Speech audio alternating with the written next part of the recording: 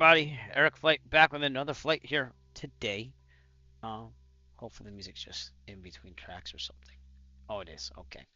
Anyways, we're gonna finish up this whole Disney World thing. It's gonna take quite a while. We're gonna be in the Piper Arrow again, leaving from Manteo, North Carolina, where we left off, because we flew from Taunton to here. Taunton, Massachusetts, that is, to here. And now we're gonna fly from Manteo, North Carolina, right outside First Flight Airfield, all the way down to Kissimmee, Florida. It's gonna take like 5 hours. Kind of wanted to start earlier, but couldn't. I wasn't feeling too well. But I've been holding steady now for about an hour or two, and I just see that my web camera is doing crappy, but we'll make everything work, okay?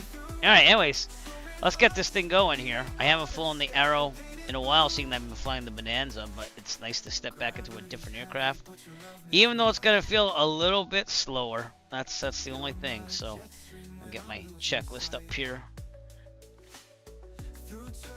and I'll show you the checklist as well. It should all be working. There we go. Piper Arrow 3. All right, just the rudder pedals, and let's get into the plane. Real world time and weather on this one, so when we get there it might be dark, but we'll see, you know. See what happens. I'd like to do real world time on this, and I didn't do the right. Ah, crap. All right, let me reload this. I didn't do the right registration number on the outside. It still has the Bonanza, so let's do that really fast. Now I think of it, I don't remember if I can have that in there or not, but we'll see. If not, I'm going to have to come back. It's the one thing I forgot. And back. Nope. No. Also sounds like it's not giving me the sound. Alright, we start this now before I do anything. And everything was working, and now it's like everything just stopped working. I don't get it. I don't understand why it's been doing that. It's not the simulator. It's like my streaming laptop. It just doesn't want to work like it used to. So, but anyways, black screen till I get this to resync. There we go. All right, there we go. So yeah, like unsyncs with my HD 60 S Plus streaming box, and then I have to like unconnect it and reconnect it to the thing there. But alright, I'm gonna set to the Hotel VI tracker, turn it off. Alright, well, let's get this thing going. Let's make sure we got full fuel. Full, yes, okay, good, because I did that before. Just double check it. We're gonna need all that gas, so it's gonna be almost 5 hours. Seat track back lock, avionics are off, autopilot's off, AC off. Let's make sure that SPAD's pointing to the arrow, which it is. AC off, prop high RPM. Throttle slight. Brakes are set. Parking brakes on, and these are working, so that's good. We're on the right tank. Let's switch to the left just to have it there. Alright. Master antenna on, beacon on, fuel pump on, full rich mixture. We're gonna see that fuel flow pop up. And back down. There we go. Alright. Mixture lean. Mags to start. So let's call clear prop. Let's do it. Clear prop. Look outside, left and right. We should be good. And there we go. Starting it up. Clear prop. And we're good. Just purring like a kitten. I haven't checked my chat yet. I know it's loaded. I just have to see it. So. There we go. Let me move this window out of here. It's too big, Captain.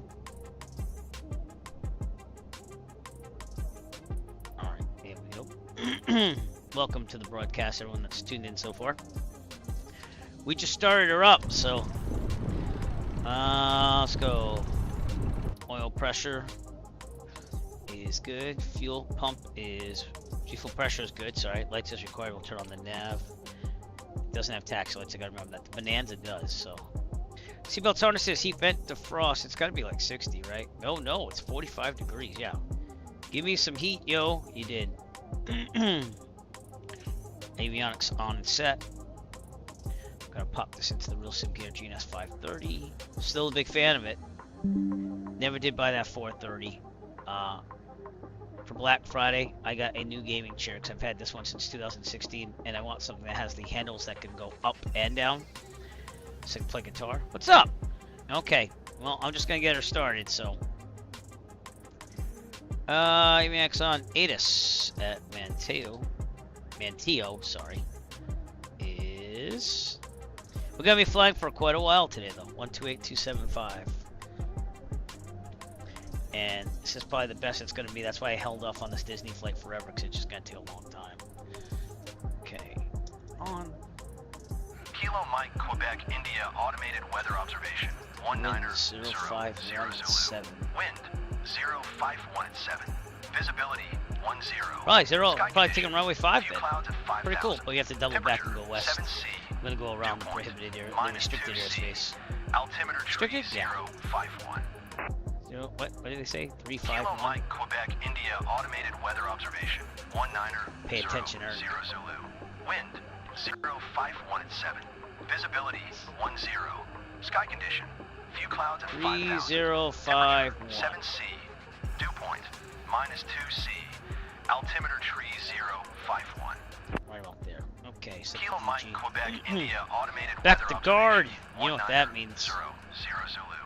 Wind Well, 051. it's not bad to have a day off. Go on guard, Whip! Sky condition. Few clouds at 5,000. I know you're raring to go. It's not bad to have a day off on a Saturday too. I mean, of all days. Altimeter All right, tree we are gonna 051. point this towards Myrtle Beach, but we're gonna be going to the west first to avoid the restricted airspace. And we will take the drone cam out to Disney and stuff and see what it looks like. So I might even advance the time to fireworks, because I'm supposed to have fireworks from 2020. We'll see if they work in this thing. I think it's around 9 o'clock local time, but I'll have to double check that on the way there. Alright, we got our ATIS altimeter set, transponder, alt, squawk. It is ADSB lieutenant's on. I'm going to connect to that Scenic this time.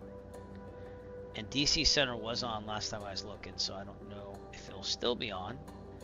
I have to already follow my flight plan, just a matter of the right type code and stuff. P28R arrow retractable. There we go. Alright, we're in. We're looking at Volanta. We're in non-towered airfield, so I'm not going to contact them unless I want flight following. And I might not even do that, but we are going to follow the coast. We're going to have to go west, go around its restricted airspace. Then we're going to head direct to... Let me show you this, actually. So we're heading west. Oops. Hey, what'd you do? Did you shut down, really? Excuse me. We're going to head west, get out of that restricted airspace. Then we're going to head direct to Myrtle Beach. No, not Myrtle Beach. Oh, yeah, Myrtle Beach. Sorry. Then we're going to Savannah. We're going to try to keep this thing going. I'll stop for fuel if I have to, but we'll gauge that as we go. Then right down to Kissimmee, which is the closest G8 airport to Disney. So that's what we're doing. Everyone got that? Good. So notifications. Oh, I got a bunch of people who want to be friends. Sure, let's be friends. Let's do that. Alright. No, current flight. Right. Active flight. Here we go. Alright.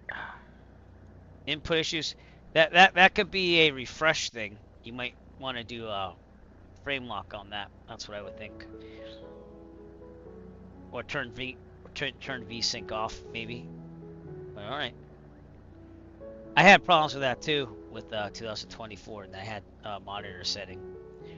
I made it better. Altimeter set, radio testing on the way out. 122.8. Let's see if it works. VATSIM Unicom. Arrow 3 Echo Foxtrot radio check, please. Probably not. Alright, what's the CTAF here? CTAF is 122.8. Yeah, so we're all set. Okay. So anyways, we're going to depart runway 5. Do a run up and everything like that. And test the brakes on the way out. So I'm going to turn to the left. Tobii tracker on. It's recentering. Okay. Brakes off. Going forward. Brakes are working. Clear to the left. Here we go. Yeah, that sounds like a monitor thing. That's what that sounds like. All right, runway 5. Here we come.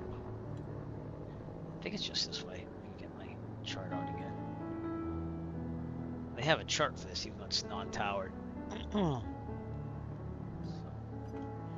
Let me double check that, because I'm paranoid, but I'm pretty sure it's non-towered. I kind of told myself that too.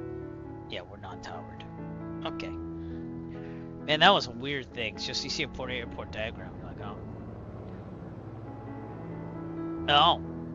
Oh. There you go. Oh. Good luck on that. Let us know how it goes. Alright, let's do a run up right over here. Pointing up towards the water. Nice little rocks on the shore here. 2024.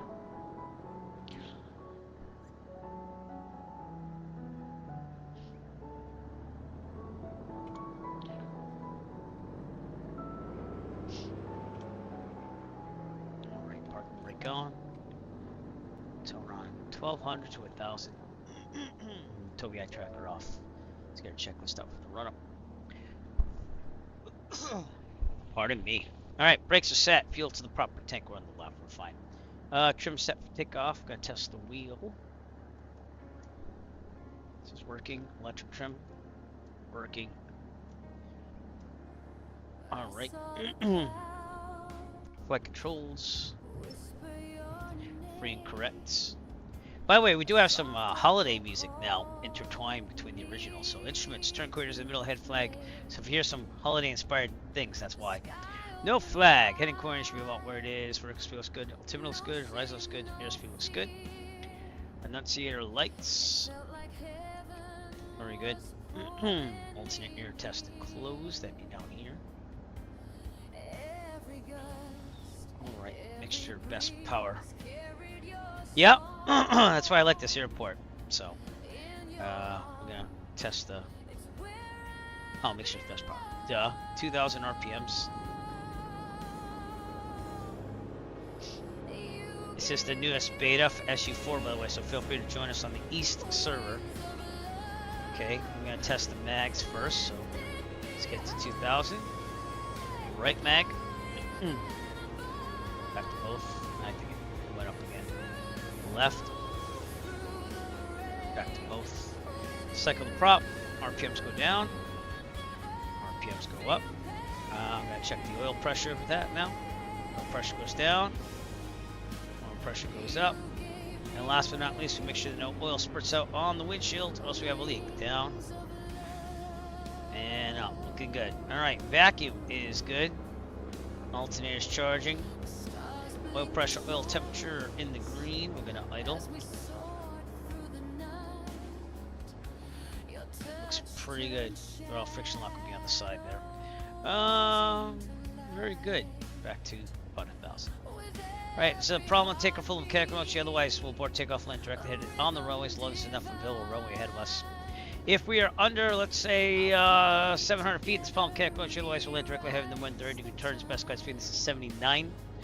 We're above 700 feet. This pump can't emergency. Otherwise, it is coming right down there. So I'm going to turn left on and land down in the taxiway, the grass, the runway. Goes to John with us again. And left on the taxiway, the grass, the runway. Whatever's available to us. Best glide speed is 79. We rotate at 70, climb at 90, and retract again when there's no more available runway ahead of us. Looks good. All right. Yeah. And we're on VATSIM. We're all set there. Let's get DC Center on standby here, just in case. Change my mind. 133725. Such an inspirational song. I model these after Werewolf songs, so like I don't like say like that song, but like I check out the music style and then I make it. So flaps, high prop, high RPM. All right, mixture best power. Fuel pump is on. Gear override is there. I never did turn the fuel pump off, but that's all right. Just checking just to make sure. Yeah, fuel pressure's on. Alright. Gear override is required, not needed. Landing light, strobes. And we are good to go. So let's turn it over here. Remember, we're going to depart to the west, goes to Johnny. So that way we avoid the prohibited airspace. Alright, Tobii tracker on. That didn't work. Tobii tracker on. Clear. Clear. hope I turned the traffic back on. I mean, I know I got multiplayer, but I don't know. I don't see any nameplates out there. Okay. I was messing around with FSLTL, so if I have to, I'll load that up again. Here we go. We ready? We're gonna go. Dare County traffic, Arrow 3 Echo Foxtrot departing runway 5. We're gonna do a left downwind departure to the west. Dare County.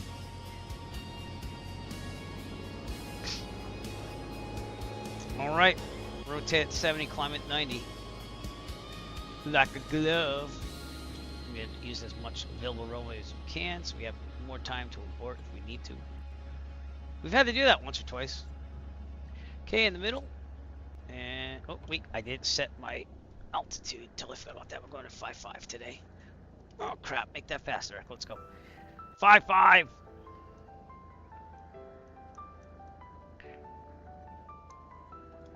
Vertical speed. All right. Heels on the floor. Full throttle. Here we go.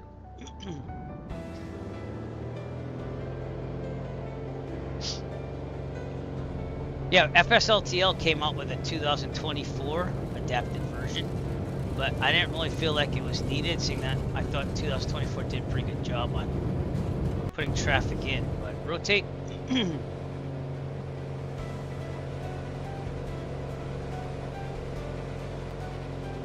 up. Yep, birds. Birds. You're up. Trim up. It's gonna be a long one. Hang in there. Now my sound's cutting out again. Oh, how I hate this setup right now. Alright. Keep it going. I don't know what it is. It's like the graphics card gets overloaded on the desktop or something. I have a fan blowing on it because I thought it might be overheating.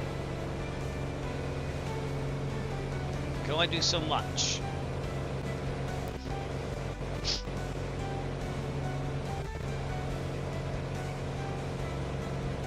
Alright. Looking to the left will clear. Turning left. If I don't see any traffic in a little bit, then we're going to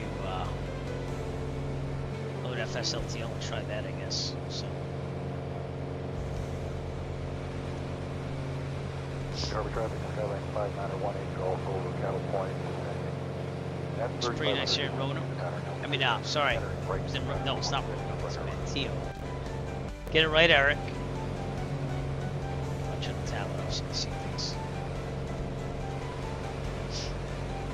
Alright. I'm going to use electronic flight back to kind of help us. Right about there. Traffic, Intro Mike, we're just south American Camp, south of the shoreline. Autopilot on. I'm going to select heading. And probably should have done this before I did that. But that's okay. It's cool. We'll get there.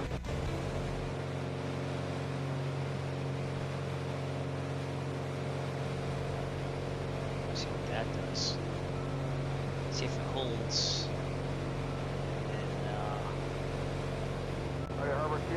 So it told me to check across, so we're not dying near vertical speed.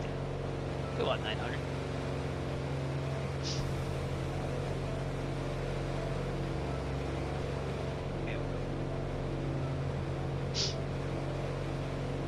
Yeah, we'll bring it up. No, actually, we don't. Dead west, almost. Right downwind departure off runway 34. Be crossing over midfield and headed over towards Anacortes. I grew so tall there. I was like, whoa. That's better. Jeez. I thought I was like 6'5" there. Climbing to 5.5. It is set on vertical speed hold. And hopefully it should stop at 5.5. Let's go to 25 inches manifold. Where's all that stuff? It's down there. 2550. And lead up the mixture.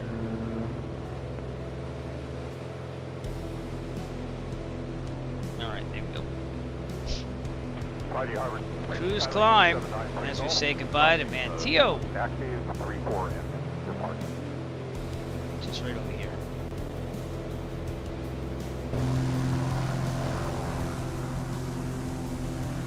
Ghosted Johnny with us today.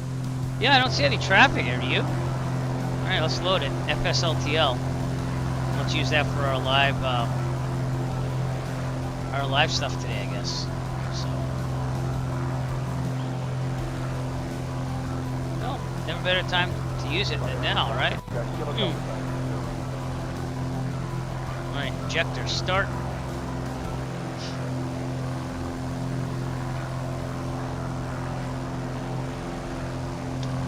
And FSLTL is going to pump in some stuff here, so.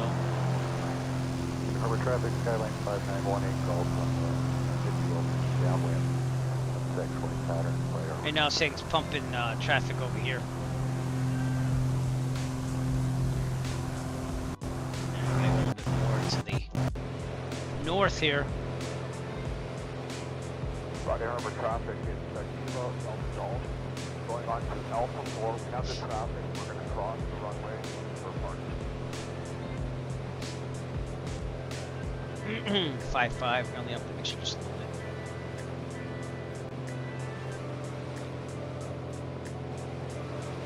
Why is my mixture button going nuts? I don't know, man. Come on. That's weird. Harbor traffic, Skyline 5918, Gulf, going around. Alright, fuel pump off. Everything else is good. And we're making it happen. Roger Harbor traffic. Again, we're going right to the west of this prohibited airspace. Okay. Yeah, I'm gonna switch to approach for chatter here.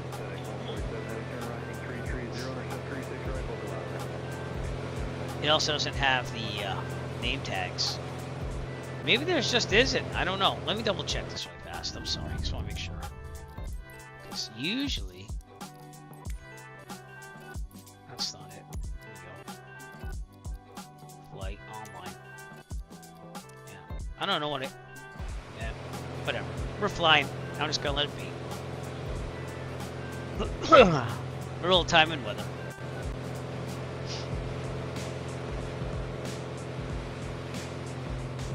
Yeah, it's gonna take 4 hours and 42 minutes of flight time according to this Skypath right now. So we'll see what happens. By the way, Merry Christmas, everybody. Oh, Silent Majesty, the winter's warm, clean, cool, chill of the holiday air, an asshole in the staff room, local toilet in my sewer. Shitter was full! Ah, yeah. You checked our shitter, Sonny? Please. You never know any better. You ought to know it's illegal. It's a storm sewer. If it's filled with gas, I pity the person who lights a match within 10 yards of it. Merry Christmas! Shitter was full! Yep. Anyways, it is the holiday season. I want to thank Otto the Autopilot for actually working right now. Automatic pilot. Automatic pilot. There it is.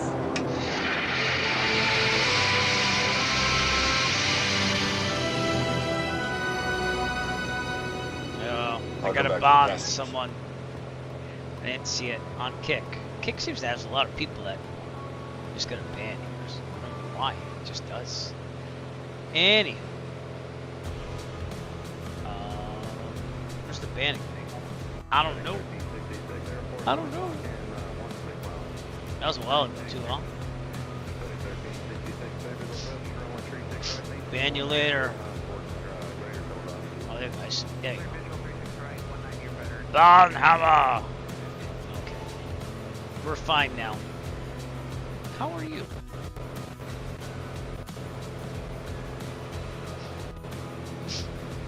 Alright, as soon as we get clear of the prohibited area, which is right over here, it's a military operation area. Going southeast, southwest, excuse me. So actually I should be going 6-5 right now, because I'm going west and I'm an idiot right now. Alright, let's go to 6-5. Why did I think I was going east? Because all the other flights from east, I think that's why. 6-5. I know what's wrong with my brain.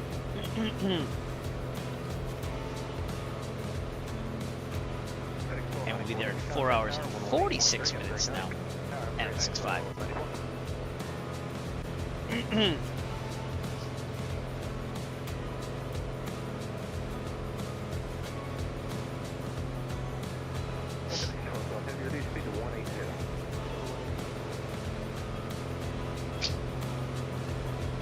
Keep an eye on that fuel, and we'll land somewhere if we have to.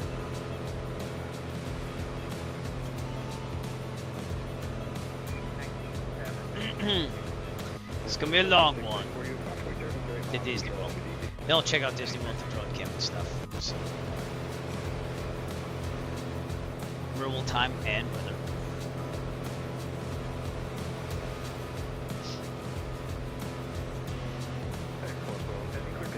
Climb to 6.5. We're doing the goalpost. It's good between two restricted areas here.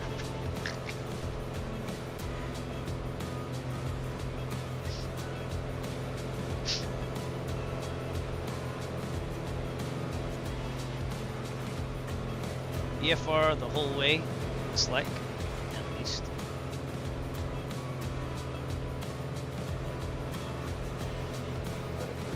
But yeah, now, this used to be the fastest GA aircraft I flew, well, other than the Cirrus on the simulator. And ever since I got the Bonanza, that's now like even a little bit faster than the Cirrus, so it's just gonna feel a little slow.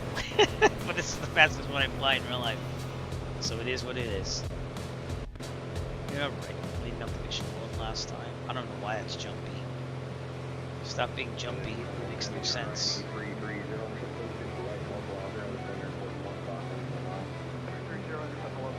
have no clue why that's jumping like that. It's weird. Come on now.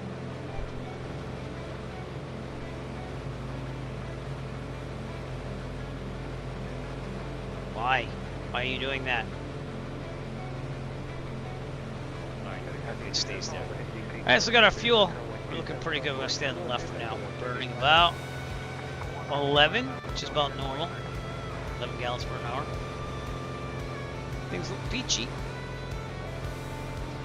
We're over the Coast and Lakes National Wildlife Refuge off our left here.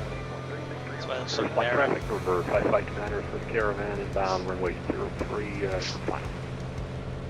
That's VATSIM. Oh, did everyone hear the VATSIM, by the way? Just want to make sure, because last time it was off. Audio. Sure, just heard a call from VATSIM. Yeah, looks like it's. Yeah.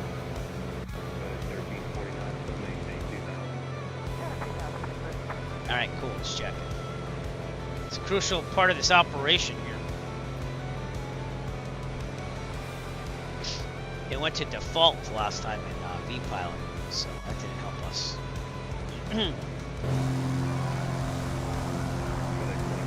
And Coast and Lakes National Wildlife Refuge. And Tio's all the way back there.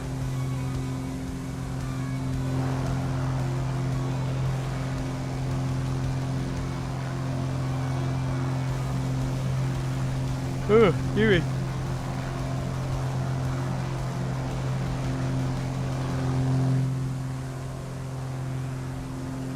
Goes to Johnny taking the scenic route.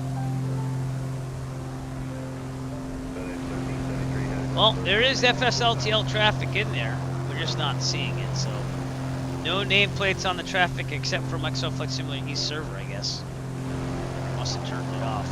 But we do have real life traffic out there with FSLTL. Try that out too. Unless there's no traffic around here. But we'll see as we go.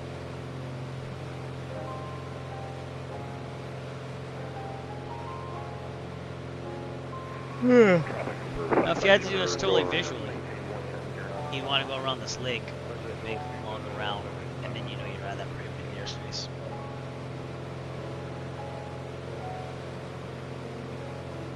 And then Route 64 will keep you out of there for a while until it dips down. So you want to kind of stay on this side of Route 64 according to the section. Fine. And so that's what we're doing.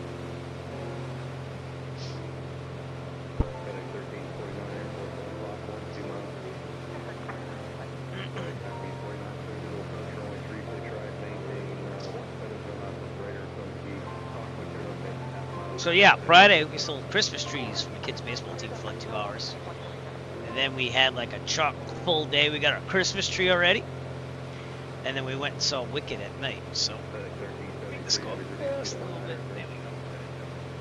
So it was an eventful Friday. And then I wanted to wake up early and do this flight, but I wasn't feeling that well. So it took me a couple hours to recover. And feel decent now though. So let's see. I'm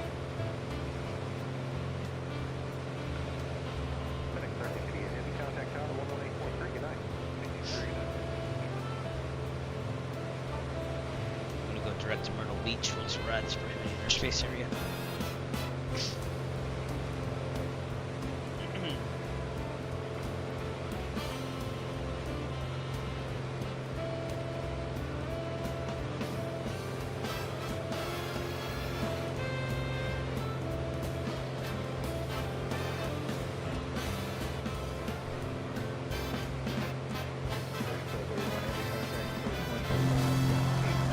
Feels good to sim again. Haven't done it in a while. Did work on music last night. Get some holiday selections in there. But you hear they're rotating in the original music. So you'll notice they have like 2 boxes description if they're Christmas, because they can't read the ASCII characters of a Christmas tree and a Santa Claus head. So we're on to seasonal music now. Channel, and we have contrails, so we do have live traffic being pumped in. But I'll just be realistic and lifelike. Where's Ghost of Johnny? I haven't seen him either. He went somewhere. Go high, low. Those contrails look really good. It's nice to see them.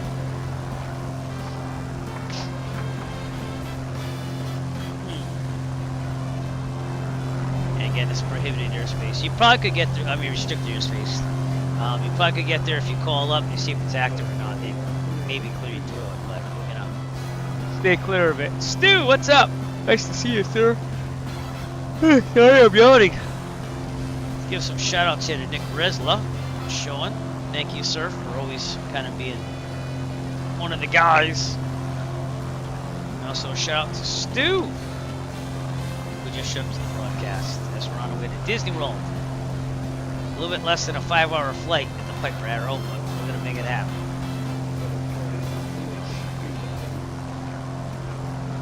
Come on, laptop. I got a fan blowing on you and everything. There's no reason for you to think you're overheating.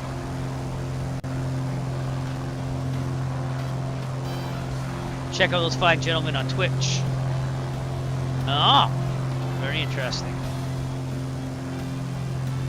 I have an Alaska series of flights I planned out, but again, I can only fly so much. So it is.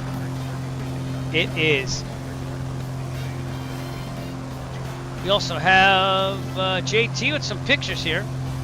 Seems to have some airport video that he just posted. Very cool.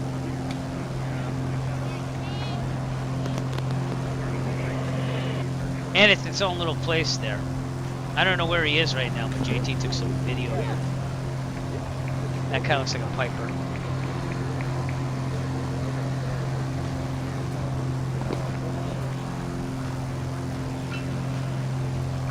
Maybe is that like a... Yeah, it doesn't look like an air show, because it's just GA aircraft, but it's got to be around somewhere in California for that. Oh, look at that. It's got a lot of variety here. Very cool. Thanks for sharing that, GT. Shade. I can't talk anymore. But yeah, I have an Alaskan Adventure Flight series, Mexican Adventure Flight series, and I played all this stuff out, but like, I need time to get to it. So we did do the Oregon Trail though a couple months ago, so I can get to them eventually. Right now, we're just going around the period. Oh, there's Ghost of Johnny. Okay, cool.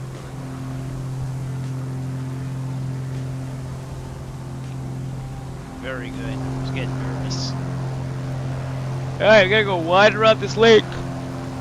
And then we turn on course for direct to Myrtle Beach. So that's what we're doing.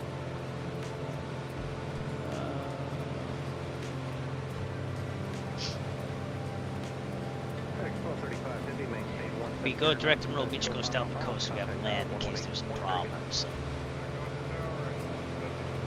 that's the thinking on that. But, hey, we'll be able to see Disney.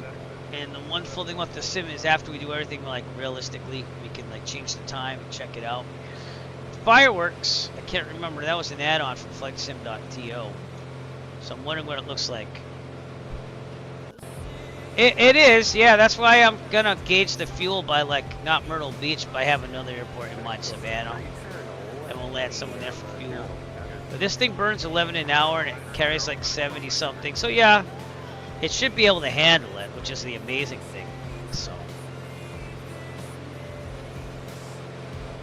let me see if I can get that fireworks mod times there. Fireworks.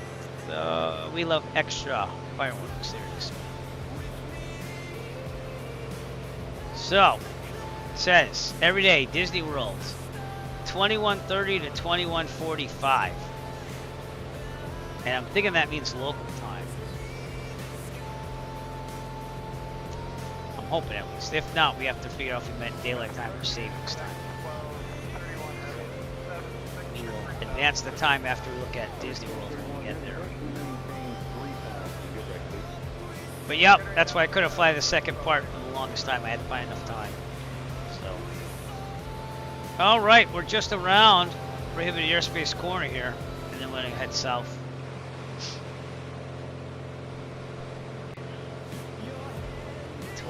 Oh yeah, it would, yeah. So I hope so. I don't know. We'll see what happens. I mean, I didn't make the mod, but it's this one right here. We love. Whoops, excuse me. Yes, an ad popped up. No, that has one of my products, Betsy. I'm not going to show. This one right here. So, but this is available free. It's also for 2020, but I'm thinking it'll probably work in 2024. Even though he says it doesn't. So, unless they changed it, which I don't think they did. That says it still works. Thank you. 21 days ago. So, we'll see what it looks like. It says again, Disney World every day, 21:30 to 21:45. So there you go. Get that add-on at flightsim.to. I haven't updated any of my scenery from there for a while. So I think I have like 20 pages of freeware scenery to look at on the side. Anyways, we're just on that corner there, so we're going to go direct to Myrtle Beach here. So let's go direct Myrtle. And then we'll set this to GPS. Nav, if you will. And we are turning direct for Myrtle Beach now. North Carolina. Actually, South Carolina. I can't remember right now because my brain's not working. Nope. It's South Carolina. Oh, eventually get it because my brain's going to work. South Carolina. Yes, thank you. Oh, my lord.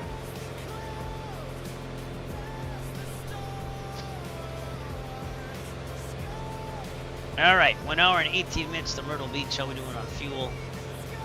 Yeah, we're doing good. We're going to stay on the left for a little bit.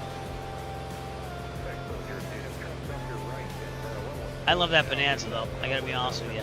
That black square Bonanza is amazing. That is going to make a rotation into the Eric flight thing. But we started, and we're going to finish with the Piper Arrow here for the Walt Disney World flights.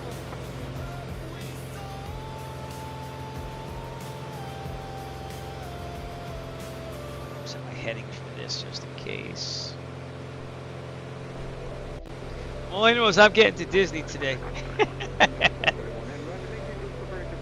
Yeah, I was kind of shocked at the amount of hours it would take from Manteo to Kissimmee, but it kind of makes sense. And that depends on winds as well, because I was looking at this flight for a couple of times, and it said like, oh, it's going to take like 5.5 hours to get there. I'm like, that's way too long. So.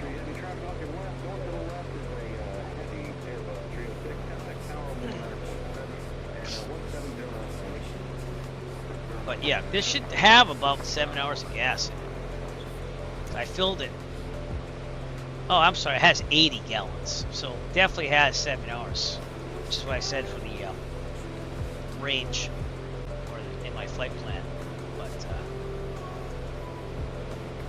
we should end up with like 20 to 30 gallons left by the end of it. Which is, you know, getting down there. It's like 33% left. But I don't know. Let's test that theory out and land if I have to and fuel up somewhere if I have to.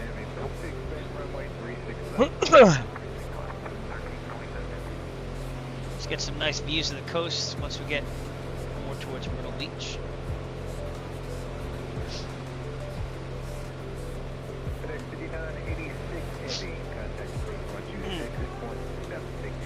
22. I also didn't do this. 2,500 RPMs. For some reason, my mixture thing is glitching today. I don't quite understand that. I'll spray some of this stuff in there later on and leave it to dry. But WD-40 contact cleaner, I sprayed some in the Alpha too when I had it open to try to clean out the potentiometers. So, but it's kind of weird that it's giving me problems. So I don't know. I got a whole can of it. Might as well try it when I'm not using the computer and let it dry overnight.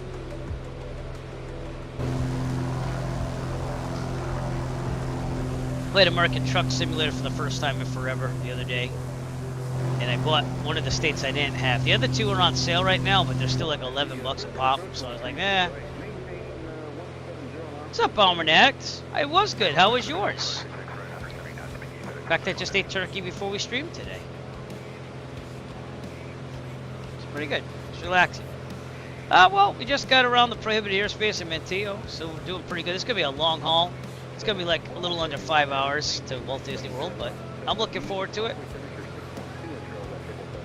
As long as the streaming laptop's up for it, because it keeps like doing these poppy things with the sound. And I don't know if you're hearing all that, but I hear it here and there. It kind of sucks. It's not the simulator. Oh yeah, doing good. Taking the Piper Arrow down from Mantillo, North Carolina, to Kissimmee, Florida. Goes to Johnny flying with us up there. And I'm trying FSLTL live traffic because I forgot to load in the default traffic. Oh wait, we got another user out there. Sunny Dog 665's out there as well. East Server SU4. Remember, you can be my wingman anytime. You are still dangerous. You can be my wingman anytime. Bullshit. You can be mine. That's right. I've got a glitchy mixture, which makes absolutely no sense.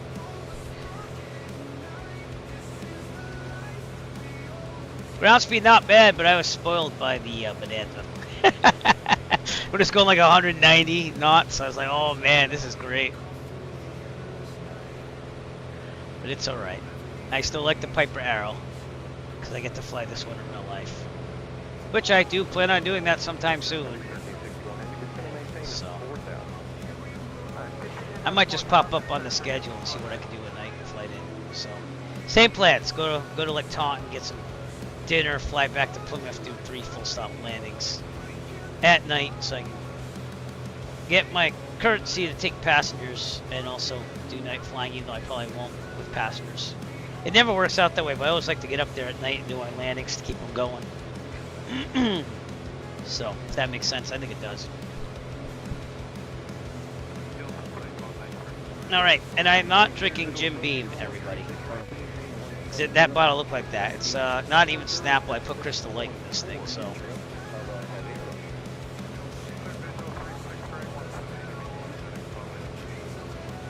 Goes to Johnny off our left there. Might pop some gum in.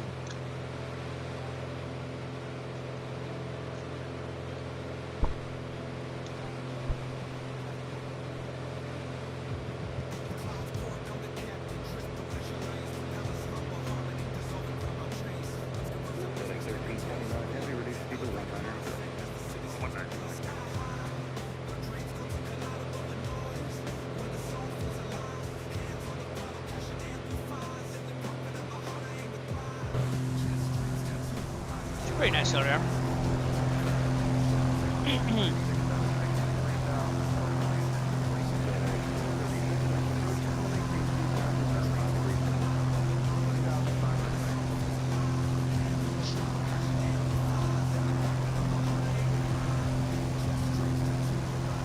Give an update where we are.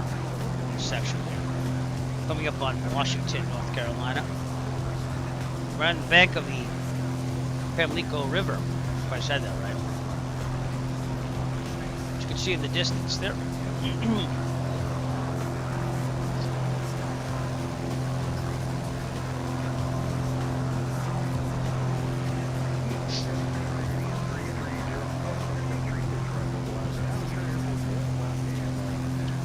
we go. Cabo San Lucas. Nice. Not that I've ever been there in real life, but that's where San Diego's Cabo Wabo Cantina is. It's gonna be a nice place to go. Flew there in the simulator though. I did like a. That must have been back in like 2021 or something. A Van Halen inspired flight from right around where Van Halen lived, all the way down to Cabo San Lucas. I thought that was pretty nice. Gets a little drawn out when you're going down the Baja coast there, because, but yeah, topography is pretty good. I think I took the Cirrus on that one. Probably should have taken the visual or something. I haven't pulled that in a while. I mean, I didn't like the default version in 2024. So, kind of that's why I've been staying away from that a little bit. I don't know how the Honda Jet is either. There you go. Oh. I was telling Stu in my constant, when I can't fly, I plan things out. I have a Mexican series of flights planned. It's called the Mexican Adventure, I think it is. Yep, and I have the Alaskan Adventure flights and Mexican Adventure flights. I've also had the Pirate Adventure flights planned for years now. Fly the Mississippi River, fly the St. Lawrence River. So we'll be doing these sometime. They're all planned out. I just gotta get time to do it. But I'm gonna finish up the Disney World flight today. If I have the time.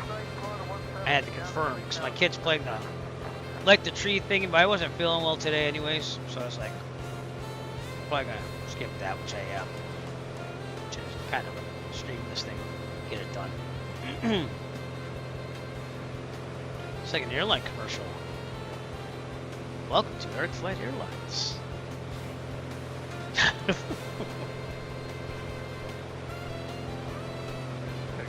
Palmico River.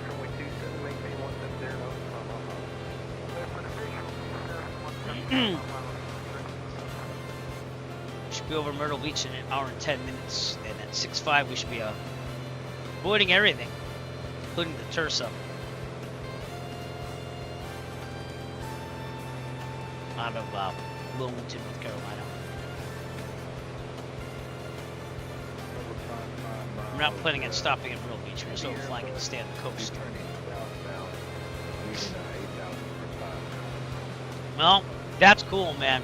Sometimes you gotta test yourself on that. I won't do that a lot on stream, but even in real life, just to get like a flight in there and not use the electronic flight bag, I'll fly out with it and I'll turn it off and go, uh-oh, lost your tablet, what are you gonna do? And that's the way to do it, just to know where you are. Lock it with 2 VORs for practice. See where they intersect. Radials. But it's important to know what you're doing on that stuff, you know what I mean? So it's good to test yourself out. Yeah, you'd be surprised. If you know where you are, and you know what you're following, and you're sure of it, it's not as scary as some think, as long as you are definitely sure that what you're seeing is what you want, you know? But yeah, I find those exciting sometimes.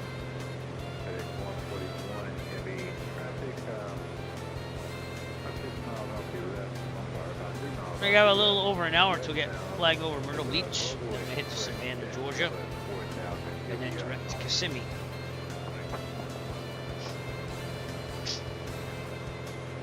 I have not. I don't think I have the time to look at another thing right now. That's the way I feel. But from what I've seen from people, it's really a cool thing if you have time, you know. with me, I have to plan everything out, get on here, and like do it when I can, you know. So it's the same thing with FSE, but I don't want to be held to like having to finish it and this and that. Just me. Probably not making any sense, but definitely cool. People that have the time. Of course, I'm flying an under 5-hour flight, but yeah.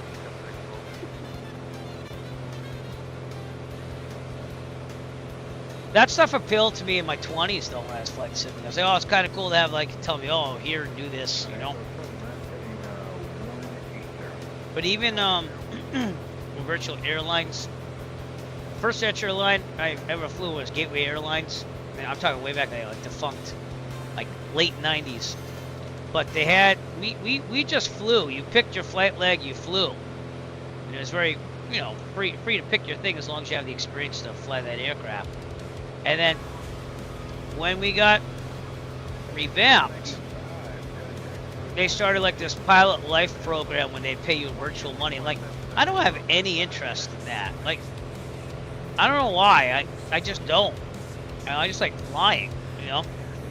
I don't need to live my life based on how I fly in the simulator. That's just me, though. Some people found it good. Washington, North Carolina, off our right here. You see the airport over there as well. That's Washington Warren, Kilo Oscar Charlie Whiskey, if you want to fly there. From there, to join us on the East server.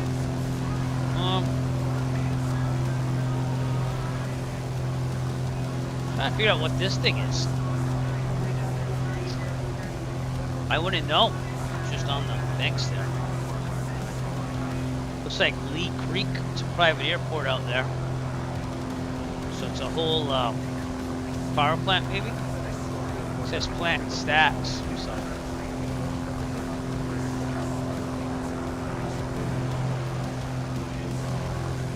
Yeah, that was like the rage. Like the virtual airlines in like the year like 1999-2000 was to have like a pilot life program where you earn like a virtual salary.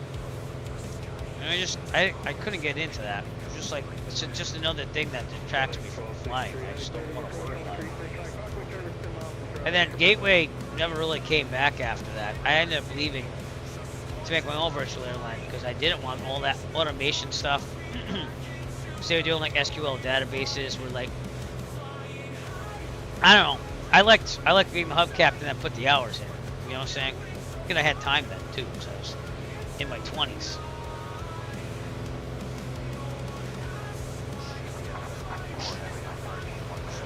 Alright, anyways, what's this in front of us? Because that's interesting too. I don't know what that is. Crossing the Palmico River over here.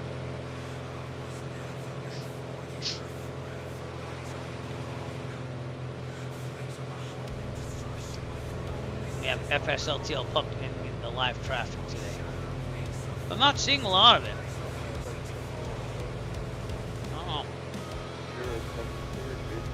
It's showing it's pumped in, as you can see. So, I don't know about that. I'm kind of more like going direct and going over Myrtle Beach.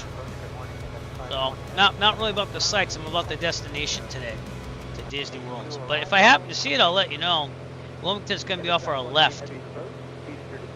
Not right now, but probably 40 minutes or so from now. So, if you want, I could probably take the drone cam out. I don't mind doing that. This is more about getting to Disney World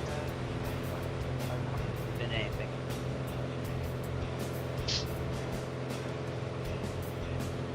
We're actually in a military operation area right now, the Palmico Delta military operation area. Which we are allowed, you can fly in it, but it's smart to call up approach and make sure it's either active or not, and if they can like lead you through it, you know. We're already either way.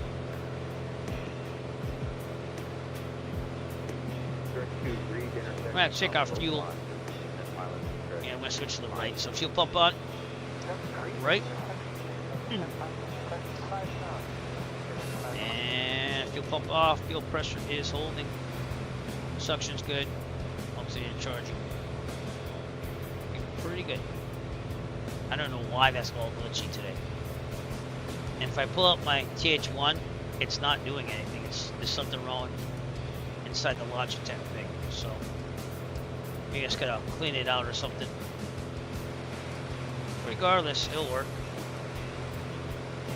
Yeah, I thought they would, to be honest with you. I had a lot of kids go. I'm not a big follower of college football, but they were asking my opinion on Ohio versus Michigan. I was like, I think Ohio's gonna win. They're like, oh, it's Michigan. Ah. But yeah, I find, except for the upper echelons of college football, I find it to be very hard to follow. So 27-9 Buckeyes right now, quarter 4, 6:39 left. So looks like they're probably gonna win unless they really blow it.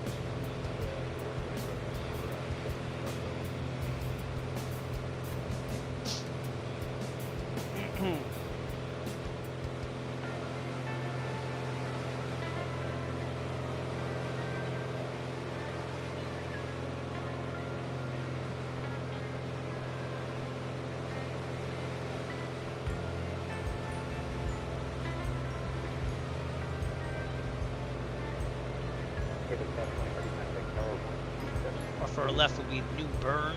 I think that's North Carolina still. Looks like it.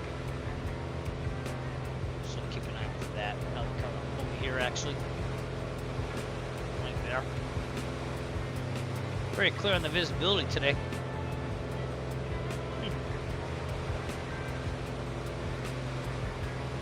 That is the Neuse River, Neuse River. Okay.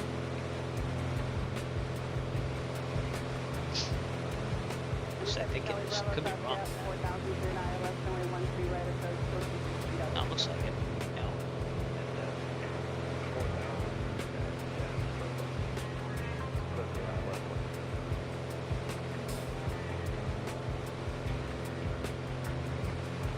I don't know why my mixture knob is all messed up.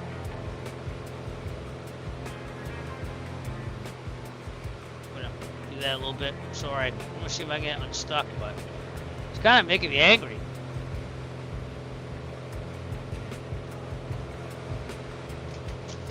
Well, just had stuff fall off the top of the desk. That was good. As I try to bang this into submission. Alright. It's hooked up with Velcro, so I'm gonna try doing this. Make sure my plane doesn't die. Maybe got something in it or something. I don't know. Oh.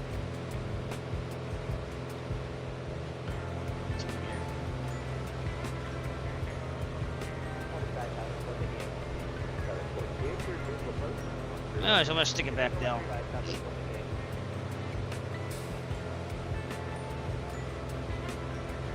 Really weird. Alright, come on, mixture. I think my butt kicker came out too. Yep. Alright, be right back. Auto, take control.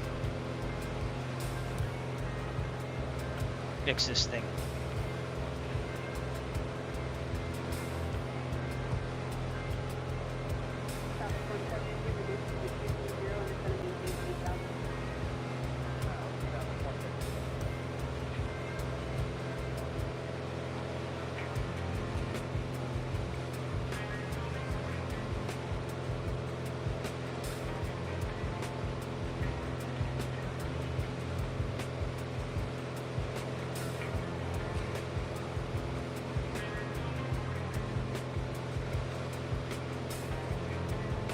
So my mixture knob is just a phantom of itself.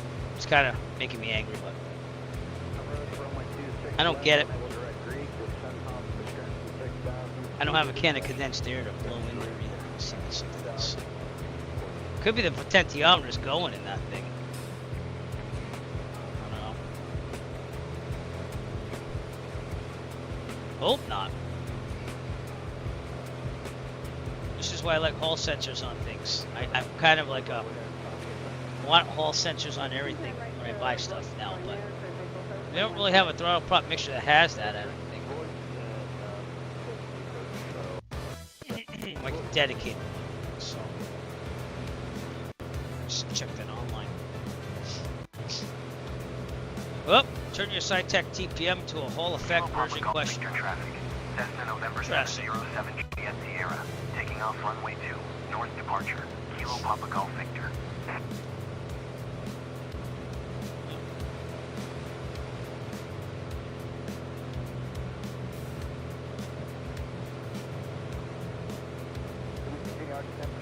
Oh no, they did it. Yeah, they went to Hall sensors on it. So I don't know. That's from 2020 though, so I have to look at it. Not good at soldering, so.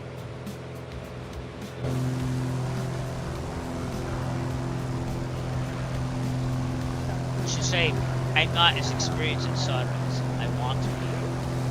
But out there is New Bern, North Carolina.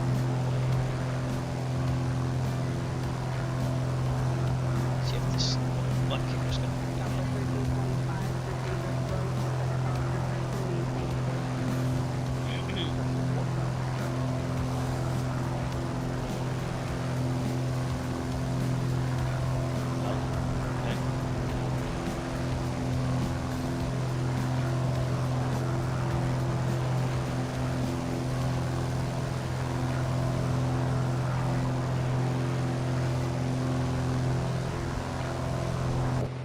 Making our way to Myrtle Beach to go to fly it. Ground speed, no, it's been constant, about 135. Not the best. My mixture's still going nuts. That's a new thing. That just started happening.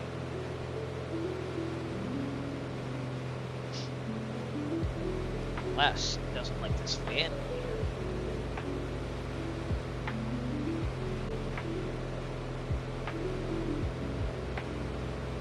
Oh, yeah, maybe the fan was giving it the fan. I just turned the fan off.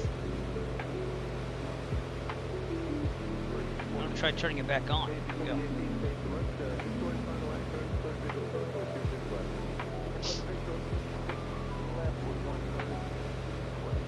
Interesting. Oh, it's kind of holding.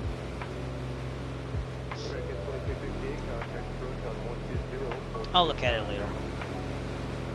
Got some clouds coming in here off the left there. A little observant of that.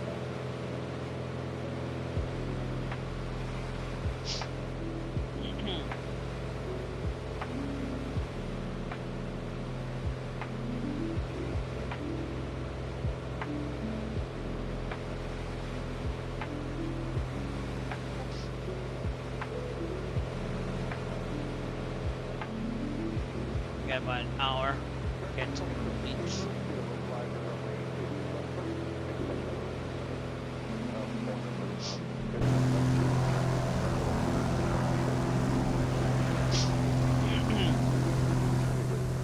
And I guess we're going to answer that question with Coaster Johnny on whether the Piper Arrow can make it to Kissimmee from NTO on one tank of fuel, or else I'm going to have to land, get it refilled.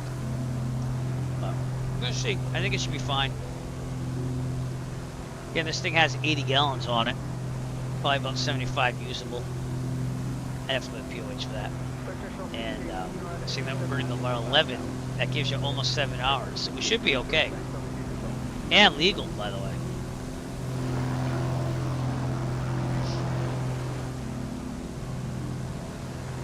Got the moon out there in the distance already.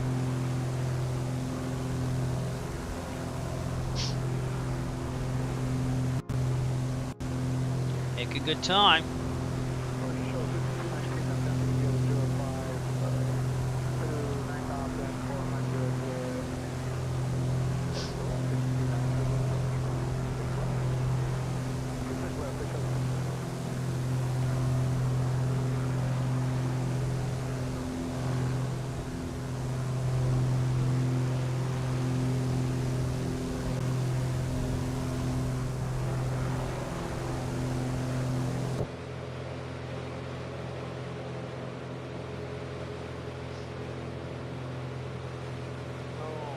Holding it steady now, so maybe I jog something out of it.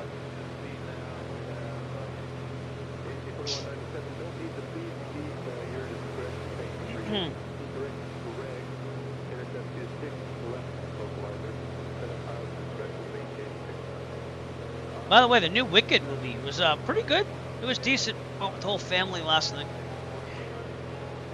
Probably not a lot of flight simmers into Wicked. I'm not like obsessed with it or anything, but I think it's pretty cool to watch. It was very intricate how they worked the storyline with the original, you know?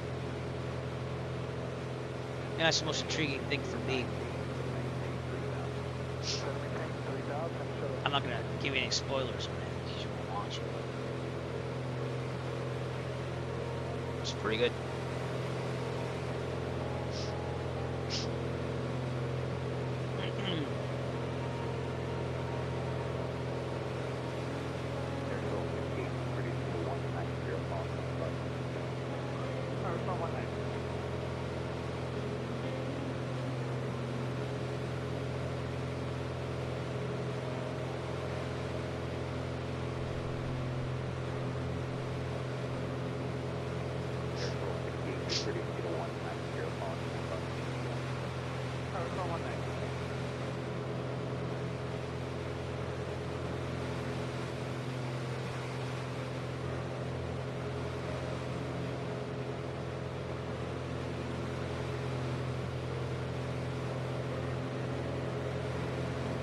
Interesting to see that haze on the coast there.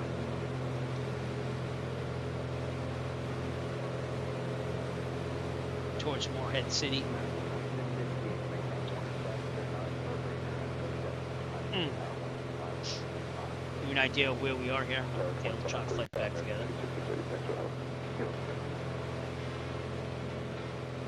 So we are right outside New Bern, North Carolina. Heading direct to Myrtle Beach. We'll be over that Charlie, so we don't have to worry about any contact. But we'll see about getting flight following. DC was there, but I was like, nah, they're gonna be long. Atlanta Center's on. But yeah, we're gonna go to Myrtle Beach and then Savannah, right down to Kissimmee. So see what happens.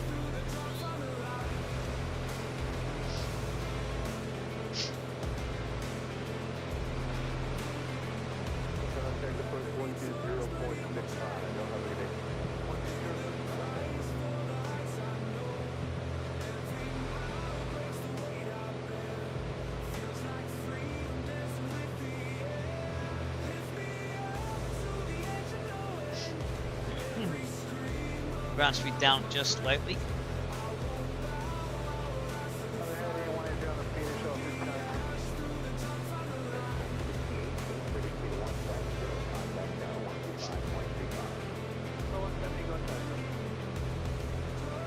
Now I'm kind of intrigued at this whole mirror sensor mod.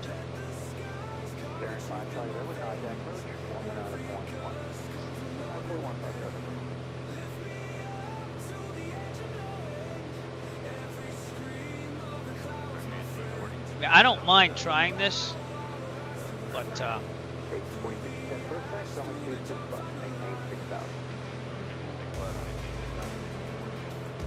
this is on flightsim.com. The place we used to always go for stuff. Let me search for that post and see what pops up.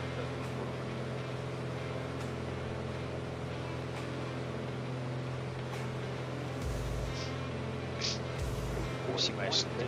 Search for it. Here it is. Alright. So, if this thing gives you tons of trouble, it's not tweaking now, but... Damn it, and the videos aren't available anymore. No! So...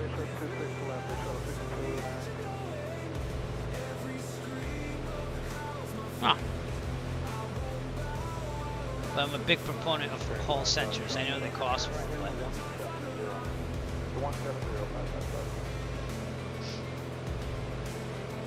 It also does reverses on them. I don't know. If anyone knows like a Piper style TPM, not a Cessna, I got that in the TH1. That's Hall sensors. Let me know. I'd be interested in looking at it. I'd also be interested in the new Redbird TH1 because it's smaller. But hey, I got this at an awesome price, even though it takes up like 1/3 of my desk.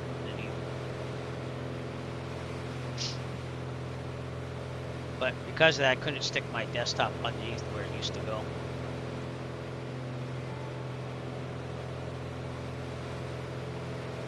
I don't know if there'd be a whole set of TPM that you can just buy.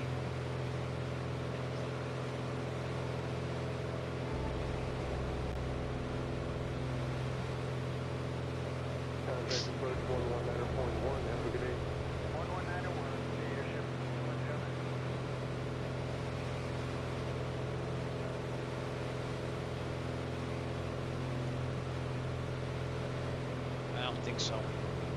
But the Redbird TH1, they like listen to everybody. And I know this is more of an FAA flight thing, but look how small it looks now. I have the old version. Look how small that is now. That's awesome. And the flap switch, it looks more authentic on mine than just this little flip, but you know, it doesn't have a landing gear on it, which I like the landing gear on it as well. It's on my right side, so it's kind of like right where it would be in the plane. See what I'm saying? But not using that for Piper, obviously. So the old version, which is the one I have, I bought it used on eBay. It looks huge. Let's see if I can give you a picture of it. Turn off the volume. Yeah, they're not going to show it. Okay.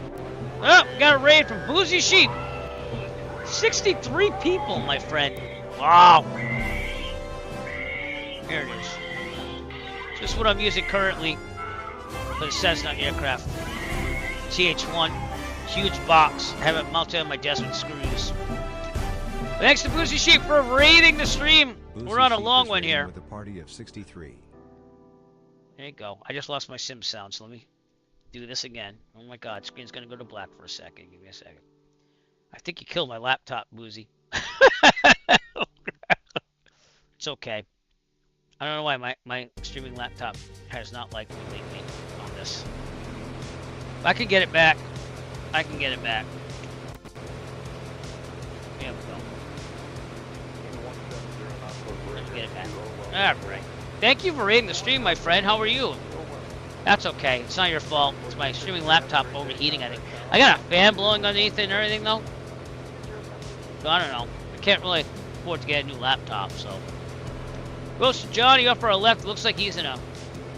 Looked like a jet for a second. But hope your flight was well, sir. Where'd you go? What'd you do?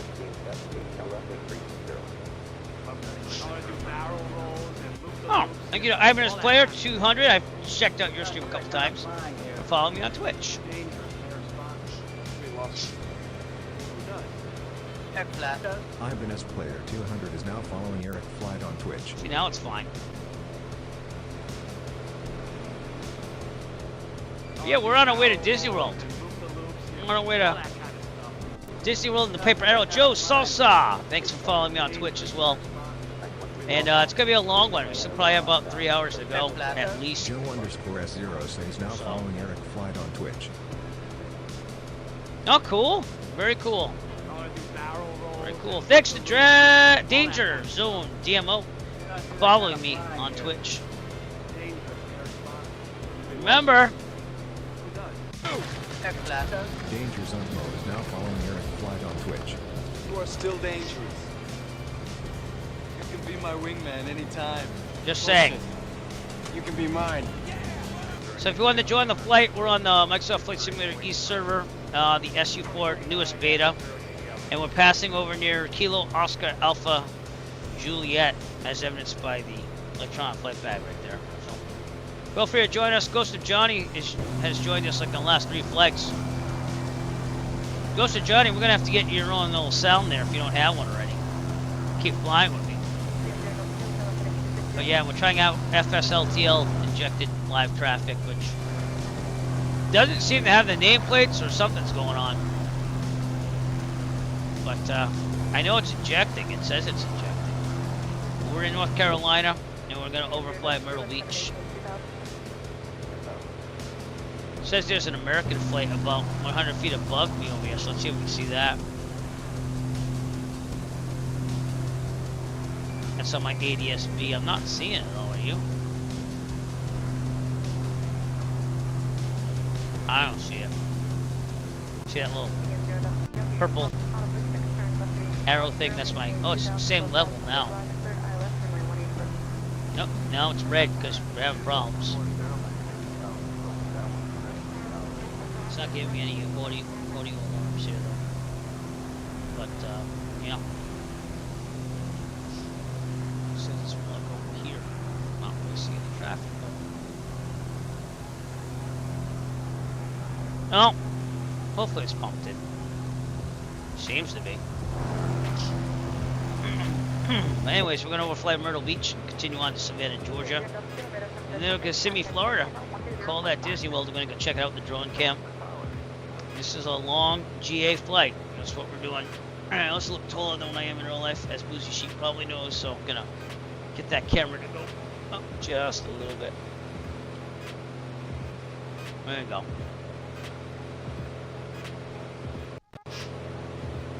But yep, that's the coast off North Carolina. I don't think we hit South Carolina yet. We're about to though. Nope, we're still in North Carolina. Wilmington's gonna be off our left in a little bit. And literally we're gonna go to South Carolina. Right near Myrtle Beach.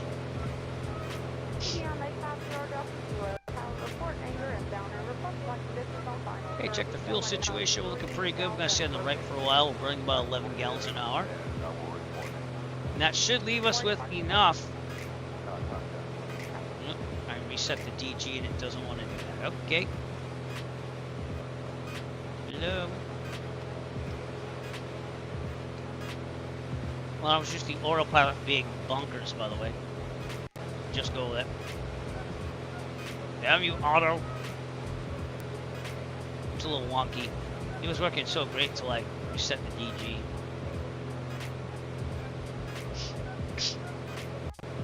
But yep, Piper Arrow, which I didn't think was that slow, but seeing that I flew the Black Square Bonanza, now I'm spoiled for life. But it's just the one I can fly in real life. I got my complex in an Arrow too. Hopefully this autopilot's gonna work out, because right now it seems I'm going in circles. Yeah, we're gonna turn it off again. Try to get it go back on.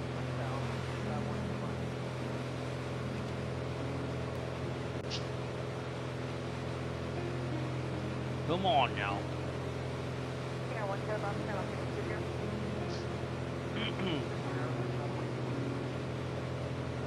We can do this. You can do it.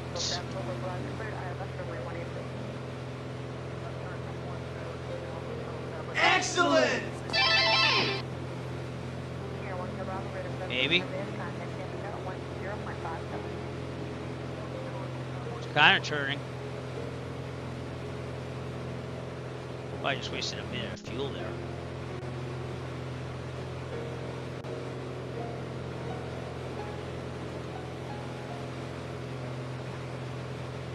Alright. Come on, 3 Echo Foxtrot, get back on track. You're drunk, go home. I just wanted to make it look good on the ground, you know. Alright, also my altitude should be 6.5, not 6.3, so let's fix that.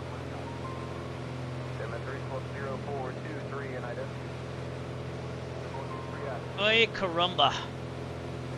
Pilot problems.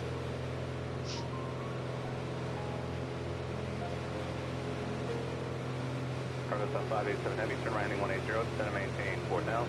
Heading 180. I think it's working. Yay.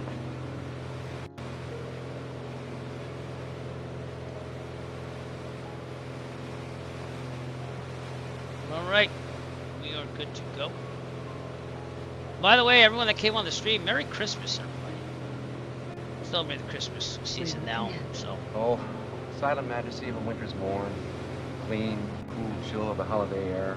An asshole in his bathrobe. 587 Heavy, continue the right turn heading 240 to intercept the localizer, descend and maintain 3 down. Right turn heading 240. Check our shitter, Sonny. You ought to know it's illegal. It's a storm sewer. It fills with gas. I pity the person who lights a match within 10 yards of it. November 8th, turn line Bravo Tango, southeast at 1205, about 8 miles, let me know when you get in. Yep. Merry Christmas. Going down the coast here, the Atlantic coast, just catching up with us as we go. Might take the drone cam out to Wilmington, North Carolina, so I'm thinking that over. But that's gonna be right in front of us, so we're gonna wait till we get there a little closer. Real world time and weather on the way to Disney. 1631, the airport's 12 o'clock and about 12 miles, advise and safe. Inside American 1631. 1631, take visual approach to right, And about 38 and a half Clear to minutes or visual so. 170 to 5 mile final. We're flying Myrtle Beach.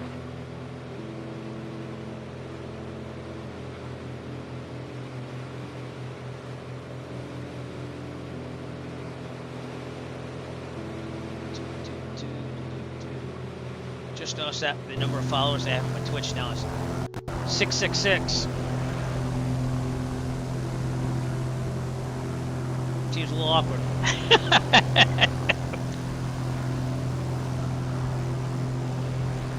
But there's a torso around here, but that's the ceiling's at 6,000. And again, you don't have to do anything, but they would like you to treat it kind of like a Class Charlie for traffic reasons. That's what this gray circle is. So if you don't learn anything today, that's a TERSUP, terminal radar surveillance area. 09 Bravo Tango. There's no traffic observed between you and the crossing And they would airport. like you to use it And you like are a Charlie, leaving just Bravo Air contact 6 approach. Radar service terminated and bridge change of Make sure that you report. get some traffic advisories, but we're good.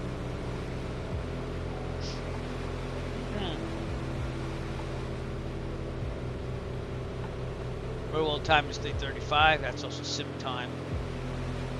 And real world.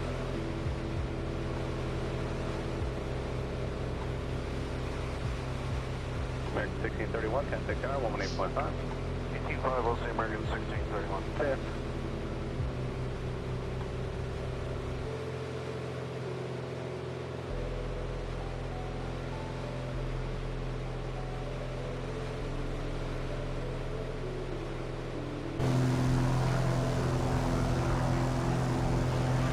The 587 Heavy localized established.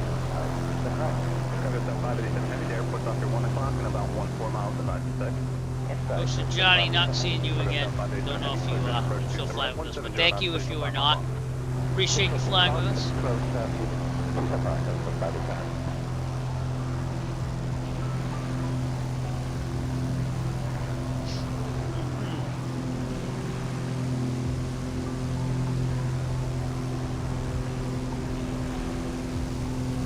Off our left is Burgaw, North Carolina.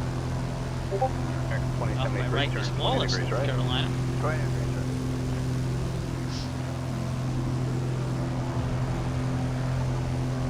As we head out into the sunset, so we're still gonna take a couple hours to set.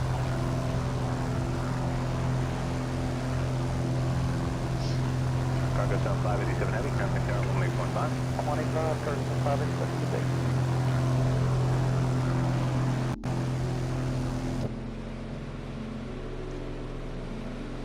Okay, I went to overfly Myrtle Beach, so we're right on the coast. American 2073, reduce your speed to 170, then descend to maintain Freetown. And again, we'll send the drone cam up to Wilmington and see what it looks like. 2073, turn right heading 180. Once we are closer.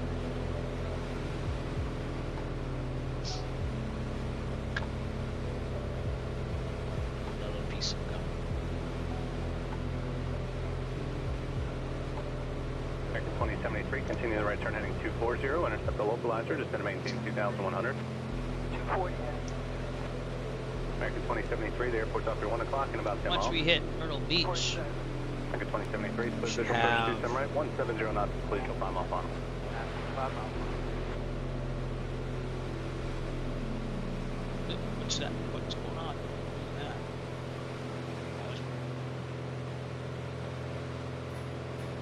How about 3 hours to go once we hit Myrtle Beach?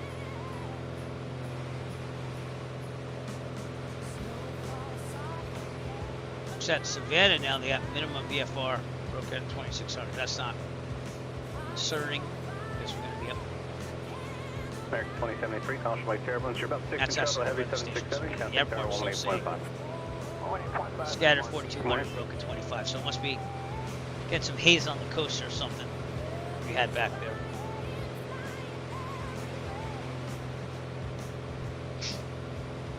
Oh, this is one of the newest Christmas-inspired songs. You can tell because it has two of those assy blank characters. It's supposed to be a Christmas tree and a Santa Claus head, but it does sound read by.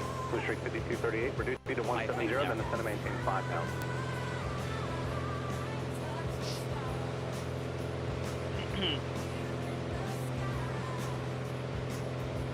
Burgaw, North Carolina. Pretty good down there. Reduce speed to 170, turn left heading 360.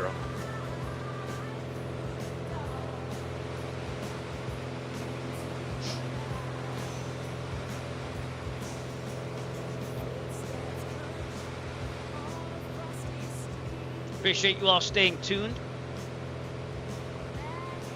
You make flights more interesting, even if you're just watching. So I have someone to talk to, and it makes it look like I'm not criminally insane. Tree 5238, Watch. turn right heading 150.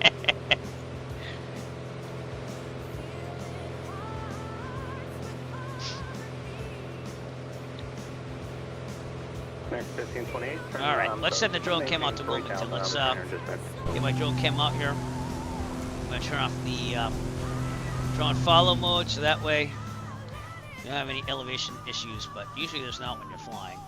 That's where we are. We just detached from the plane here. And Wilmington should be right over there. What I'm seeing. So Wilmington, North Carolina, coming at you live. 5238, turn right heading 180.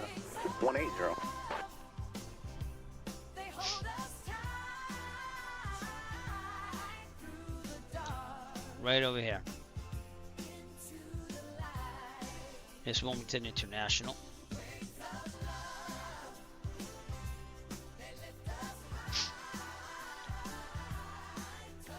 Now see it's gonna load a little bit more here. American 1528, turn left heading 300 to intercept the 2 semi-localizer. You can descend and maintain 2,100. You're us to the distance, I think. There's the airport. I'm looking for the battleship that you're talking about, which I thought would be over here somewhere.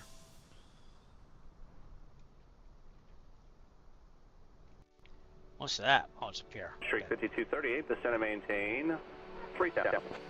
Streak That'd be more 5238, near turn the right city, heading but 240 to maybe intercept I'm the 2 wrong. semi-localizer. You can descend and maintain 2,100.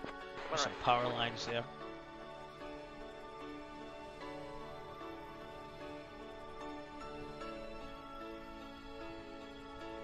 Oh, there it is, right there. Hello. And that American is. 1528, the airport's 11 Give me a o'clock second. and I about can't 10 remember what the miles ship advised is now to because my brain just went. American 1528, Limp. clear visual approach 2 turn right, 170 knots, please to 5 mile final. That's the North Carolina 1528, battleship, contact North tower, Carolina, 185. right there. Good day. Very cool to see. I think that's it at least. Yep. And that is. Of course, it participated in every major naval offensive in the Pacific Theater of Operations. World War II, earning 15 battle stars, and it's an authentically restored National Historic Landmark. And that's what you're seeing right there, so that's looking pretty good. In Wilmington, North Carolina. We have this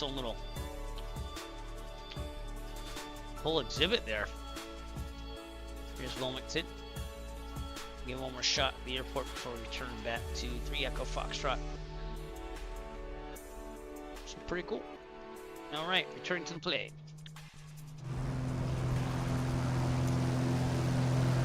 It's back in follow mode as well. Alright, we are just northwest of. Turn down the LEDs.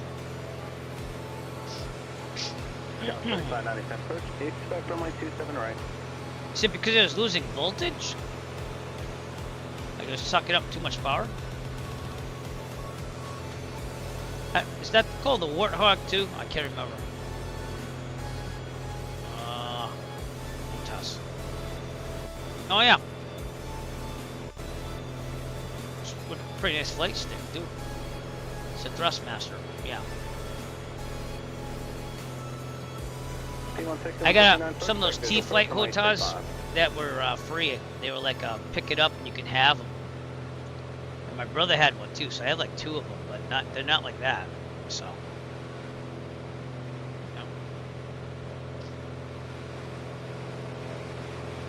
This one guy was offering all this flight sim stuff, so I took it for like my students who are entering to flight training. So I gave her, I think it was a Logitech yoke system, or it might have been, I can't remember the Logitech. I don't think it was actually. CH products, the ones I started with, but I mean, she had nothing, so I was like, here, take this, you can use that. That's what I kind of started out on. But did I just lose sound again? Son of a. Alright. I don't know why it's doing that. Kind of a pain. Alright, sorry about that. I don't know what it is. It works fine when I reconnect it with HDMI, so I don't get it. Goes to Johnny with us down there still. Nice to see you, sir. So we're passing right outside Wilmington, which you already looked at with the drone cam, which is out there.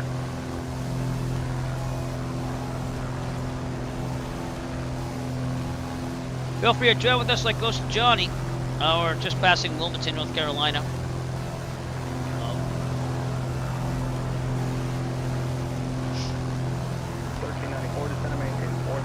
Skies are clear. Flying is good.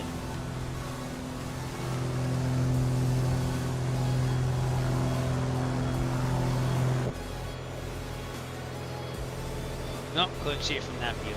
Right, Wilmington, North Carolina, out there. Distance. 5578, fly present heading, vector final, descend and maintain 4000.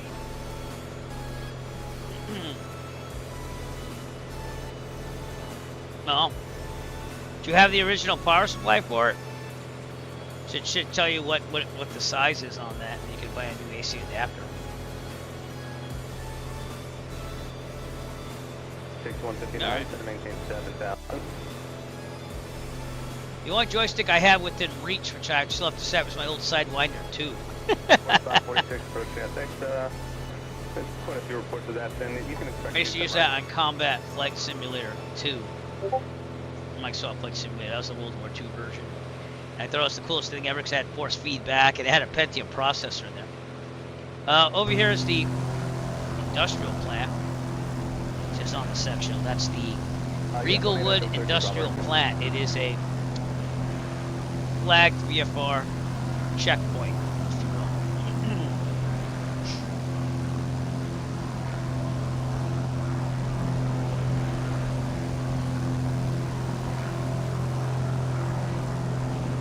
And we're at the Atlantic coast heading to Myrtle Beach. I'm going to overfly it, continue on to Savannah, Georgia, and then go to Kissimmee.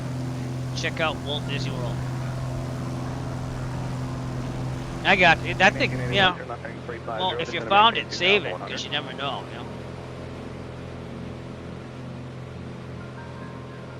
My mixer thing seems to be holding somewhat. I mean, it's a little shaky, but. 1394, turn left heading 010. Like I said, I might spray some of that contact cleaner in there and leave it drying overnight. You have 4546 and maintain 7000. Still waiting to replace my yoke. I think that's going to be the next big purchase. But I'm not in a rush to do so. I'm still waiting for that Meridian yoke to come out, which I don't know if that's ever going to happen, the way it's working.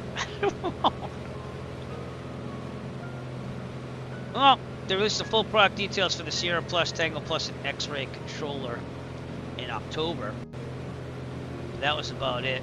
I think it's the Sierra Plus. Yeah, this is what I was looking at for a new yoke. It has Hall sensors in it. The faceplates are removable. I don't really use that though, because I have my whole SciTech stuff. But this is what I'm all about, Hall sensors. And I know the newest Honeycomb, if you buy the version that's also for the XPC, has Hall sensors. But I think I'm done with Honeycomb because this thing's literally held together with a pencil eraser right now. The cable went on it, so it'll hold for now. And then I did try the Moser yoke at FS Expo. I was not impressed, but I don't think they really had it calibrated right. But that's the other one I'm thinking of, and that's like $600. So I just updated my gaming chair, which I'm sitting in right now. I've had this since 2016. I just bought one at Amazon. But the base for the Moser, you buy the base and you pretty much by the yoke part after that it attaches. And it has force feedback, which I would like that too. And it has Hall sensors. American 1881, turn left heading 340, speed 170. Which I think it has Hall sensors. I'm pretty sure it does. Let's go to the overview. Back 103 Julia Lima, descend and maintain 7000. I could have sworn it had Hall sensors. A lot of people gave it a lot of praise. When I used to have FS Expo, it wasn't, there was something wrong with it. It wasn't set up, which is kind of a downer, but. So I don't really worry about what's on it, because I'm probably not going to use half of that, and my sound just went again. Man, what is wrong with this laptop? Alright, let me just do it again. Good news is I know how to fix it. Bad news is I have to keep doing this, though. Weird. Turn right heading 130, speed 170. And I've got a fan blowing right on the laptop going, oh, this way will make it cooler. Only doing its job. Or towards the back, I guess. 1881, Anyways, I might have to fix it like that. But,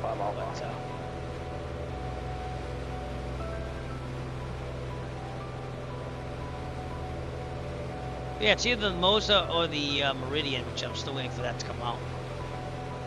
Those are the ones I'm looking at.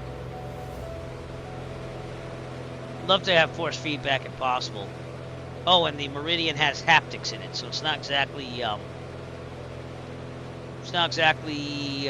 force feedback, but it'll have like landing and stuff. So. Delta 1394, thanks. Clear, just approach 27 right, 170 knots, please, so 5 miles off. Yeah.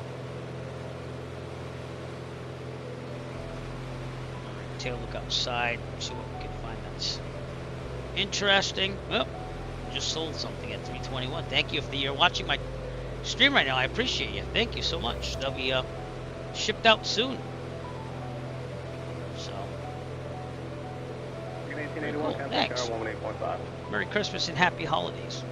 For all the stuff I sell on my merch store on Etsy, I put towards flying in real life. So. And send flip purchases. So this computer, I literally made all the money off of YouTube and stuff like that. So we're very close to paid off and no interest. So I don't do that either. I don't do the impulse. Oh, that's not bad. Like it has to be 0%. Nothing. So 159, turn 20 degrees left. Desktop is awesome. The streaming laptop. It's pretty good. It's just old, and I take it to work every day, so it gets beat up. So, thanks to Matthew Vacinic for following. I hope I pronounced that right. Follow me on Twitch. Matthew Appreciate Vacinic you. is now following Eric Flight on Twitch. Heading of 170. Thank you so much.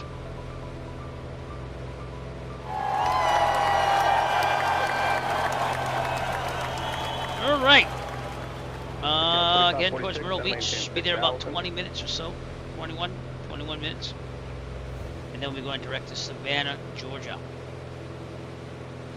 As the sun seems to be going down. Piper went down to Georgia. He was looking for... Oh, man. All right.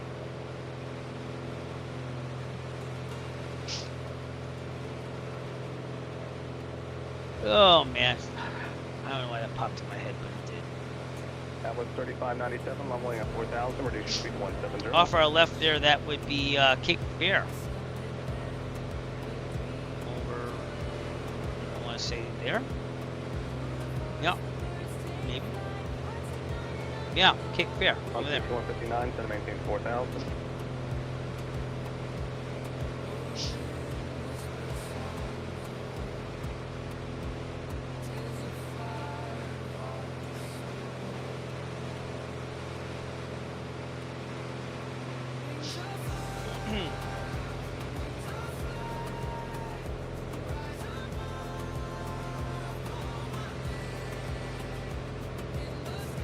Oh, cool. Well, you solved it. Might think about getting a new power supply if it needs it. You know? 8.5.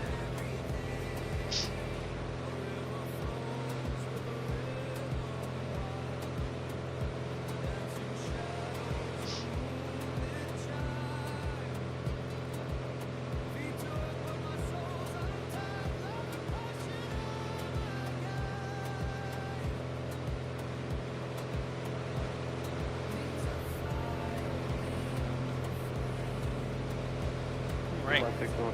Myrtle Beach should be right over here. If you look at the brick, often it'll say the voltage and the polarity on it and the amps.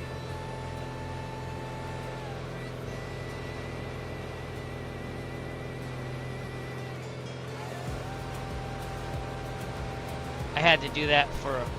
Oh, is it on the laptop? No, I'm talking on the.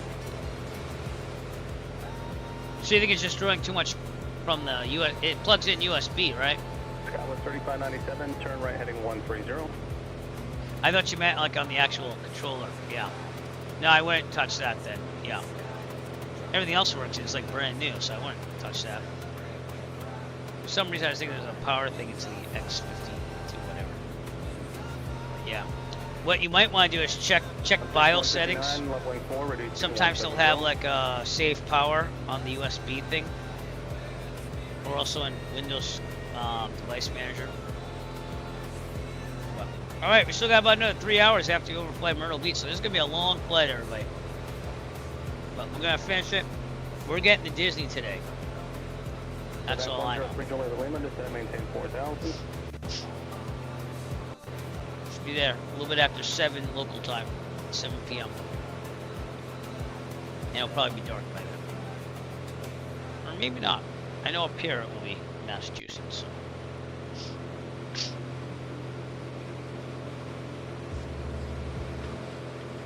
Blue Streak 5578, give us to maintain 2,100.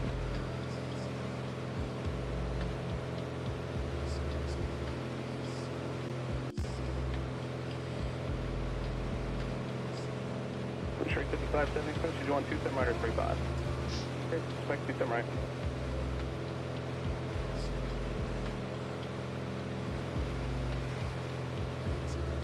T16 159, set to maintain 2,000. Checking something else out here.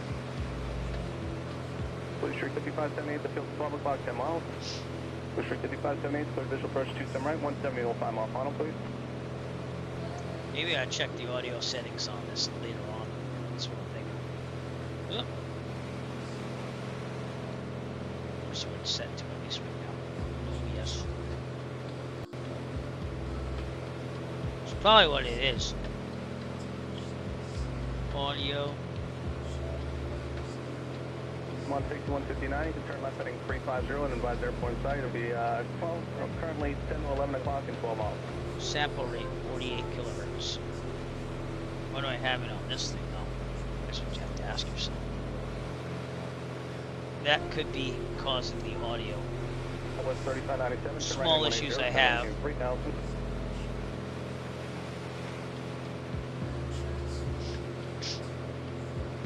enhancements. No, set to 48,000. That's not it. Seems to be working fine now. We're gonna leave it there. I'm sorry, break up 4546, fly present heading, be vectors final. Myrtle Beach coming up. Lost in the sun. Put our visor down. See a little bit better here. That's a very good visor effect.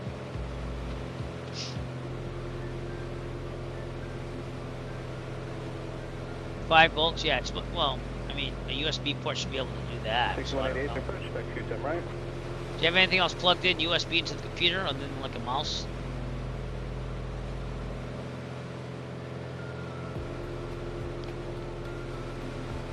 The other thing you can do is you can get a power USB hub and try to plug it in there, and that will have a little extra juice on the ports of the hub.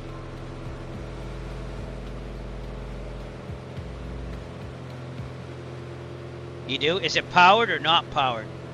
355.78, contact tower 118.5. So if you get the powered one, that's how I keep all my USB stuff on the desktop for the simulator, and it'll just give that little extra juice there. Goes to John, he's still flying with us, cruising along down there. We get to the Atlantic coast. It is powered. I don't know. How many things you have plugged into it?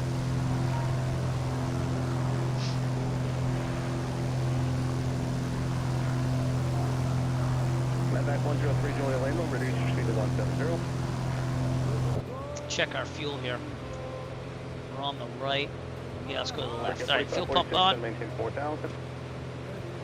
Left. We'll be there for a second. Yeah, that shouldn't be a problem. Fuel pump off. Fuel pressure hold. 1.5. See ya. Oh, it's another Christmas tune. Flying home for Christmas. No. I mean, I gotta be honest with you, ChatGPT's been a god save for me on a lot of things. I'll say what's going on and what I have. It'll suggest some things to try. It's been pretty good for me.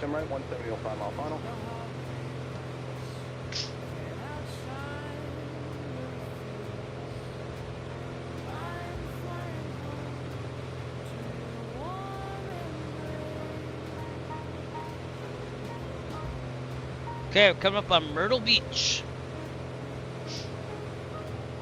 Over here on the left. I think I have some scenery installed there, so we'll check out what it looks like. But, maybe I don't. Really? Thought I did. Must be thinking about it. 103 Julia Lima. Oh no, I entered the wrong letter. I'm pretty sure I have Myrtle Beach scenery. There we go. No Limit Skies, Myrtle Beach. That's what we'll be overflying. So take a look at it as we fly over. Yeah, ChatGPT. Just type in what you have and what your issue is. It'll offer suggestions based on what it finds online. It's pretty decent. You know. North Myrtle Beach over here. Regular Myrtle Beach down there. Ocean Giant's been a trooper the whole way. Now we are above Class Charlie here, and also North Myrtle Beach Delta, so we're fine. But even my flight sim settings, I ran my whole setup through ChatGPT and said, give me the optimal settings for crap loads of scenery. And it even told me about the user config.opt file to tweak that. It does pretty well. I might turn it down the LOD a little bit. Only because if it's really heavy, it usually gives me a GPU warning, but I'm not going to turn it down by much. As you can see, most of it's fine. And with the user config editing in the text file there, you can go more than what the default game allows. So that's what we have it right now. I think we have it set to 6. It should be about 600 instead of 400 in the level of detail.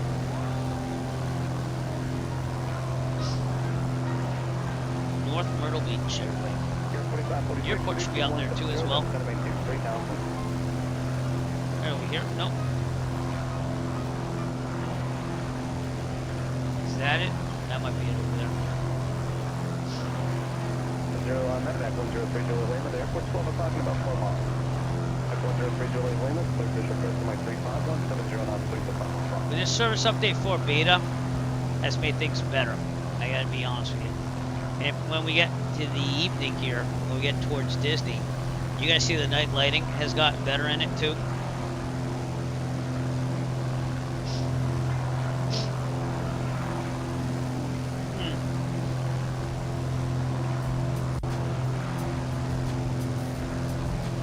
A powered one gives it extra voltage to have a lot of devices connected into it. And then unpowered, it just takes the standard 12 volts and kind of divvies it up between all of your game plugged in there.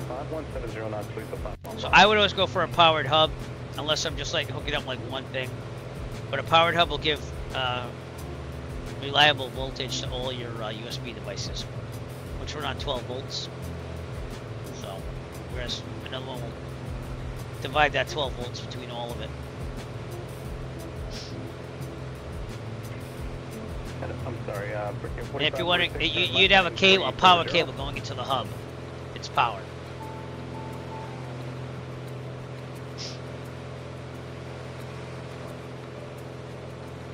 There's Myrtle Beach showing up there on the coast. Actually, this is the airport. North Myrtle Beach. I want to take another picture here. I would take a lot of photos of this flag. Goes to Johnny Smile. Cheese. Back 103 Julie Lima, contact tower 18.5. Real time and weather. Myrtle Beach, everybody.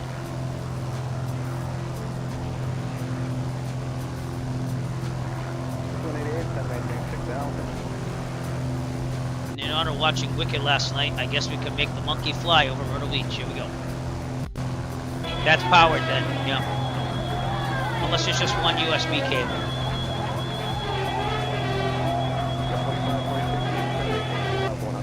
The monkey over Myrtle Beach.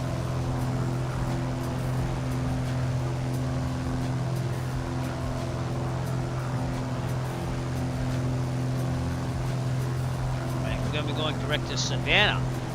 Kilo Sierra Alpha Victor once we overfly Myrtle Beach. But again, the Myrtle Beach you'll be seeing is No Limit Sky. Hey, where? Myrtle Beach down there.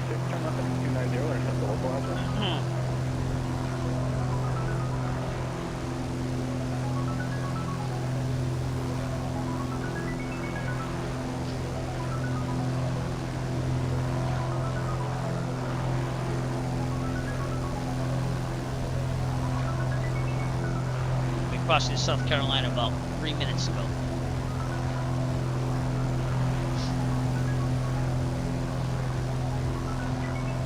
Main 35, go shoot, coming from way 27, right? Alright, let's take a look at it.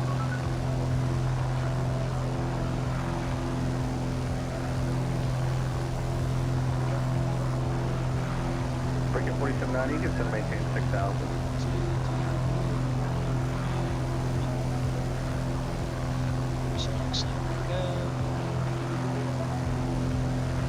Direct message me?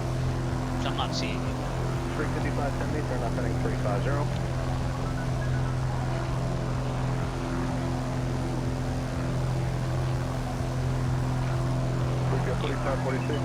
Yeah, it shows you offline on Discord. Downtown Myrtle Beach. I think that is. That's Myrtle Beach at least.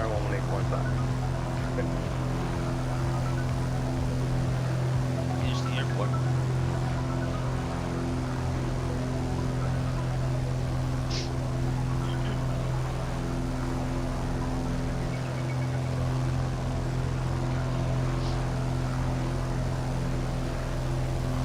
Lowest would be the Delta.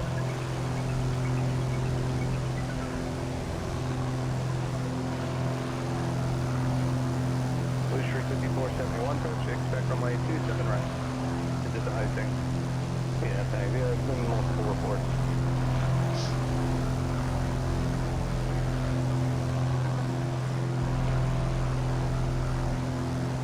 Blue Street 5570, descend to maintain 2,100, immediate turn left heading 330. Oh, okay. Sorry. Gotcha.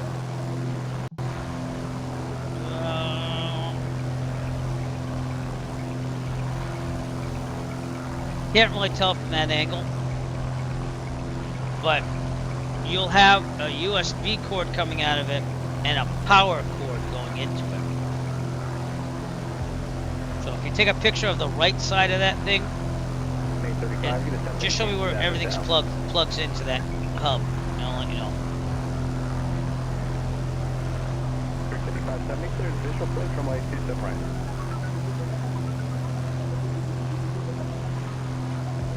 It would have like a little power brick that came with it too.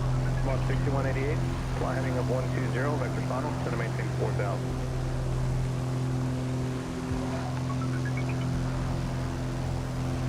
Yeah, it might not be powered then. Yeah. That doesn't sound like it's powered. 6188, The airport's 1 o'clock and about 10 miles. Power would have like an input just for power too. Visual approach, So yeah. 170 knots, please, the 5 miles on it. But keep that one. You can keep that one for on the road, and then you keep a powered one on you when you want to load the controller up. You know what I mean? Looking 835, heading 050, vectors final.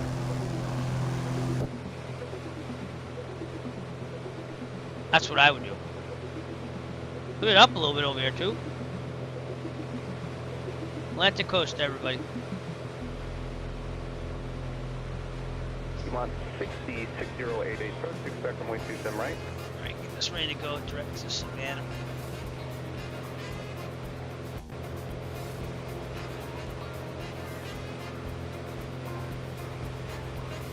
Hilton Head.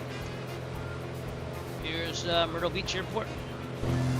Now, I don't know how much of it's going to load when we overfly it, but that is again payware by No Limit Sky. 4790, turn right heading 180.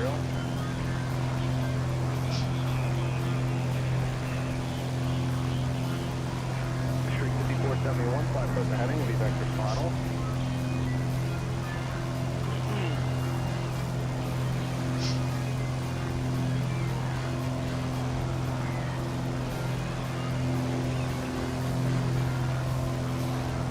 It's a beautiful route when you get near the coast.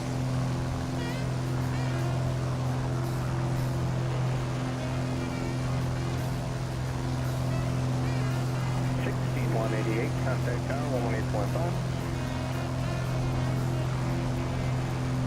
Seem to have a golf course over here. You're wondering, we do use the Google Map enhancement mod, add-on, if you will. I like it better than the Bing imagery. JetBlue 2576, reduce speed to 190, then descend to maintain 6,000. The tone of it looks better. We also use Bichon Studio Seasons Enhanced for use. Descend to maintain 2,100, turn right heading 210. And there's supposedly an update coming out next week on that, so. But I'm gonna try to make some. I'm gonna try to make one review video by the end of tomorrow. So I want to start posting more review videos, whether it's doing something or reviewing a payware product or something. But the developer of the pilot control lighting sent me a version to try, so I have to try that too. But I'm gonna do that off stream. But if you haven't heard of that, I have a review video of the pilot control lighting. I want to call it an add-on, not a mod, because it changes night flying in the sim. You actually have to activate the runway lighting, like in real life, at places that need it. You know? So it's not gonna affect like international airport airliners or anything like that, but GA aircraft stuff, it makes it very realistic compared to what we have already. 6088, maintain 7,000. Checking out payware, Myrtle Beach. Let's take the drone cam down actually, so we do that. I will detach that thing up. Okay, no, wrong thing. 2576, turn right heading 060, be vectors to final. You'll see traffic. Camera, thank you. Oh my God. 1 to 2 o'clock in about a mile. All right. Left 5, it's an American going in. 320. Thanks, yeah, and you can maintain 6,000. No Limit Sky, Myrtle Beach, everybody.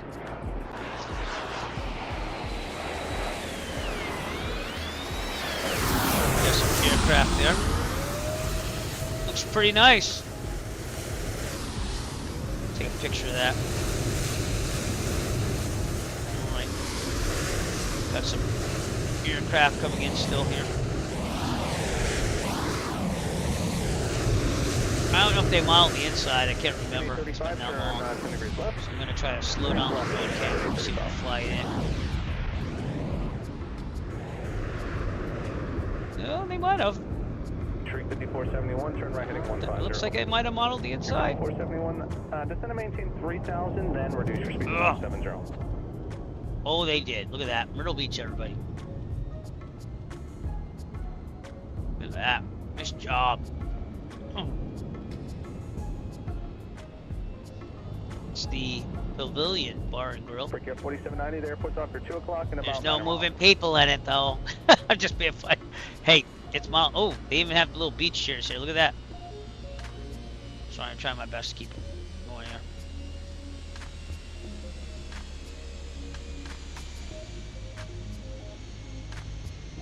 There's the party aircraft right there. You see that? 4790, Cool. clear visual approach, runway 27 right, 170 knots. Please Very respond, cool. final. No Limit Sky, Myrtle 4790, Beach, everybody. contact tower, 118.5. It's pretty good. They did a very nice job on the terminal. So, check that out. No Limit Sky.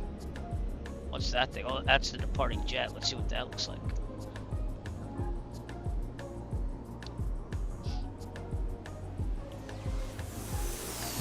It's a Legion aircraft. Very cool. Back to the aircraft. Here's where we are.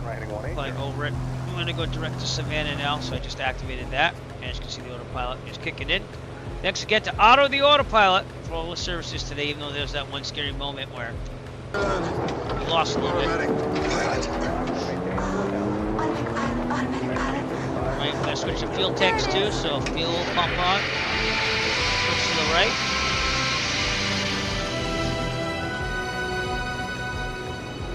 I'll go back And to fuel pump off, fuel pressure hold. Very good. We'll leave that visor up as long as that sun's there. Alright, we're direct to Savannah, Georgia now, everybody. So we just checked out Myrtle Beach. 2576, descend and maintain 5,000, then reduce speed to 170. Which was right over there. I like that I can take the drone cam out in the SU4 and not have to worry about it crashing the desktop. That's awesome. And I'm just used to doing this whole turning off the I forget what you call it, but that way if you're on the ground it could cause elevation issues. So, just so used to turning it off. It'll basically unload the terrain and make it less flat to save, you know, space. 2576, turn left heading 360.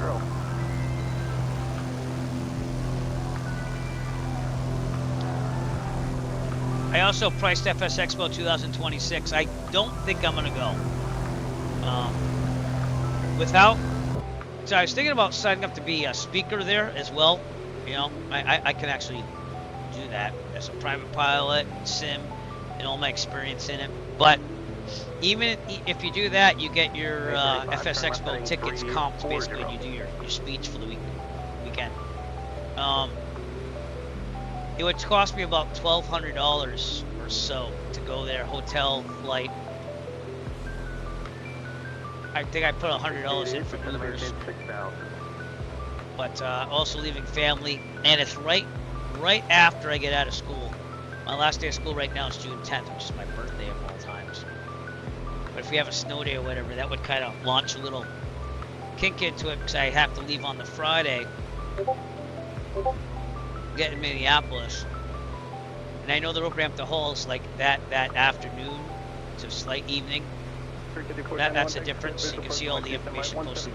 So I'll still be a media part and stuff, but I'm probably gonna do it remotely for this year, I think. Then I thought about fundraising for that, and like, nah, it's still. There's two what ifs still. It's right at the end of my school year where I get out and family. So might have to skip FS Expo 2026, but if it ever comes in the area again where I can do it, I'm game. I'll do it. Still thinking that over though. You know, get through the holiday season first with all the gift giving and stuff. All right, just left Myrtle Beach. This is Morell's Inlet. I'm gonna show you the tablet. 5471 towers 118.5.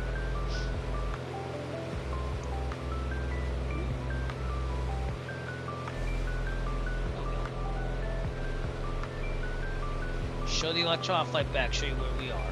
If you did want to fly with us, we're on the East server with the SU4 newest beta.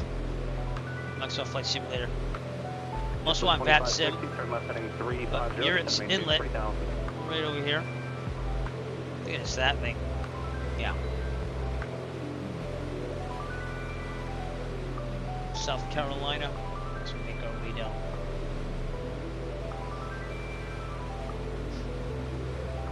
Passing Georgetown, South Carolina on our left, up ahead. And we're on our way to Savannah, and then we're going to be on our way to Kissimmee. Kissimmee has become quite run down, though, huh? Like, you know, I mean, I knew it wasn't always like the bastion of like vacation land, but I'm a big fan of Adam the Woo on YouTube, and he did like a Kissimmee tour. She lives in Celebration, Florida. 050, be vector's final. And yeah, it just seems like the whole tourism industry around Walt Disney World. Walt Disney World want to own it, so they built all those resorts. And honestly, whenever I go, I try to stay at one of the cheap resorts. We did Coronado Springs with my in-laws the last time we went in 2024. And while it was more expensive, yeah, it's nicer. You know, the pool's nicer. But just put me in like Music All Stars, and I'm good. I mean, I just need someplace to sleep.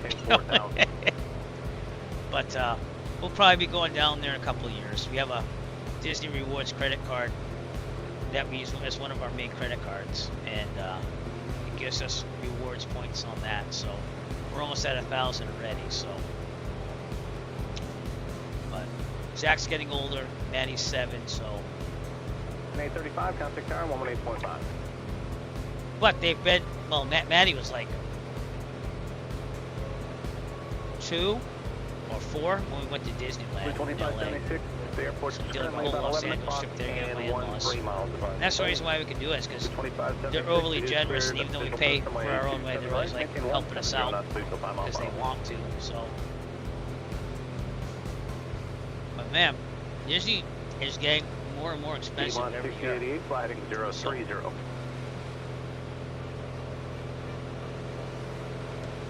Just the way it is.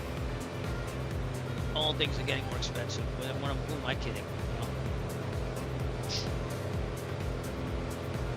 There's some other multiplayer traffic there. Lowe's 176.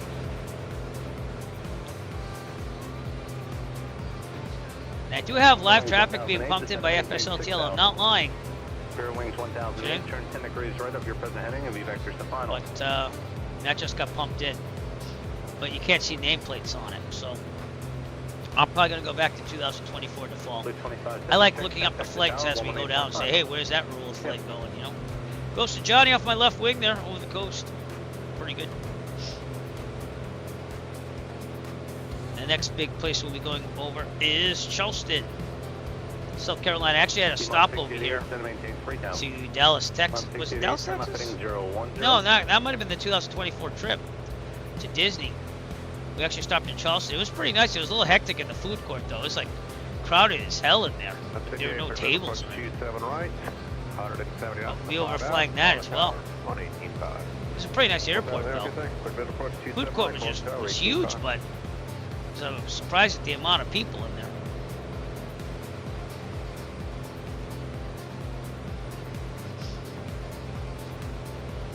Right, like an hour to Savannah. Again, thank you for watching. You make this go by a lot faster. I used to do this stuff just without streaming a long time ago. We started streaming in 2020. COVID hit. I gotta be honest with you, I was a skeptic back then. I was like, come on, really? People gonna watch it? But like, you all make it more interesting. And you give it a purpose. More of a purpose, I should say. I mean, I'm gonna be flying the sim no matter what. But, yeah, it's just amazing. It's amazing what we can do.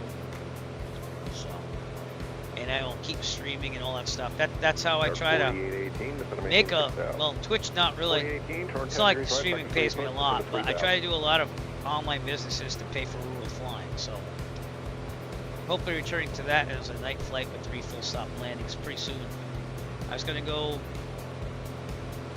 last weekend, but the weather was kind of iffy, and I had a little stressful situation at work, which worked its way out. But Scott Bars, thanks for following me on Twitch. This is how I keep it going in my head with the flows at least. Piper Arrow 2 Scott Bars is now following Eric Flight was on my Twitch. complex endorsement aircraft at flight school. So thank you for following. Appreciate it. All right, over there is the Winyah Bay entrance. So obviously this is Winyah Bay. You can just fly your present heading for the ILS 27 right. We've got Georgetown, South Carolina, right here. off our left. 659, descend to 6,000. I like to say the places' names because some people watch these and they go, "Oh man, I'm from like Georgetown, and that's awesome," you know, that you got to see it in the sim.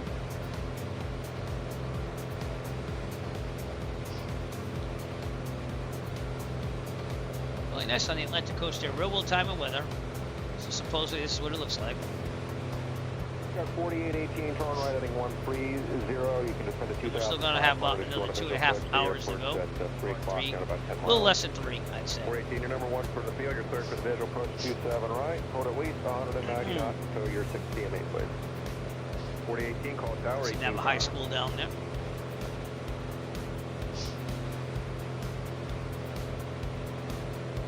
And we started part 1 of these flags. There's only 2 parts, but started at my local GA airport, Taunton, Massachusetts, Kilo Tango Alpha November.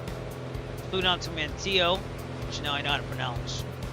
Kilo Mike, Quebec, India. It's been about almost a little over a month before I can do this again because it's a longer flight. We're going to finish this up today.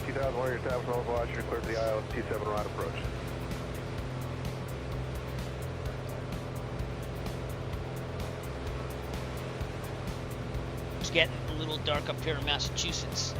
A little darker than what's seeing in the sim, so that could make sense because we're going more towards the equator right now. But yeah, it's definitely getting darker here.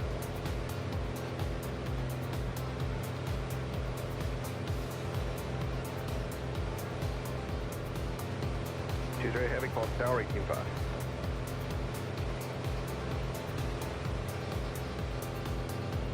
Pollution 5659, descend to maintain 3,000 on a heading of 355. 5659, turn left heading 3. Let's go 330.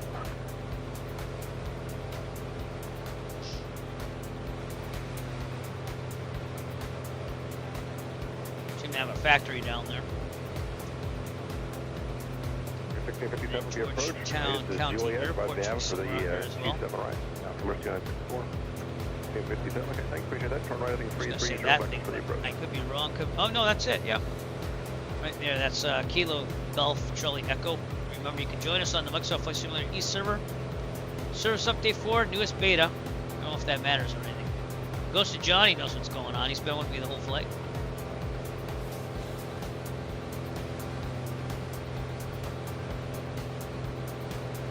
So we make our way to Savannah and Kissimmee.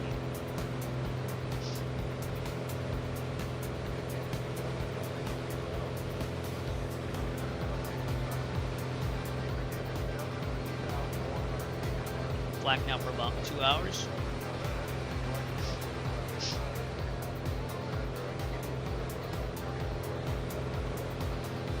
I like these longer flights sometimes. It's just a matter of finding enough time, you know.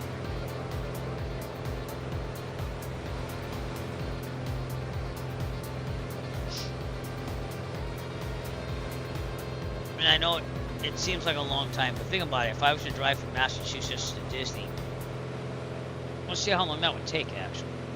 We put that into Google Maps. Okay, and I'll go right from the airport, stupid driving.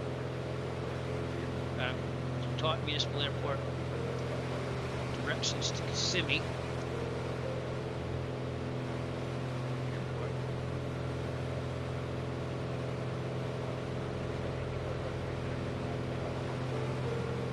Take that around. Oh, I have enough license. Give me a sec. Well, if I biked it there, I could tell you how long that would take, but that'd be camping. It'd take 5 days riding a bicycle down to Florida. Imagine that. It'd take me about 19 hours in a car with the current traffic conditions. But it only took us about, what, 7, 8 hours in an aircraft. That saves you lots of time. You probably want to take a break or two in there.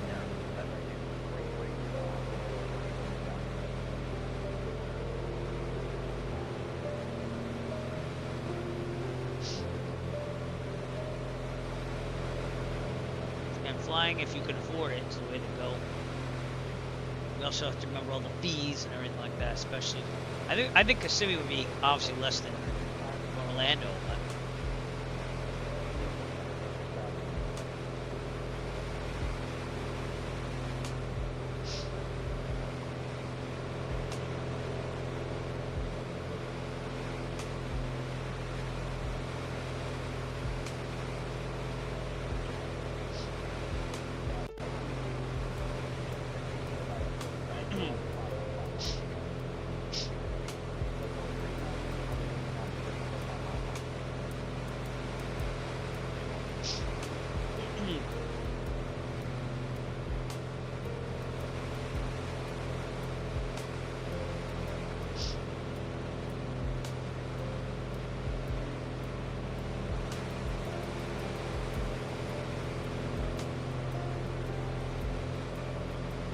Sun is definitely going down a little bit more. Must have saved for time. It's not even showing. Wonder why. Check. No, they're on.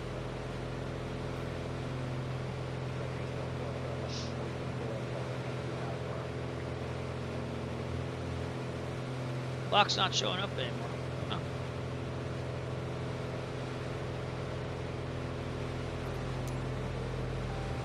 Normal time, so it should be 4:29 in the afternoon.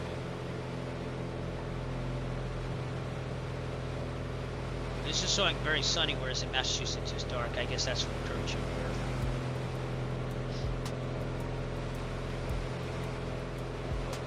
Moving on fuel. Switch back to the left. Fuel pump on. To the left. Pump off. Fuel pressure holding. Very good.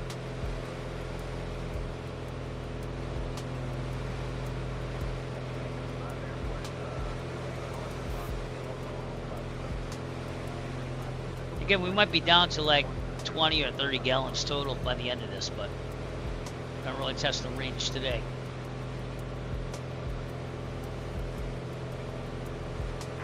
But sipping above 11 gallons per hour. 7037 Heavy, Sergeant, expect the hotel visual runway 2 and 9. Fly heading at 130, back to final. Okay, we'll expect the visual, right turn 130, free back 76037. Some guy's been running that coast over there. Well, I guess it's been used. Coming up on Charleston, South Carolina. Should be ahead of us. And I think I have scenery for that too. Give me a second. Yep, Dominic Design Team, Charleston. So we'll take a look at that too, the drone cam. Heading 110, maintain 6,000, Scout 3439.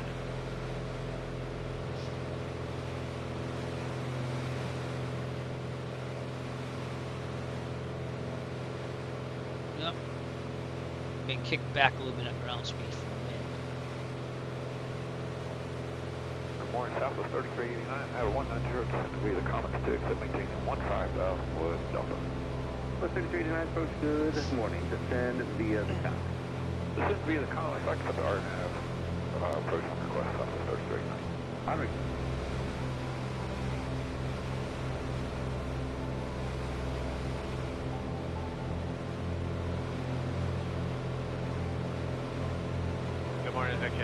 It's all looks like swampland and stuff like that below us. Good morning, we have a information Delta advising you have that. Expect visual approach to runway 27. We have information Delta open at jet 6, 556. Keep it going. Yep, that sounds like the way to go. That way it'll inject a little more power and probably keep those LEDs on and stuff. Because if you haven't plugged it in, that sounds like what the problem was. It would disconnect here and there. That's usually what an underpowered device does. 1615 level 16,000. United 1615 approach, send me the comments to arrival. You can be at or above on the arrival. Expecting visual approach, United 27. Okay, visual 27, descend via the arrival, United 1615.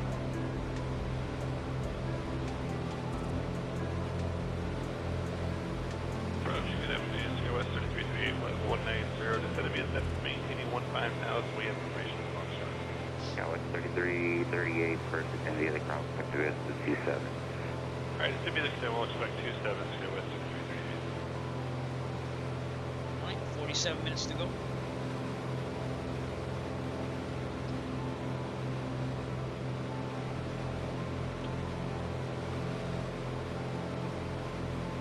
Cessna 9246 November, traffic 12 o'clock and 3 miles of neighboring 6,400 type snow. The traffic's on site, plotting 360. Okay, we'll go to our weekend traffic. Charleston's pretty big out here. We're gonna be flying right over it. I get rid of this gum, excuse me.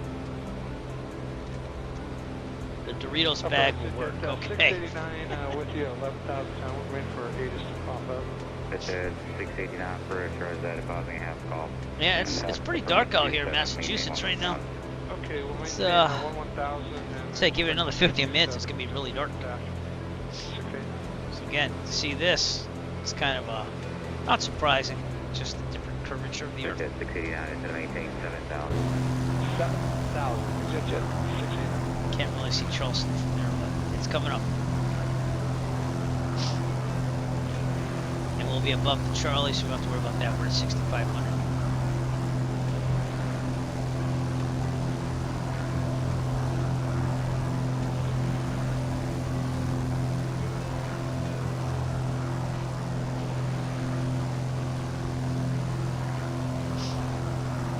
Omega 10. Omega 10, Aviation.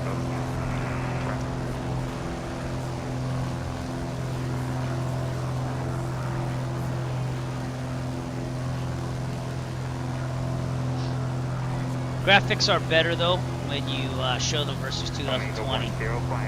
At first I wasn't really seeing the difference, but then when I started looking at my screenshots comparing them, this definitely looks better in 2024. And I think after US4 is released, SU4 is released, I think a lot of people are gonna give up on 2020. I know I'm pretty much done with it. I still have it installed, but I'm waiting for that PMDG 737 to come out, so I kind of missed that.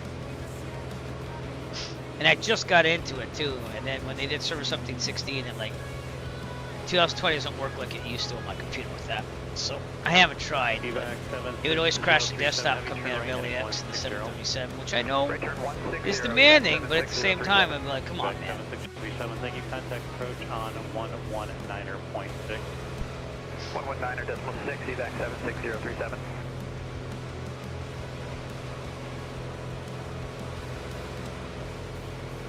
And this processor made all the difference in the build. I still use my 3090, but the AMD, first AMD processor I've ever used in a custom built computer. I didn't have my reservations because the Intel wasn't really giving as many options. I don't feel. So. And let me tell you something else. I cannot believe how much memory has gone up. The kit I bought was used, and I got 128 gigs, and I paid, I think it's two 64 gigabyte DIMMs, because I wasn't going to do the 4 like I did in the last one, because that seemed to be less stable, and it cost me 350 bucks. I looked at a brand new version of that just on Black Friday just to see what it was like. It's $1,000. So something I paid $350 for used, by the way. But 350 bucks for it is now brand new for $1,000. And I'm just like, I wouldn't ever pay that for memory, you know. So in one way, it's kind of good that I built when I did, which is like last day of August I started buying things. But at the same time, it's like, well, maybe I should wait for Black Friday. When I started researching my whole build and how much it cost, I think there was like one thing that was cheaper, and everything else was right about the same because I really did price it all out. So I'm kind of glad I built it when I did. And I didn't get a graphics card, I just used the 3090. So Charleston coming up. I would say that an important thing for 2024 is VRAM though. So especially if you want to max it out. Like right now I have this maxed out. And in really heavy situations, 24 gigs is even a little bit low. It gives you those warnings. And I'm talking like chock full of scenery, but you know, you would think 24 gigs would be enough, but 18-5 descending via with information Delta. if you want to store all that stuff with ultra settings and this and that maxed out, which is what I love to do, then VRAM becomes a big concern. And the 5090 I think comes with 32 gigs, right? But it's like $2,500, so I'm not like in the market to buy one of those anytime soon. Graphic card prices, I mean, I was talking about this I think last stream. When I first built my own computer, and my first one I ever built was 1999. I think I paid like $200 something for a graphics card, and mind you, I was like 20 years old, so I was like, oh man, that's a lot of money. And then when I built my next build in 2000, and 2002, I think. I bought a 300 something dollar graphics card. Mind you, it was like top of the line. You know, I can't remember what it was. I think the first one was like a Viper something or another card. And I always built it for the simulator because it's always been the most demanding on any computer. I mean, I can do any games I want. It's just this one requires the most. Previous traffic still factor. Additional traffic. And then, 3 miles eastbound. yeah, there's like a memory shortage, which I get, but like $1,000, Nick, for 128 gigabytes of memory, DDR5. It was crazy. But if we're talking graphics cards, it's just because AI and stuff is. Everyone they did their own processing units, not just for graphics, but also a lot of other things. I was mining Bitcoin on this 3090 when it was still a little profitable, at least an investment. You know, you can't even do that anymore. I mean, I don't know what it would be on a 5090, but the way that we pay for energy in Massachusetts, it's ridiculous. So it's not even worth it. But if you're, that's why you see all those crypto miners. They're like in like southern states that give them like subsidies and stuff because. They probably pay like 10 cents a kilowatt hour. I'm over here paying 37 cents a kilowatt hour. That's why I put the solar panels in. Yeah, I don't know. I mean, it's all based on what people will pay for, and there are people paying $2,500 for a graphics card. I gotta be honest. I paid $2,000 for the 3090, but look how much I'm using it. You know. I started out with when I built the other build that my son has now. We built that in 2019. I bought a 2080, not Ti, just 2080, and that thing got me through for a while. Then I bought the 3090 and I put that in there, saved the 2080. So it really depends on how long you're gonna make it work though. Like I feel like I've worked this 3090 to death. And I'm able to rate it as a tax write-off because I use it for video editing and stuff. So that's what makes it useful for me, I guess, is that I use a lot of this stuff on other business stuff. Like, it's not like life-changing money, but it's enough to fly planes with money, you know. So, but even in my case, it like glows with the RGB programmable lights. Like I was never into that. I just bought it because it just seemed like that's what people do nowadays, you know. And I didn't go like brand name on the fans. I did thermal take or whatever that was. They were cheap RGB fans. They're rated pretty decently, but. All right, Charleston coming up. Let's get to the drone camp and go check it out. And again, this is going to be Dominic Design Teams, Charleston. So here we go. I'll leave the plane flying. Citation 1 Alpha Papa, cutting approach 120.4. 120.4. Charleston, South Carolina, everybody. Trying to really make sure I see this airport. It's got to be somewhere over here.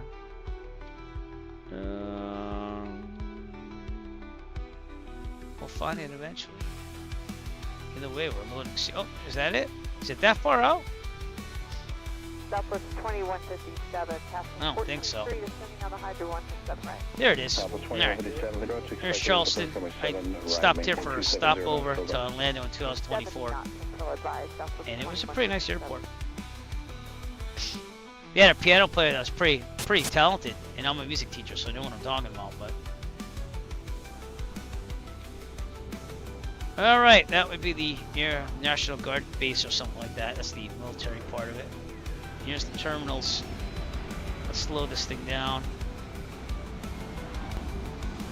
Still loading some traffic here. Oh, and graphics.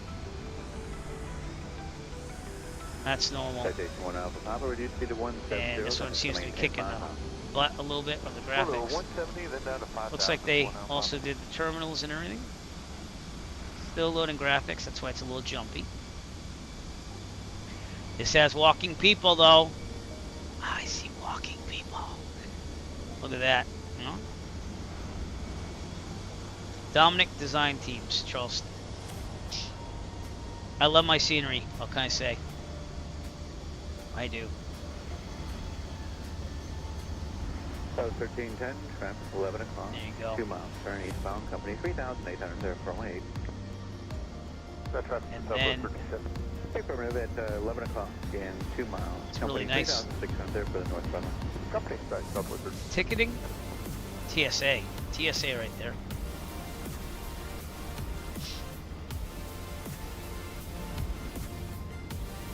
trying to see if they have the food court. Last time I looked at this, I remember seeing the food court. So, see if I can get it from the outside. Just ticketing and check-in. It was like a big food court, if I remember right. Yeah, see, it's giving me that error. 24 gigs is not enough, I guess, when you're loading Ultra. Okay, we're flying an 8 for now. This might be the food court, but they have like tons of restaurants and stuff, or maybe not. Looks like the lobby. This is the food court? Could be. I know, it was huge. There were restaurants everywhere too, so I doubt that's it. But anyways, that was Dominic Design Team's Charleston International. Maybe it wasn't Charleston. I could have swore it was Charleston. Guy, I don't even know where I go half the time. Wrong with me. Could have sworn the restaurant was in that main portion there. Alright, anyways, we're going to go back to our flight here. Continue on, so return. And we're going to overfly Charleston, as you can see right there. So. Alright, we got about 36 minutes or so till Savannah. What are we doing on fuel?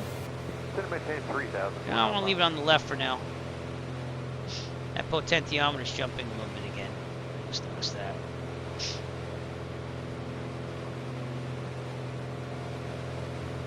And there's Charleston downtown.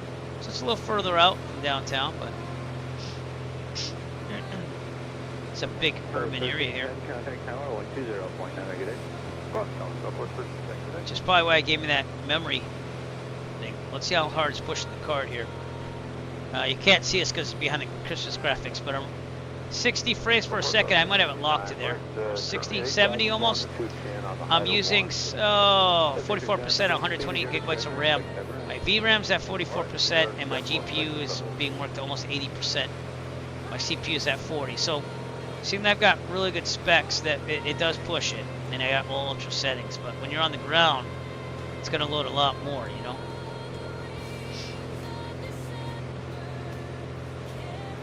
Oh, it's another holiday tune. I made those the other day. Yeah, I've never been to Savannah, but I've heard it's pretty nice. And the Hilton Head Airport over there is pretty nice too. Charleston, everybody. Get a picture of this. Goes to Johnny in the back. Hope you're enjoying Charleston. Traffic 12 o'clock, 3 miles southbound, airliner 7000. Departing aircraft there as well.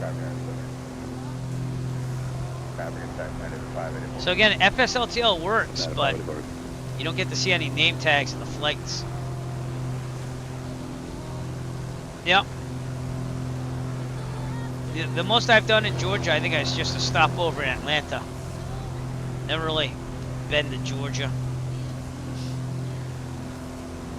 Again, that was going to Disney back in 2016. Yeah, I can see that. It's the I think we have something like that in Boston with like the colonial sites. It's like you go drink at bars, and they teach you the history along the way. Yeah.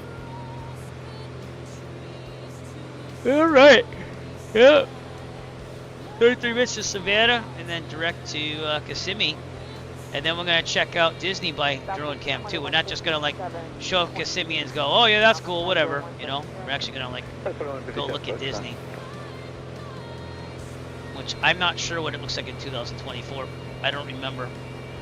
It's got to look comparable to 2020 though, because it has the same add-on. Didn't they do like a whole Florida add-on that like modeled the park better? It's probably the old park, because EPCOT had half of it torn down and then they put in new stuff. I don't know, I have my reservations about EPCOT because I was a child of the 80s and the early to mid 90s. And I remember EPCOT being like an awesome place where like you saw this future technology and you're like, oh man, this is awesome. And obviously that future technology is here now. Like ordering reservations at a restaurant through like the screen with a camera and someone on the other end. That's nothing nowadays. But like it was cool to see like the emerging technology being used there, and you had so much hope for the future. And EPCOT is not like that really at all anymore. Last time I went again was 2024, and they're theming the rides after the movies, which I get. I used to be a Disney stockholder for a little bit, and I sold it for profit. But I get it. I get why you want to theme the parks with the movies and kids, and the technology they're putting in the rides are amazing. But there's none of that real EPCOT technological thing anymore. They got rid of that a long time ago. So, and if you think about it, you wonder how something like that would happen nowadays.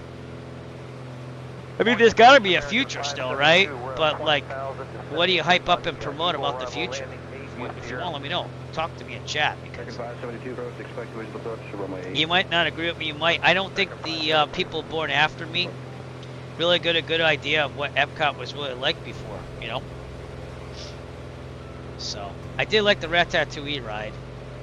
I think when they redid the Norwegian boat Viking ride to Frozen was pretty cool. It's basically the same ride, different theming. But EPCOT was also dying a slow death on the World Showcase, to be honest with you, so they kind of need to do something. And I think that they're doing okay on that, but I think they got to bring back some of the technological component of it. 584, just to maintain 5,000. It just, when I've gone, basically I went in high school, and then I didn't go back again until I went with my in-laws and my wife in 2012, yeah. And then we had Zach, and then we went back in 2014. We were on a good streak for a little bit. And we went back in 2016, 18, and then we kind of tied it down for COVID, and we went back in 2024. But that would mean that we would be trying to go back this summer, but I don't know about that. I think we're gonna give it at least one more summer before we think about Disney again. So we'll have to see. Charleston, South Carolina. Now, distance, we got Ghost of Johnny back there. We are on our way to Savannah, Georgia.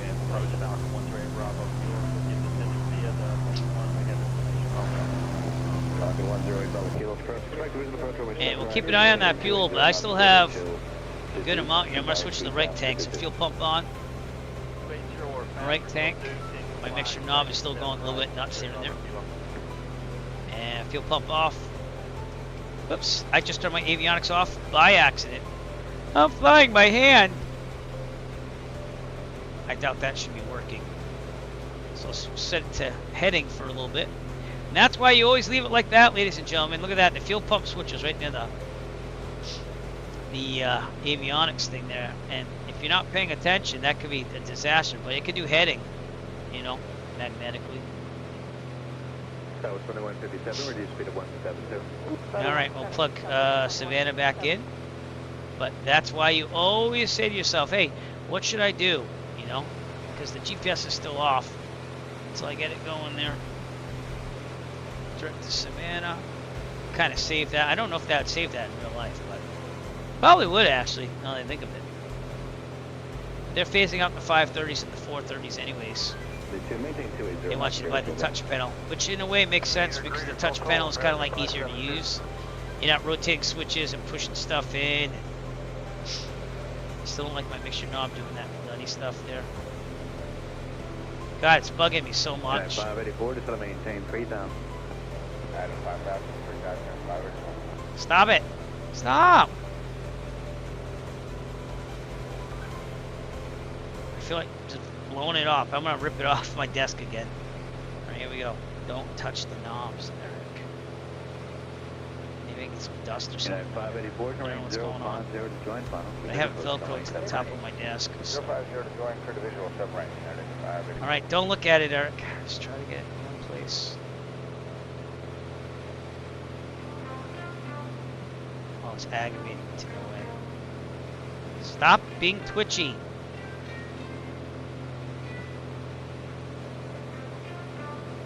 Whatever. Don't look at it. Coming up on Beaufort Executive up ahead, and that's gonna be somewhere around Georgia. Try and look for the border between South Carolina and Georgia. probably be.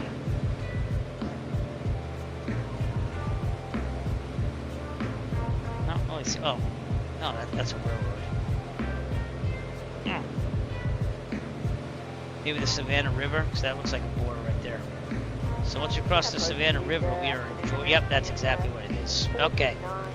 So right at Savannah is where Georgia starts.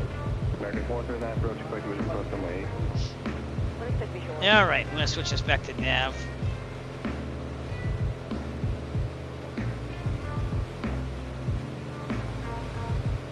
I don't know why it's giving me so much trouble, that mixture knob. Might be time to buy a new Logitech USB thing if I have to, but again, I have to go for Hall sensors. Off our left here is, I don't know, to be honest with you. This looks like there's lots of swampland here. The sun is setting. We'll have to set up for Eric flight after dark pretty soon, about another hour or so. It is completely dark here in Massachusetts. All the lights are on outside, so they have about another hour or so of sunlight compared to us in the north here. According to the simulator, at least we also got some clouds overhead, so I'll have to keep an eye on those. Those clouds look pretty good, though.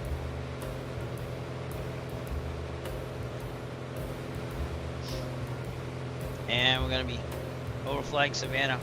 We're going to try just going right to Kissimmee. I think we're going to make it. We got about 25, 50 gallons left. Let's.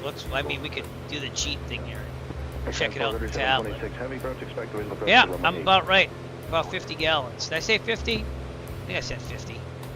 Boy, I'm pretty good at reading those gauges, which don't always read accurately all the time. So that's why in the real world you try to check the leak underneath the cap on this thing. American 442, traffic no. I forget it says this. The Sentinels I fly, they always go like try to read gauge, you know. Right? One rule I always have flying in real life: I always leave it full fuel if I can, and most of the time I can't, because no matter what, that gives you more time to figure things out if you have a problem. And I don't think there's anything wrong with that, to be honest with you.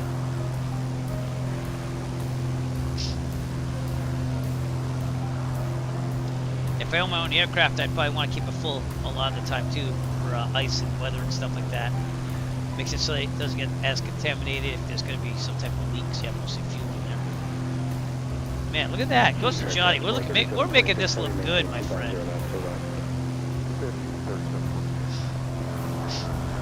On the Atlantic coast, near Savannah, Georgia. Coming up in about 26 minutes. Look at that sunset. It's amazing.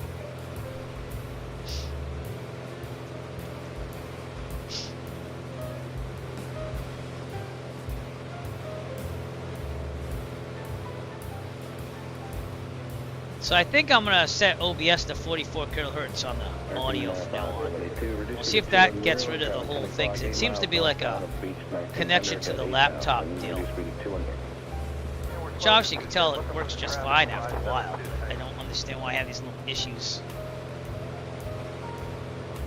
Desktop set to 48,000 kilohertz out. Approach United 237 is 18.5. Descending Eagle 6 is here. We're gonna land at Kissimmee probably in the evening to dark, and then we'll go check out Disney at dark, and then also get the daylight one. I haven't looked at Volanta in a while either. It's been a pretty good flight here. This is where the autopilot went a little nuts, but we left out of Dare County to the west to avoid the prohibited airspace down here. Restricted, not prohibited. And then we just did a straight shot to Myrtle Beach. Did a straight shot to Savannah. It's right here. And right down to Kissimmee. Right there. I never really looked at the off blocks and on blocks thing, but scheduled for 7:05. Estimated local time. Which is about right. It's about with the minor flight planning I did. So. Heavy traffic passing up the left side back here. So we're going to pass back.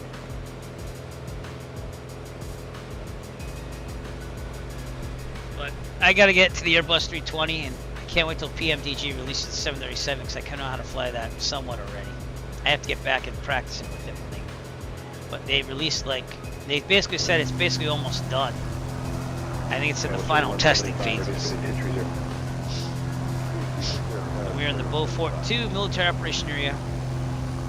So again, I'd probably be in real life, talk to approach and ask if it's active, and asking for flight following. But it is what it is. And we're hoping to see, hopefully, we're going to see if that mod works. Hoping to see some, give me a second. Why can't I find this thing? Well, they ain't going to happen. What's up with that? No, guess it's not going to happen. Oh, there it is. Hope to see some fireworks. Like these. At Disney. And I have a add-on from FlexSim.to. It says that they should happen again around 9:30 local time. 9:30 to 9:45 local time, I believe. So we're going to see if that happens. But we'll see if the mod works in 2024, which people said it did. So that's kind of cool. And it'll probably be at the Magic Kingdom, I would think. But EPCOT also has fireworks too, so we'll see what happens. Animal Kingdom does not have fireworks because they have animals and they close that park early because of the animals. And then what's the other one? Oh, Hollywood Studios should have fireworks too. But who's really counting? As long as I see some type of fireworks, I'm gonna be pretty happy. So, well, we're flying Beaufort pretty soon, right there. We got about another 2 hours to go or so of our entire flight. Kissimmee. And we already probably know we're gonna make it because that would be about 22 gallons. Let's round it up to 25. We've got that, you know what I'm saying? Is it gonna be a little tight? Maybe a little tight, in flying speak, but we're definitely gonna make it. We have about 40, 50, a little less than 50 gallons left. We need 22-ish or so. So definitely gonna happen.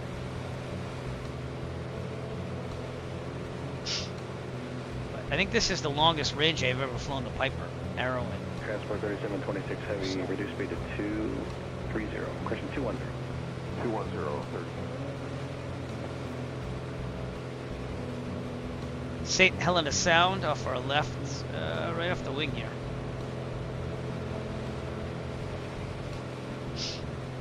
That sun's disappearing behind those clouds. Let's look at Sky Vector and see what this cloud business is about here.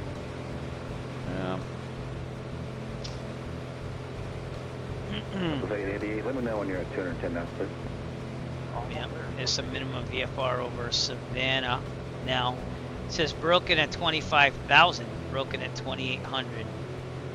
So we'll keep an eye on that. That's what we're seeing right now. And then as we head south, it's going to get clear. A few at 6,000, a few at 4,300. So we might have to change. We'll go lower, I think. And how's that looking? Well, we'd have to get a Class Charlie. We have to get two-way communication if we're going to fly through, so I don't like that. So ceiling there is at 4,100. Yeah, you can't go if you're gonna hook up flight sim stuff. I always recommend powered hubs. It just it puts that peace of mind. I just hit turbulence right here. Did my autopilot turn off? No, it didn't. Okay. We just hit some big wind right here, everybody. Why am I at 7,000? I don't know. Right, let me turn this off. This. Right. I'm going to set the altitude to 6.5. For some reason it defaulted to 7.5. We'll fix that. Vertical speed. Descend down about 300 feet per minute. Yeah, that was weird. We hit a. Yeah, just for things that you count on staying connected. Powered hub's better. Like all my extra stuff plugged in here for all my peripherals, my USB, Thrustmaster, like SciTech thing, TPM. my TH1. That's all plugged into the powered hub. So, Tobii tracker's in there too. Turn it on and off. See? Oh, look, it goes to Johnny. What's up? Yep. Heads out the window. And this is great if you're not streaming. If you're streaming, you make people dizzy. So I typically put it on for like departures and landings.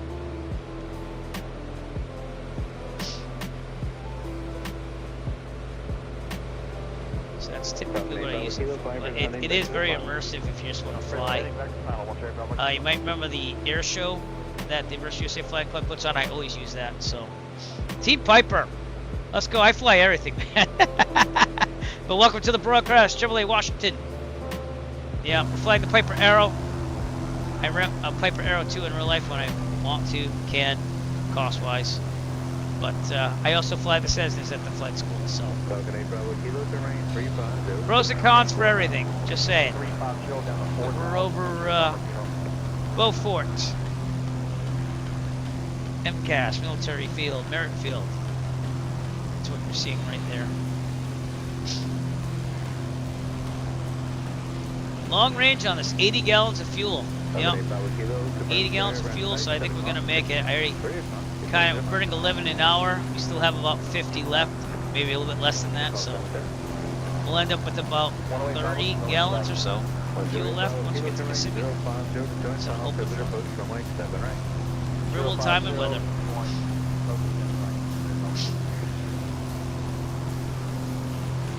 I really like flying the Arrow. I mean, it was, you know, I'm kind of biased because it's my first complex plane, where I got my complex endorsement in it, but I like the landing gear. I find that to be a hoot when you're flying it in real life, and you feel the gear go, it like kicks in and you feel it on your butt.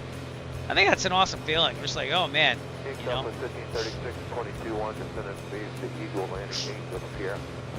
It's that sense of power, and then like when you're training and they make you do the emergency gear release, that's always fun too. Like if it's not going to go down.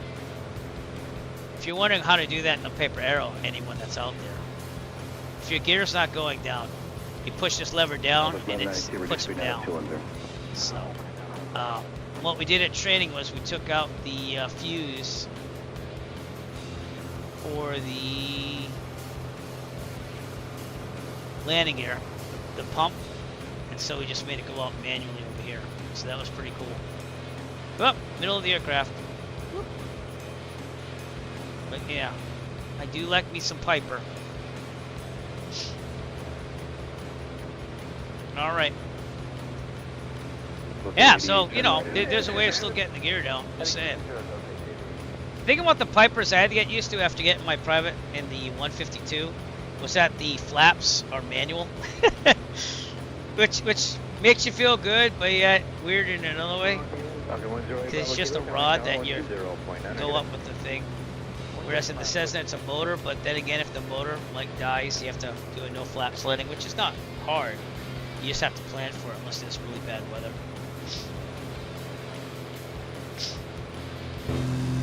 All right, we are at the Port Royal, South Carolina. Should be off my left. Over here, Port Royal, South Carolina, and we have the Broad River right here. This goes to Port Royal Sound and Hilton Head out there in the distance as well. This is, I heard this is a really nice place to fly a plane if you got money. So.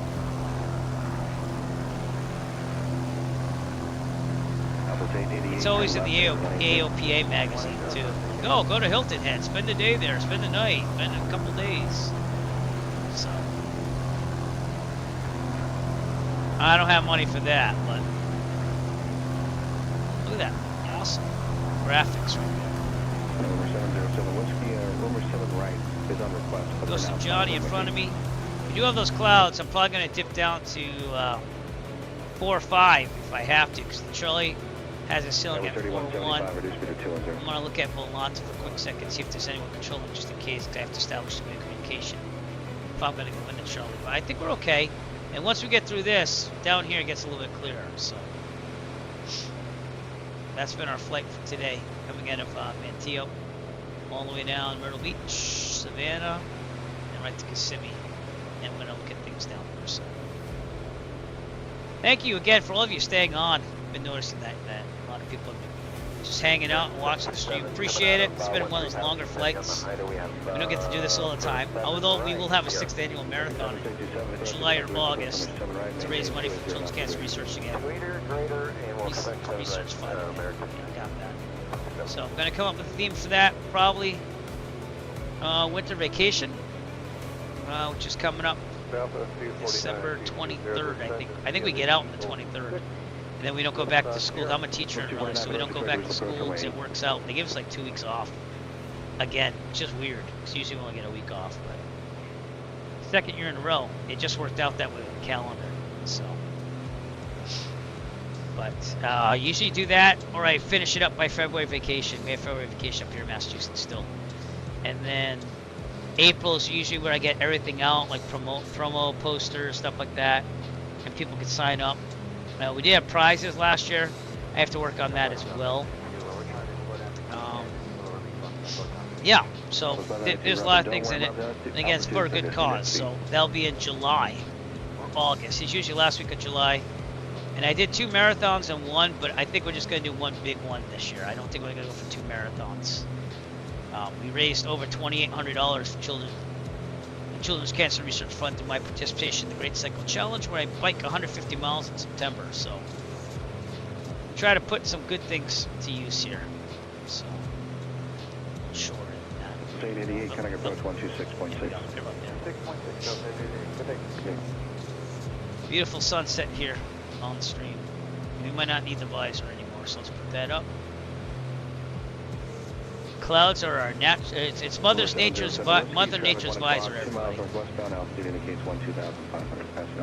Coach Johnny's been flying with us the whole way here.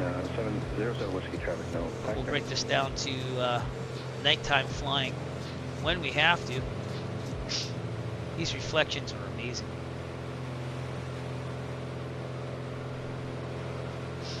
Yeah, some really weird weather here. I'm gonna go to 4 or 5 now because I have a feeling we're gonna need to. So 4 or 5. 497, 6 speed. 497, maintain that televisor. I'm using my SciTech autopilot pail, which I never thought I was gonna use. I bought it used, but it comes in handy with this pipe because they don't really have. They have a push point right here. They'll set the altitude, but. What do I know? All the planes I fly don't really have autopilot. The one that doesn't work. Well, it didn't work last time. I might try it again. That's in the Piper Archer. So if I ever get in that plane again, I might try using the autopilot just to see what happens. And we are now just about to go over Ocady, South Carolina. And when we get to Savannah, that's going to be in Georgia. So. Arrow went down to Georgia. It was looking for a fight. Alright, I do have to blow my nose. I apologize for this. It's just something. I don't know. I gotta blow my nose. Otto, take control of the plane. I'll be right back.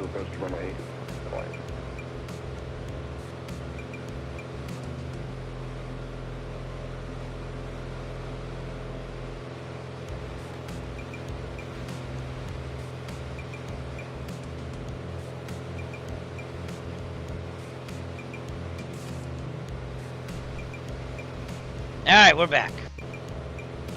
Last night I did something god-awful. Watching Wicked was not the awful thing. I ate Chinese for the first time, and it has to be at least 2 years. And it was good. I don't think it'd agree with me this morning, but I missed Chinese food, so I was like, I'm going to do it. It's just kind of like a mini vacay with the Thanksgiving weekend. But won't be doing that for a while.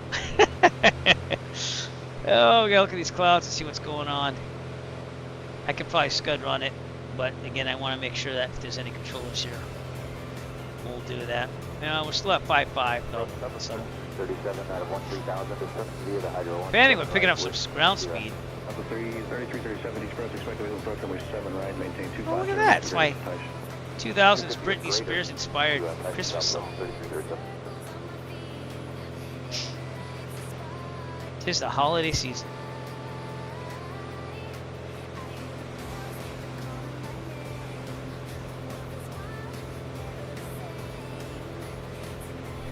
Alright, if we stay at 4-5 though, we're still over the Charlie. If we have to go to like 2,900, we are not. Station 07 Whiskey, reduce speed to 210, then descend to maintain 8,000.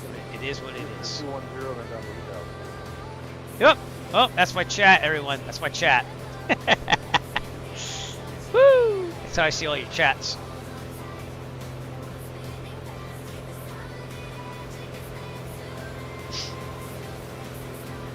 Alright, this is the border between South Carolina and Georgia, right there. It's the Savannah River, I believe it's called. Yep, Savannah River. So once you cross that river, I'm going to have to go to 2,000. There's no way. Alright. 2,000 it is. We're going to go through the Charlie. Let's get down there a little bit earlier. Then we'll kick this back 18 inches. Family 3175, 18 inches. 126.6, checking with your constant on it.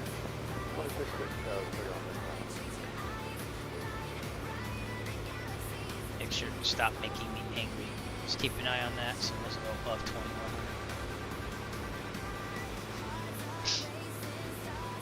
2100. Alright, we're going to scud run to get through here, and then we're going to get going. 2,000 should do it. So. Thank you. Connect approach 126.6 for American 497, checking with your constant on it. 266.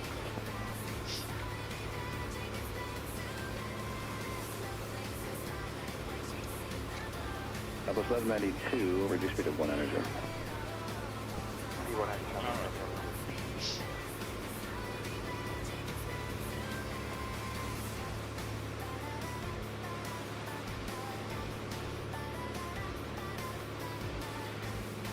4 minutes to Savannah, and then probably an hour and a half or so to Kissimmee. That's what I'm thinking. Let me see what Skyvector Southwest says. 1192, traffic 11 o'clock, 2 miles northbound, Boeing 737, 900,000. It says it's about a little less than 2 hours, actually. So, alright.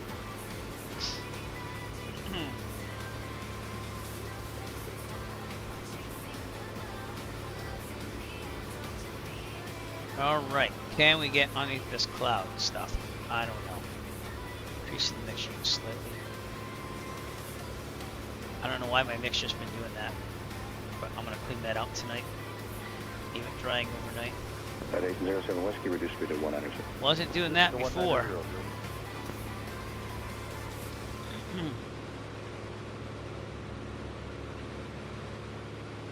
Maybe that's why.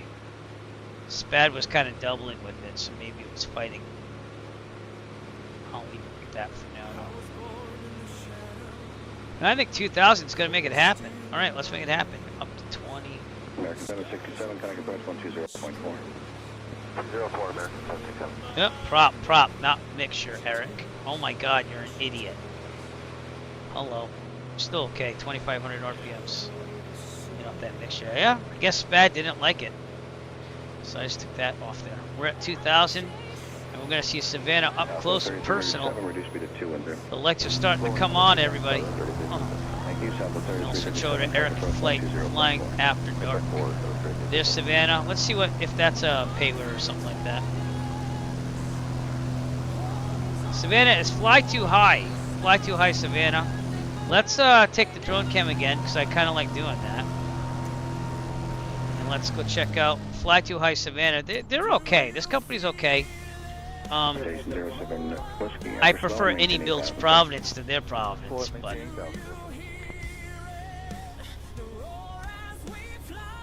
Savannah, Georgia, everybody. And then we're gonna go direct to Kissimmee.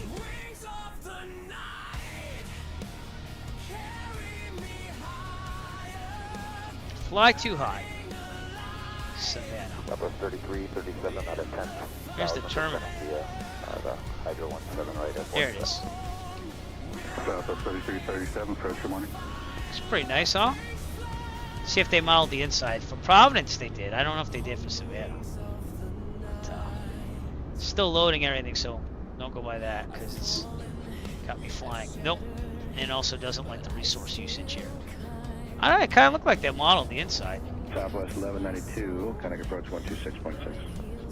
I want to try to slow this down. Oh, they did model the inside, see? There we go. I don't know if it's going to let me go in there with the drone cam, but we're going to try. Nope. Okay, let me in. Let me see if I can get in there. Nope. It must be 2020 because it's not letting me in. But regardless, this is the Fly Too High Savannah. There's the control tower.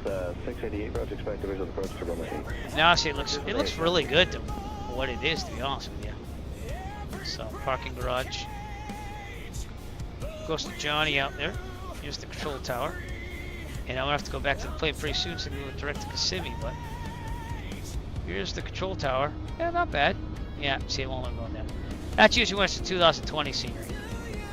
So, anyways, Fly Too High Savannah. Probably the best you're gonna find, to be honest with you. Reduce speed now to 200. Alright, returning to the aircraft. And back into the aircraft. Oh, there we go. Cool. Direct to Kissimmee. Our final destination. Should take us about 2 hours.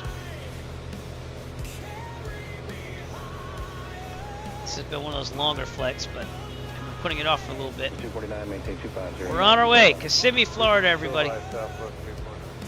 And as soon as we get out of these clouds, we're going to go back up to 6.5 if we can. Right now, we'd be contacting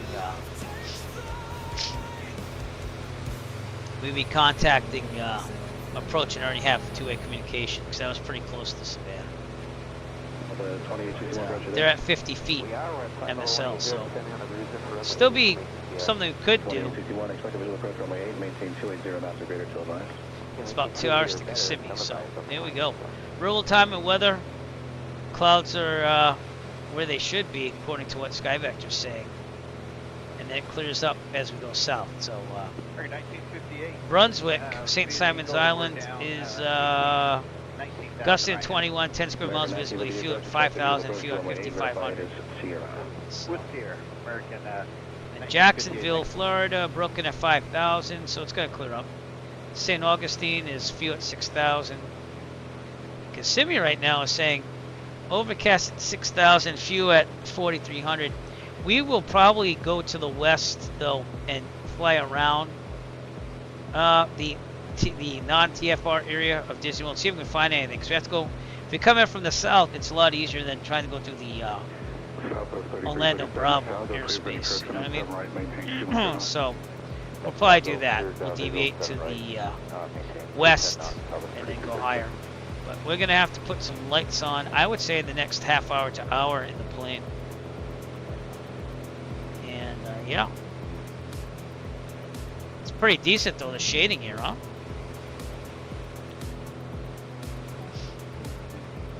Pretty shading with the cloud overcast here.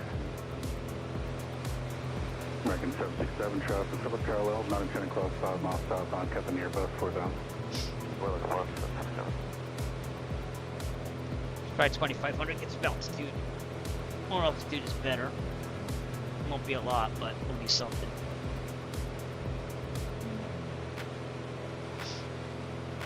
Oh, about 22 inches. Probably burning more than 11 right now. Oh no, we're not. Wow, we're at 10. Oh, that's cool.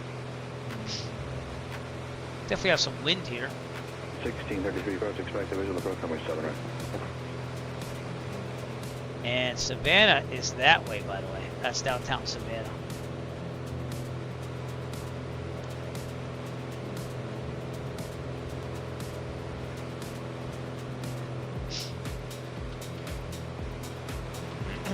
Southwest 249, reduce speed to 200. There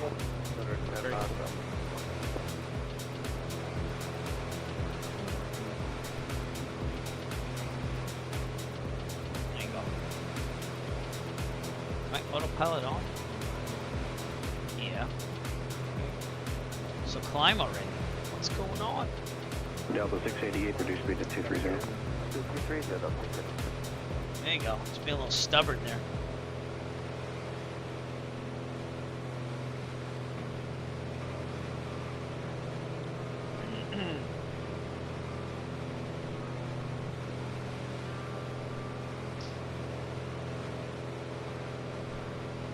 Open config char 120.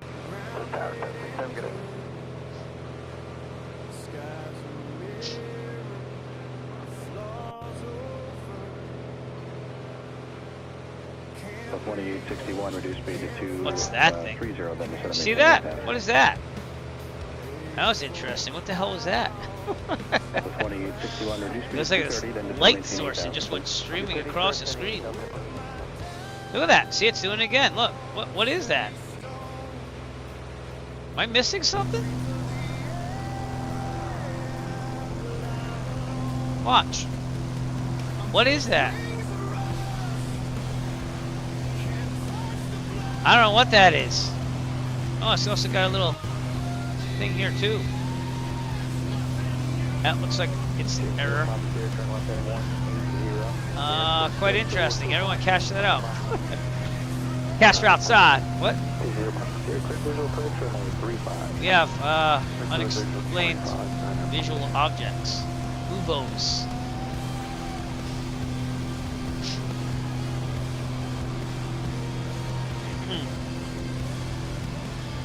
Alright.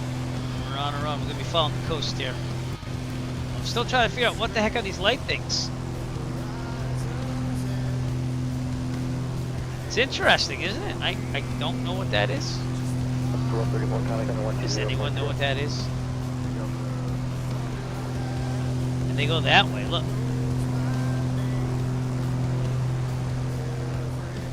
Interesting. Contact 12 miles west southwest of the VOR 2200. That's right outside Savannah.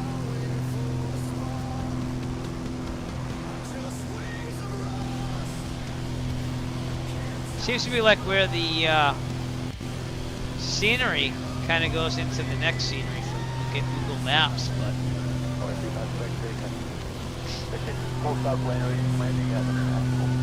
yeah, that's all it is. So, Global 7500, thanks for following the channel. I gotta hook this back up here. Give me a second. It's not your fault. It's my OBS. It just doesn't like it when two sound sources come in. GL0 Ball 7500 is now following Eric. All right, screen's gonna go black for 1 second. And we'll be right back.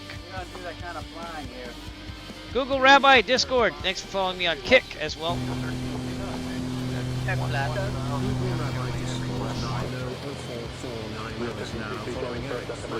Thank you so much for following me. Kick hasn't had as many follows as the other things, but I still want to stream to all 3 services. So we're just out of Savannah. I'm gonna need some lights here, so let's start putting some panel lights on. No, that's not you. It's my OBS. I'm gonna do some sound settings after. Panel lights on. Yeah, they're actually over here. Okay, Eric, get it right. Here we go. Then we'll put some red lights on here. Not your fault. That's my OBS not liking the rate or something, but we're gonna try fixing that after I stream. All right, and I guess this means we'll leave it on like this for now. But I'm gonna change the background to nighttime once it's really dark. It's still kind of daytime, just overcast. All right, let's try going up to 2,900 feet now. More altitude, better. There we go. We started at 6,500, then the clouds came in. It's supposed to clear up ahead, so we're a little time of weather. And nav lights. I want to make sure they're all the way up, so I'm gonna have to unrealistically push that down.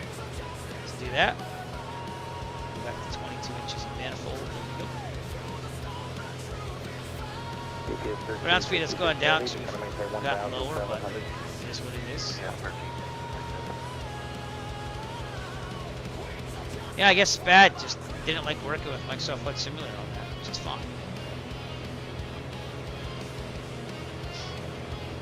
Did that twice already, so it's not you. It's the OBS audio settings with the Elgato. Probably, I would think so. I'm one of the admin with the Virtuoso Flying Club, by the way. Yes, we also fly for them. As you can see, the ornament in my Merry Christmas decorations. And at least a 4-mile final, clear visual approach runway 35. At least a 4-mile final, clear visual 35. Yep. Been a member of them since 2000. 19. Right after I got my private, I think I wanted to give myself a purpose for flying GA, and that's pretty much the most of what I do on the sim, to be honest with you. I was flying the PMDG 737, but then like that doesn't work so well in 2020 right now. For my setup, I don't know why, but I would like to do some more flying like that as time allows. But we're on our way to Kissimmee. We're gonna go to Disney World, and it looks really bad right now, but it's supposed to be a lot better down there. So, we're gonna be right near St. Catherine Sound, which is over there. It's amazing the weather that just came in over here. But it should clear up right around Brunswick, St. Simon's Island. That's what we're hoping for. And it should get better.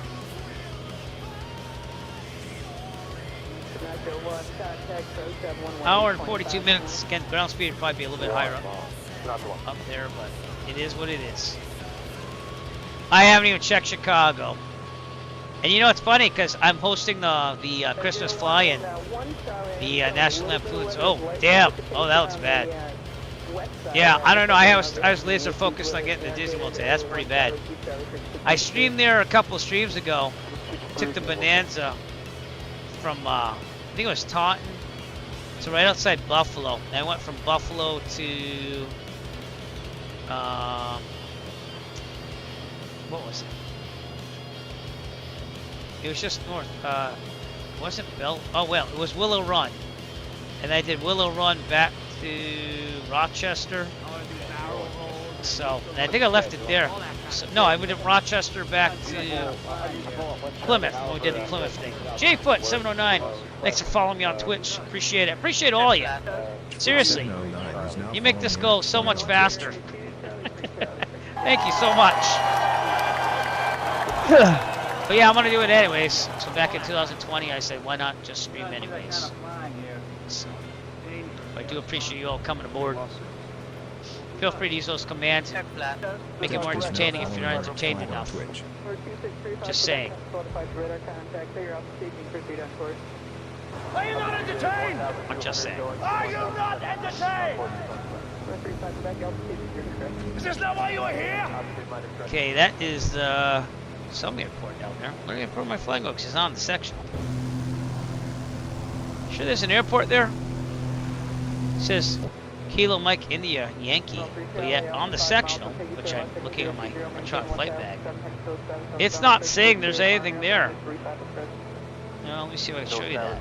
Might help. Where'd it go? There you go. Do you see an airport there? Is this thing updated? Yeah. It says I'm just over an airport right now.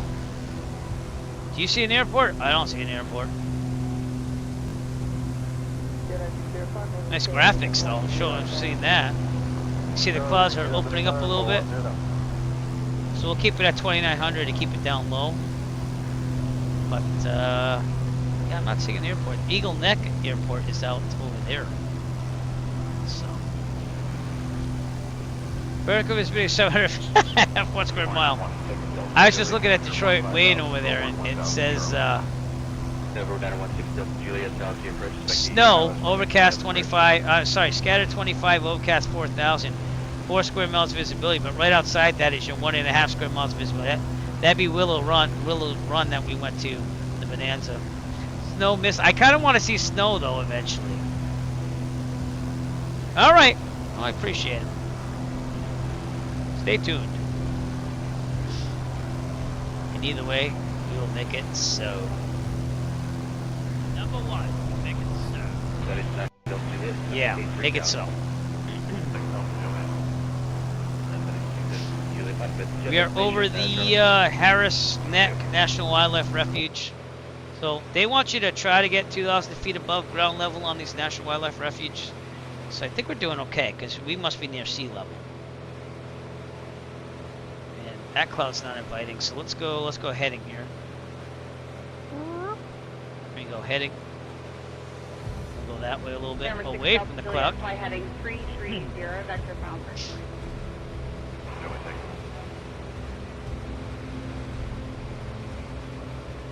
How close are we? Yeah, we're pretty close to that one.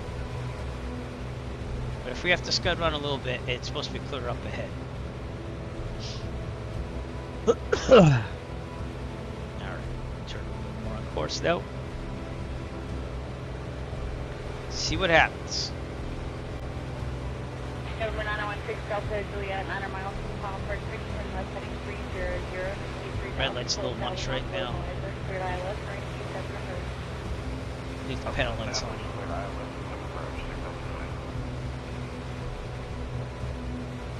Yeah, we might have to go down to 2,000. Let's try 2,500 first, though.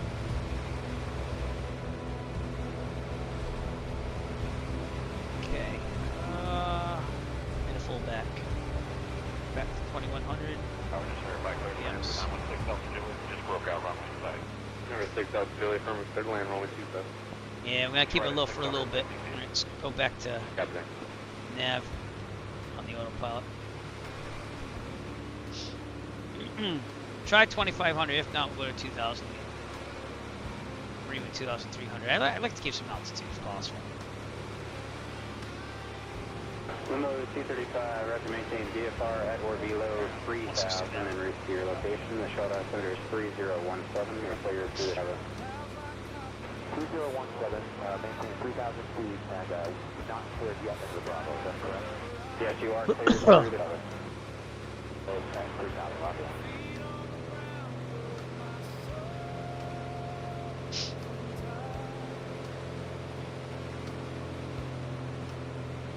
There. Much burning now.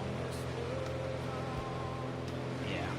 So it saves us a little bit of gas. We were burning about 11 at cruise and 6,500. 638, 9,000, then 4,000, and 50 heading. Lane 638, search, to maintain 4,000. But no storms, so just lots of cloudiness, so not bad at all. Definitely getting darker here. In the northeast, I'm in Massachusetts right now in real life, and it's dark. So they get a little more sunlight down here than we do. But we should be there in about an hour and a half. We'll look around and then call the stream, and I'll go eat some dinner, hopefully with the family. The family's out right now. My son's playing in the marching band at the let up thing, but I didn't feel good earlier today, so I don't want to chance it. 285, which is what we can get. Good morning, expect the visual approach, runway 35. Expect visual 35, rolling 1. Hopefully it clears up pretty soon, though. St. Simon's is coming up over there, and then it's supposed to get clearer, so. I gotta blow my nose again. I'll be right back. Auto, take over. Be right back.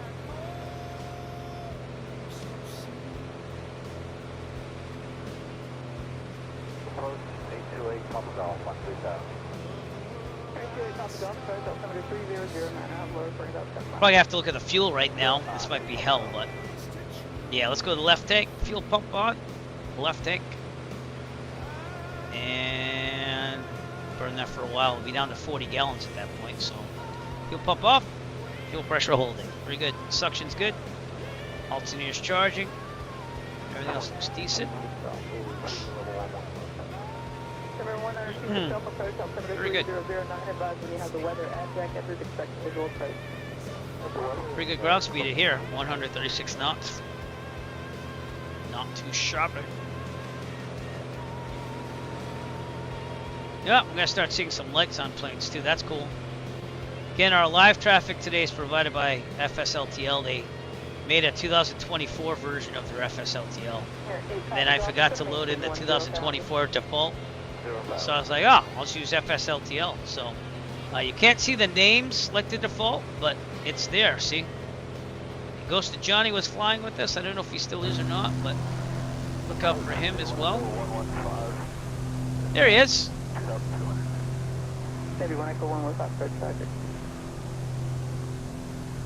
As we're going down.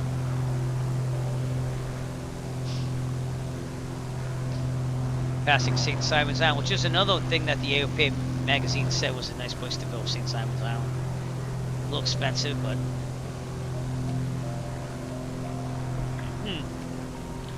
We'll see if this clears up. And you have the Comanche going on now. Oh man, I don't know. Can I follow you on Twitch? I'm gonna check out your channel. How's that? What do you do?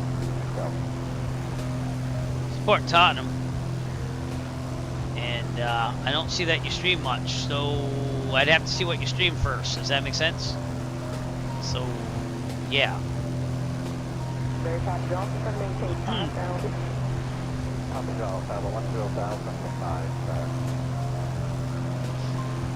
Just saying.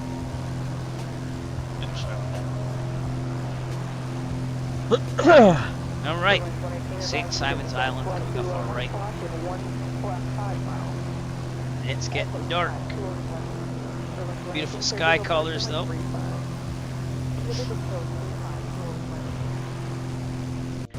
An hour and a half till our destination for today.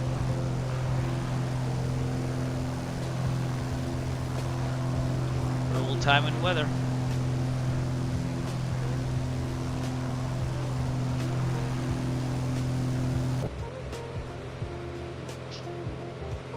So I might be, I'm predominantly always going to be flight sim, but I might be mixing up my stream a little bit with some like just gaming in general. Here and there. Haven't really determined what games yet, but I'm working on another overlay just for that. And it's called Beyond the Runway. So, oh, I know that. I'm just saying when you do stream, man. I already wrote down your name if it means anything, but when you do stream, I'll look at it. I know it's like 11:40 out there, something like that, right?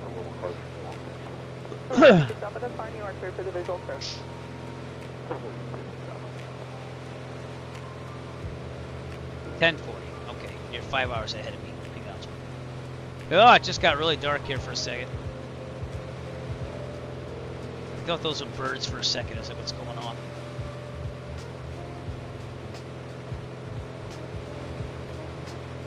Yeah. I'm gonna change the audio to 44 kilohertz after the stream. Hopefully that'll fix everything. It's getting really dark here. This is not ideal. Yeah, no problem. I just want to make sure you get more. The question is, do I go to Eric Flight flying after dark now or later? Yeah, I guess I can let it run day a little bit more.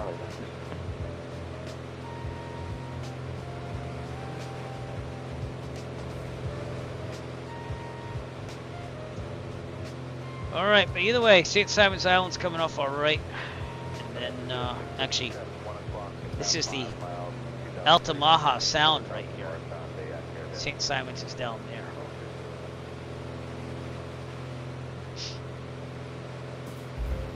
Got a Vision jet out there.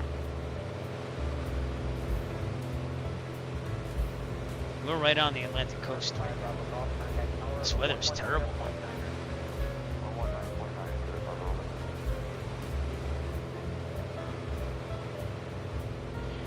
I'll tell you what, I'll follow anyways. How's that?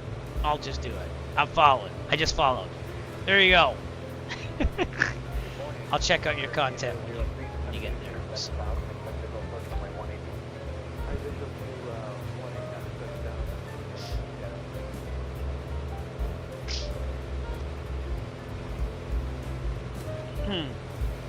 Just had to do another band there.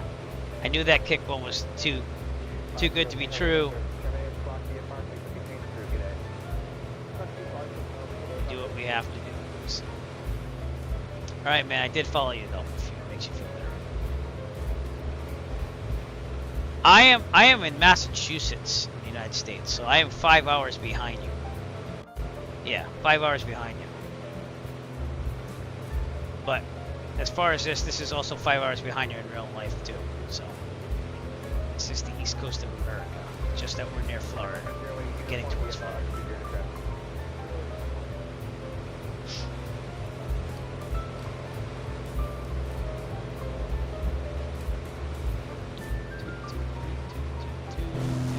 Look at that beach.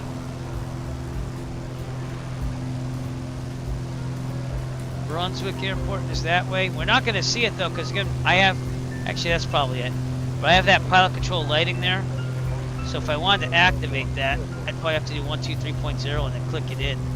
So let's see if that works, because getting towards that time where I'm going to start doing that.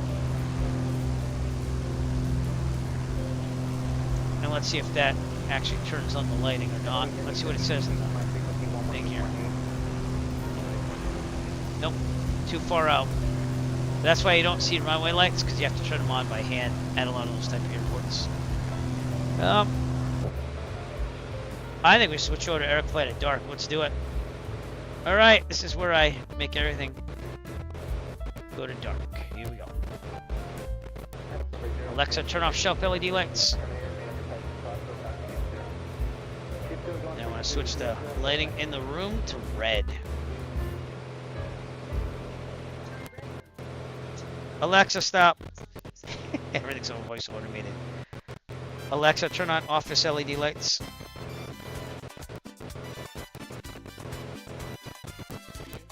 No, no, that's the wrong one. Alexa, turn off shelf LED lights. Alexa, turn on office LED lights.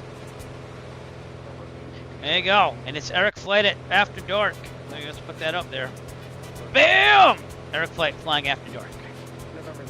Now, it gets a little tricky with the clouds and everything, so probably going to go a little bit more towards the shore here. Go heading. So it looks like we're about to fly into a big thing of clouds. We got a little salsa or something. I don't know what it is. Fly the coast, they said. You can see lights. Yeah, right. St. Simon's Island's right there. And that's a class Echo, believe it or not. So we could fly in there, but you definitely want to be talking to somebody. And let's see if that runway will line up. 123.05. 05. Let's see if it works. Here we go.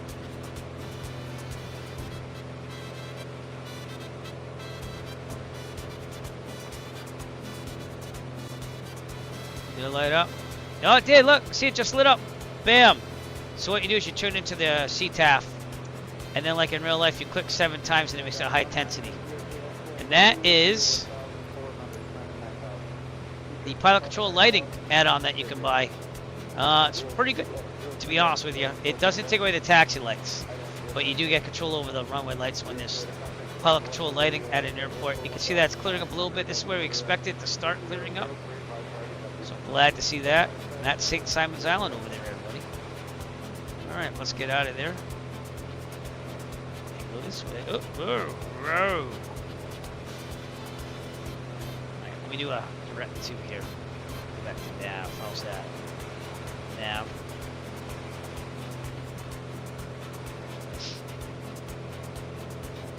Gonna be over water a little bit.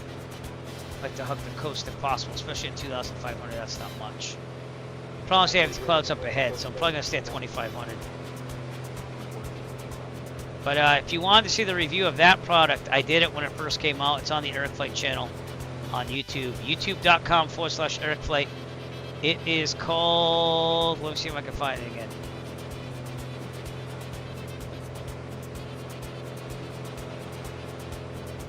I'll get it up there. Give me a second. Aeroroute pilot control lighting. Avera routes. Give me a second.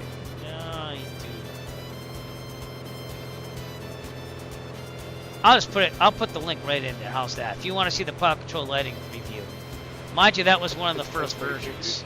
Guy continually works on it, and he's trying to get it there. But it's called Veroroute's pilot control lighting, and the review that I did is right there. So feel free to click that if you want to. I didn't put it in the right place. Let me do that again. There you go. That goes out to all. There you go. I can tell you about pilot control lighting and this and that. And that's what we do in the real world. That not all airports are always lit up all the time. Sometimes you have to push, like, you know, the buttons, the CTAF to make things happen. I'm gonna get more to the coast here because I feel a little bit far away here in case there's an engine out or something. We're not gonna make, you know. It's just those clouds in the distance I'm worried about. Let's try 2,900 on the altitude. Give me a little 400 more feet here.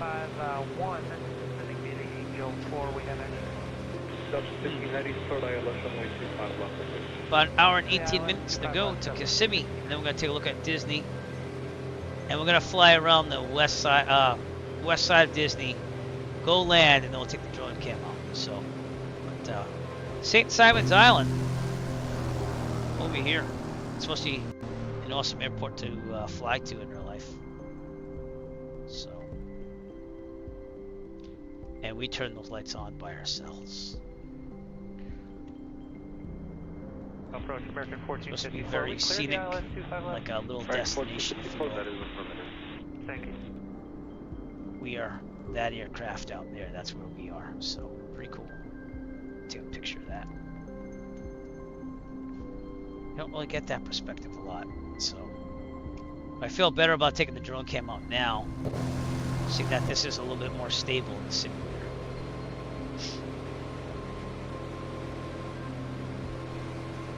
With 40 heavy contact approach 13.5. 13.5. Frequency is 128. At least you can see aircraft a lot easier at night. But you can't see clouds easier when it gets really dark, so that's the thing you have to worry about.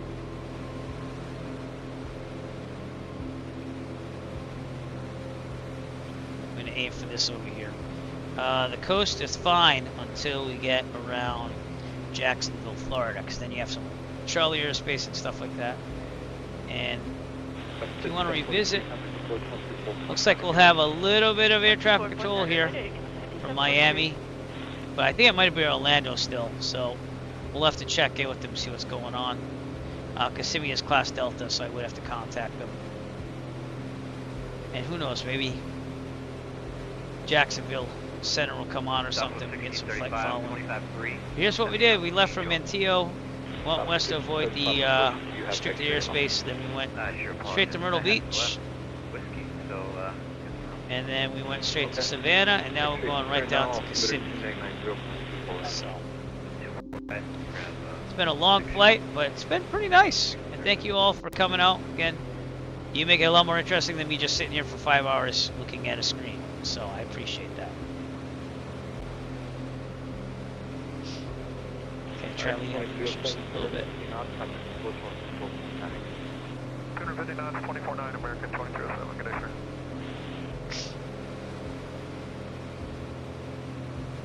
Looks pretty good though, huh? I think it does. American 1454, 200. 50 knots, American 1454. Hour and 15 minutes to go. Say the freak again for American 2307. 2307, 24-9. 24-9, thanks. Please.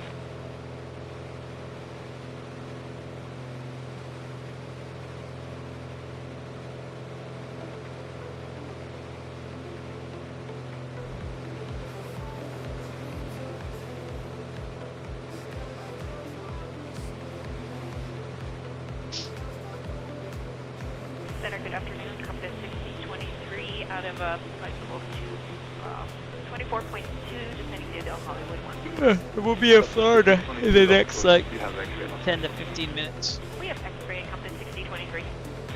6023, STG, third ILS runway 25 left. Third ILS 25 left, Compass 6023.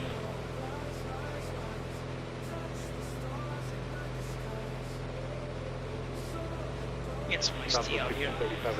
Kind of hungry. I'm gonna chew some gum for that. That's 24 left. 24 right. That's circuit field, third ILS. Oops. Alright. I'm on my last 3 pieces of gum though. That's it. It's gone.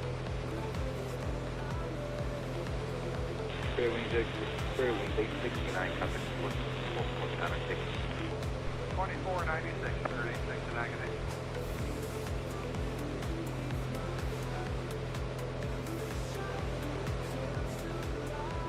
But I'm gonna try to do another review video or something by the end of tomorrow on the Flight Sim. So gotta start making more of those videos so more people watch the channel.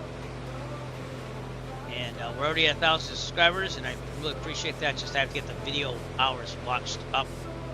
So I can make a little bit more cha-ching for real world flying. That's the goal. Southwest 169, code ILS runway 25 left. 25 left, alright. Now that I'm here, let's try going nav again. I don't mind going over the ocean a little bit, just I want to be within reach of the shore.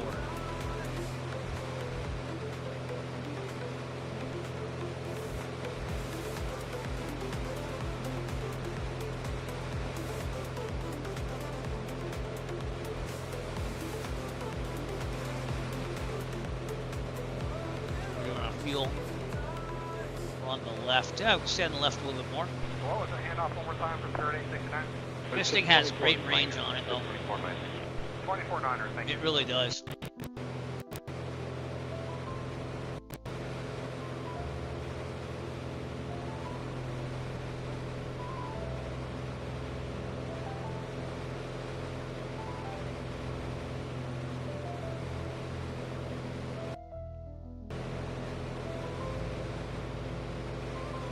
American 1454, contact approach 124.9 or split. 49, American 1454, good day.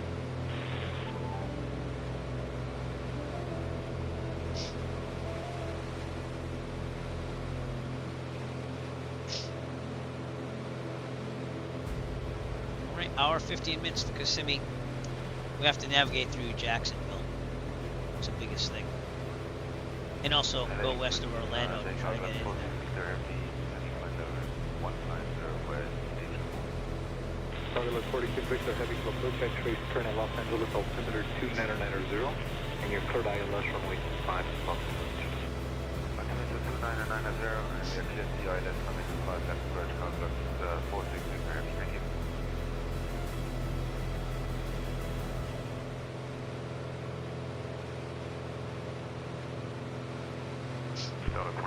Yeah, they have like another hour of light down here compared to Massachusetts. Crazy. Not crazy, because you know, the world is round. You're welcome.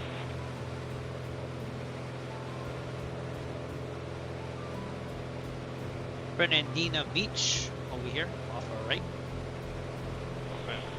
Still in Georgia. Actually, that would be in Florida. It's like right here.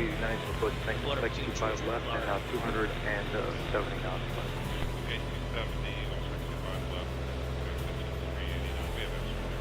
Roger, thanks.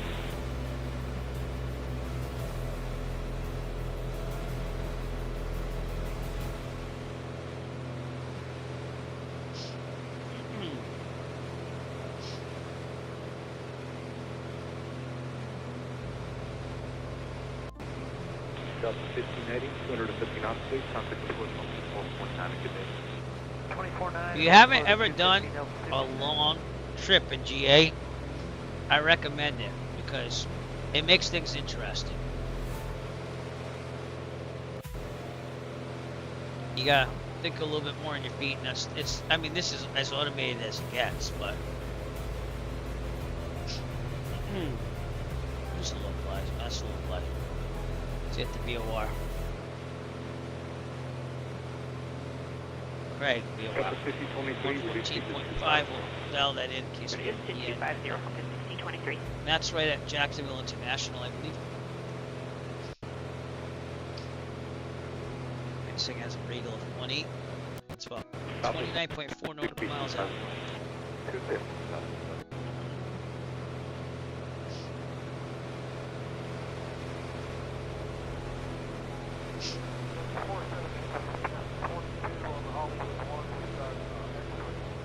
That's 478, for Virgin Third ILS runway 24, right approach.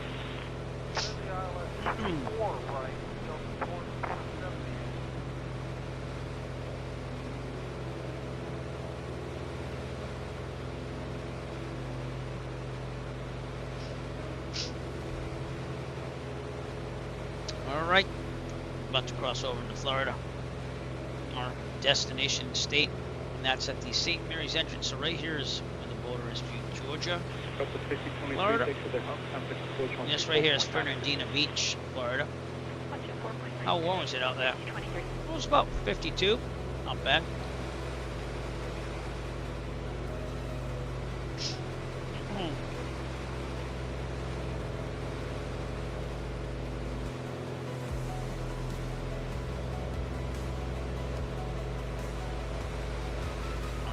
nose again. Be right back. I'm so sorry. I just don't want to blow my nose on camera. Have you hearing me already? Be right back. 46 Victor Heavy, reduce speed to 250. P250, contact 46 Victor.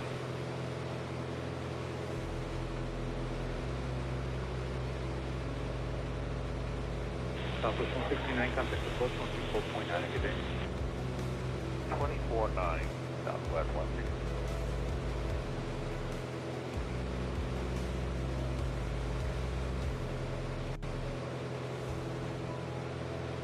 Approach good day, 3943 heavy. Coming back. Hour 13 minutes to go. And we are not in Florida yet. We're past this little thing right here. Oh, it has some lights out there or something. Something is flashing. Oh, cool. It's little buoys. That's what you're seeing. That's some type of add-on. I think it's the Mama Dooney or whatever that is. Pretty cool.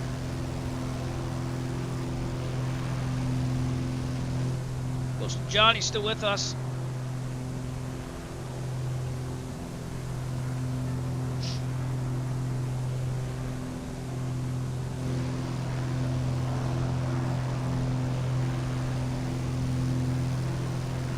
Delta 2273, 200 to pitch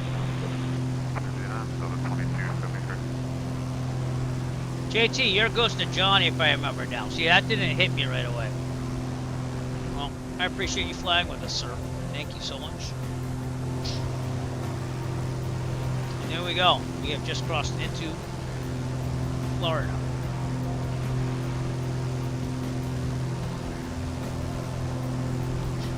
The flashing boats. And boats. And San Bernardino. Oh, what's that? It's a little monument. No, I thought that was a monument. That's just a tower. Alright. This is Fernandina Beach Municipal. It is non-towered. Kilo Foxtrot Hotel Bravo.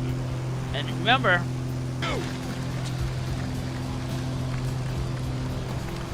You are still dangerous. Are we, You can be my wingman anytime. Oh shit. East Server, Microsoft Flight Simulator, SU4 Beta.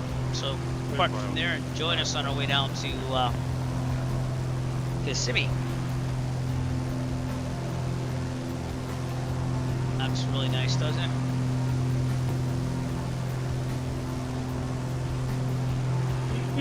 Excuse me.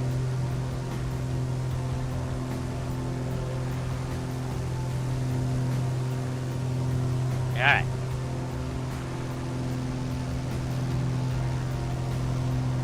What was that? Are you launching flares at me or something? No, that was an aircraft buzzing us or something. Dude, there's like UFOs on stream, I swear. We got some boats down there as well. Kind of weird. Did you just launch flares? You're in the Comanche, I thought. Digit 390, 220, please, contact approach 249. I remember when I first got FS 2004 and they had night lighting and I thought it was like, oh, this is amazing. I think it was the first one with AI aircraft too. I mean, I'm not positive on that, but I think it was for 2002. Might have been 2002. And I thought, man, this is amazing with the nav lights and all that stuff coming on there. Look at where we are now. 24-9, please. Just saying. That's definitely the Comanche. Hour and 6 minutes to go. And again, we'll get into the Jacksonville area. Oh, let's look at this together. So that is a Delta at 2500. We're fine on that one. We're also fine on Jacksonville Executive at Craig. And we're outside the International Airport as well. Which is that way. That's in Jacksonville International up there. So, I think we're okay. We're kind of low still. And I could go to 4,500 maybe. We should. Yeah, why not? We'll try going. 4,500 on the altitude. try and make a little bit more altitude for us here.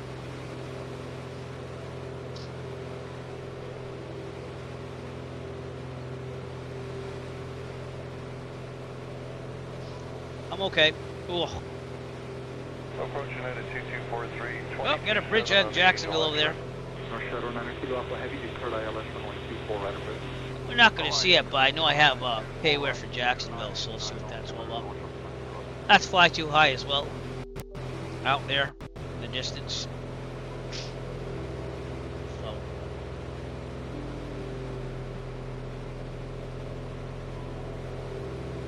That seems to be it. And maybe, I don't know if that bridge is in there or not, or I downloaded that somewhere else, but downtown Jacksonville's over here.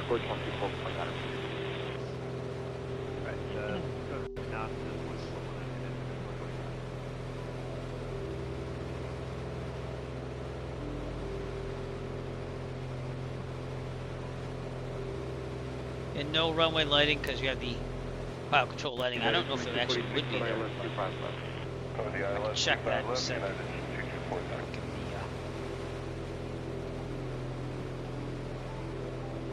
There's Sky Vector. Close Sky Vector. Air 943, heavy compass approach 128.5. Alright. Fine, with approach 943, heavy fine.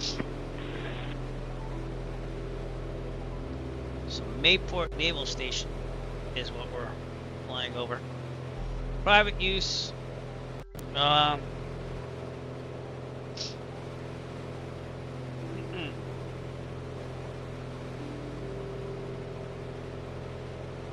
intensity does not say that it is controlled. I would think that it would be towered. 488 split you out at 23.5 on the 04, and we have American 488, clear ILS. So I don't know. I think it would be controlled by the tower lighting there. Right there. But I guess you can kind of just turn it on if you wanted to.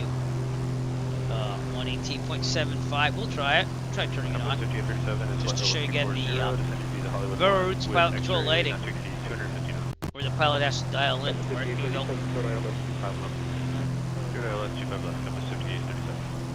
See if it lights up. Yep, it did. Look at that. That's awesome.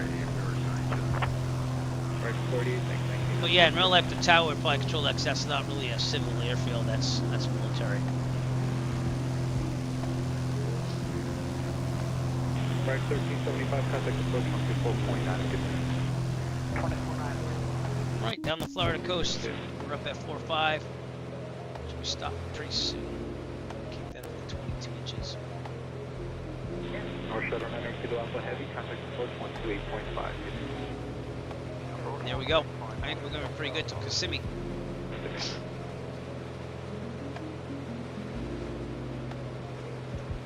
Jacksonville Beach over here.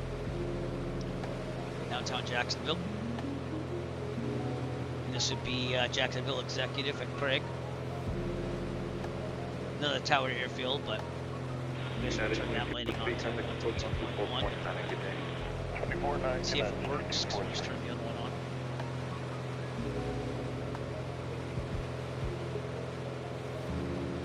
Right, here we go.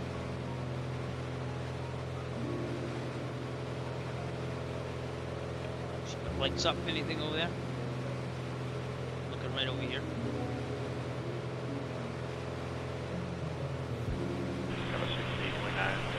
Probably let up that thing if we had it. Let's try it again. Kappa 6029, clear ILS 85 left.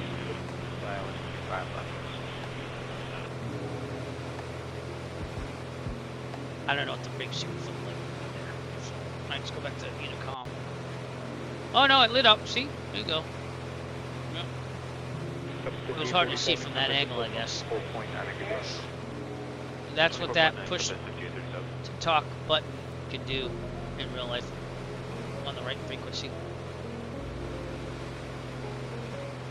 Now, as far as Kissimmee, turn that off for a second. See what it says in the chart supplement for Kissimmee. American 488, contact approach 124.9 again. 24.9. All right. Attendance all 0700 to 10 o'clock. So it should be lit up according to this, but I don't think he got it set for tower hours because after 10 o'clock it's going to be up to the pilot to control the lighting. Yeah. But anyways, we'll check that out as we're there.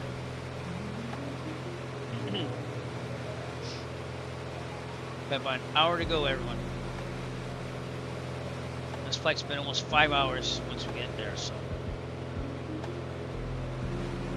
We're in real life. That'd probably be lit up, to be honest with you. American 2102, 2177. If you're coming in like midnight, maybe, you know. Stand by. And I did ask the developer if he could work on that. That's a lot of database, though. It seemed to have turned off this one to turn on that one, even though it's supposed to last for 15 minutes. So that's another thing is leaving the lights on realistically for 15 minutes, no matter what, even if you change them. American 2102, good afternoon, Florida, LS 255. Not a big thing, just, you know, total realism. Got some cop cars down there, utility car. United 1236, reduce speed down to 250. Just get right back. Yay.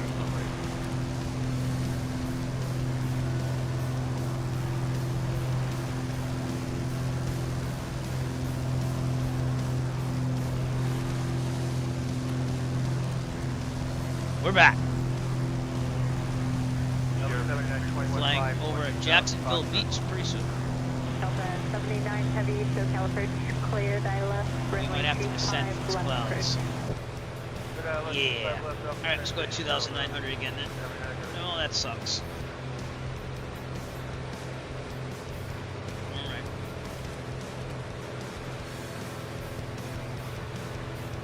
Just not working right now. Let's go.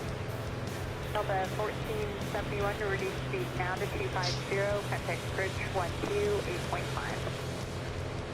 2,900 will still give us enough clearance, so.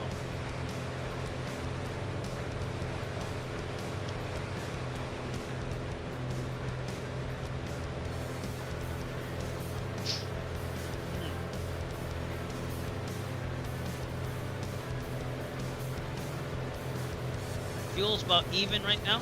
We're on the left tank. Country 425 is just leaving.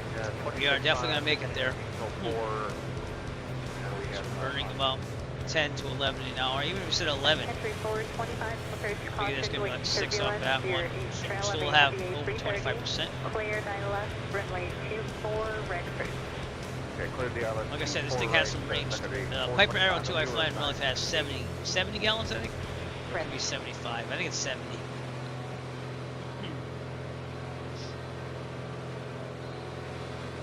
United 1236, contact approach 124.9. 124.9 at 1230.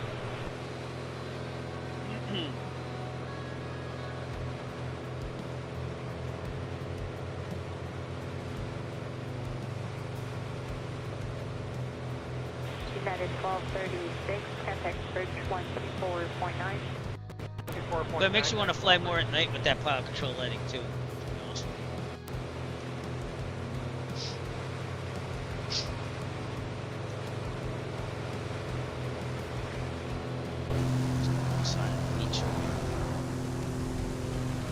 That.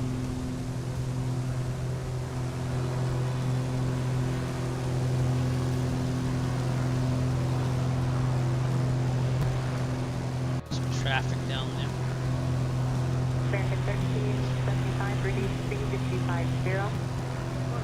I'm over Fort Lauderdale guy myself.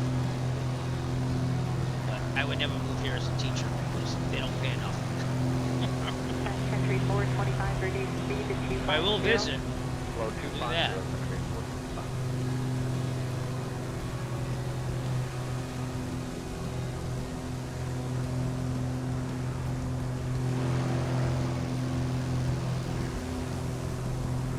Oh, there you are. I was wondering where you went.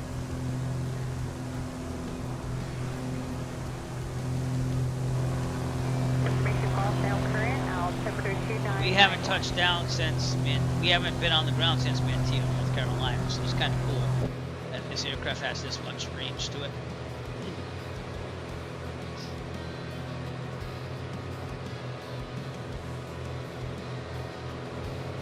Delta 951, we're passing 9260, this is going to be the Angel 4.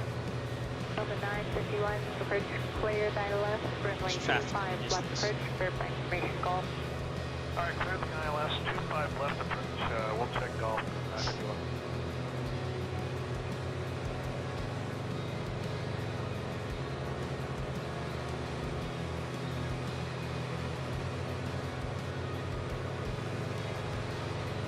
And man, thank you so much for all staying out here. It's amazing to see. And since that raid, Boozy Sheep, we've had so many people stay, come in. It's amazing. Thank you for your support.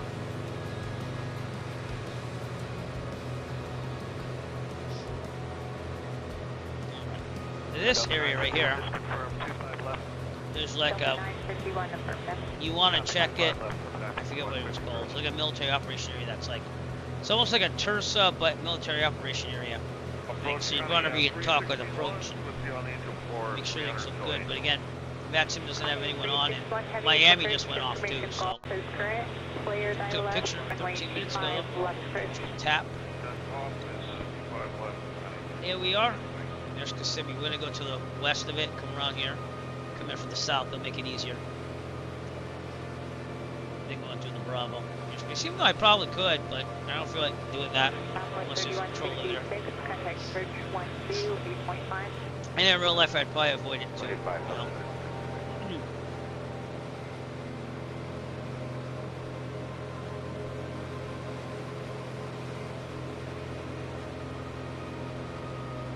I can't remember the last time I flew and flow around the simulator. Delta 79 Heavy, reduce speed to 250. 27.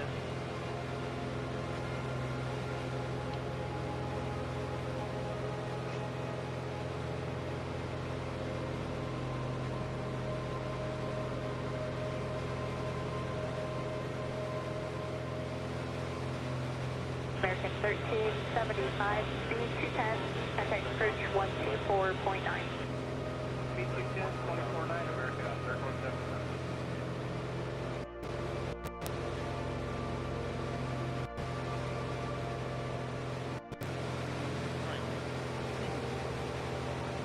Again, there we're going to see Northeast Florida Regional, right outside St. Augustine. Off our left here, actually it's right there. Delta 309, St. Augustine, instead of St. Augustine. St. Augustine. Clear 911, 24 right approach. Go down 24 right.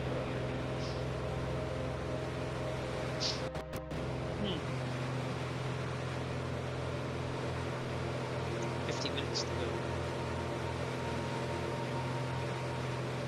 But we were gonna do this flight. Tonight's the flight. You know, tonight was the time to do it. So.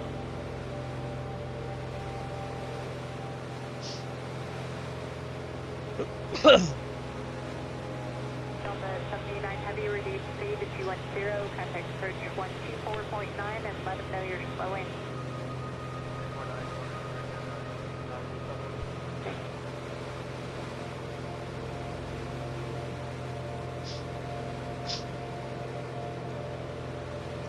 Well, it says Miami North Center's on my B pilot. But I'm not really seeing that. Delta 951 has information golf. Yes, Delta 951 reduce speed See to what happens. 250. Slow to 2509, Delta 951. St. Augustine off our left. Real little time of weather.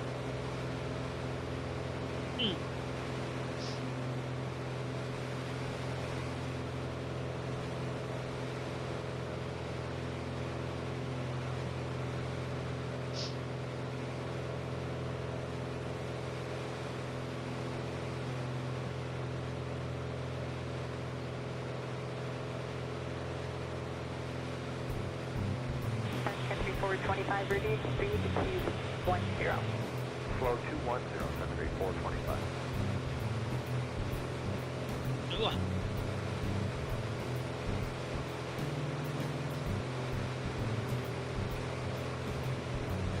Delta 309, reduce speed to 250. What the hell am I looking at? When does this happen in the movie? Rule time. Everything And that what? happens now is happening now. What happened then? That's when snap. We're in now. Go back to then. Now. Now. Never did get a What? pressure setting. When? Which Just that. when will then 1965. be now? Soon. How soon? Probably way off. I haven't done that since departing. It's pretty bad. Delta 309, reduce Augustine speed to Airport information 250. Yankee 23000. Wind I said 077 airport over at 10. Visibility 10. 302. Sky condition, Roughly ceiling 5,000 broken. couple hundred feet. Temperature 19er. Dew point 12. Altimeter 3028. ILS runway 31 in use. Landing and departing runway 13. VFR back to aircraft guard. direction of flight. All aircraft read back hold short instructions. Advise Goes to Johnny checking out St. Augustine over there.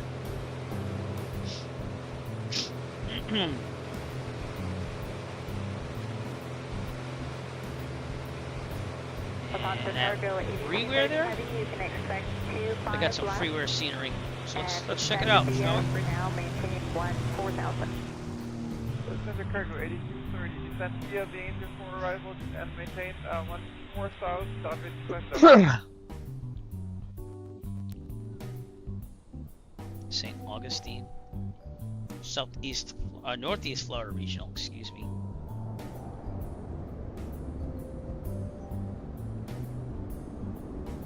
Freeware scenery, not that bad looking.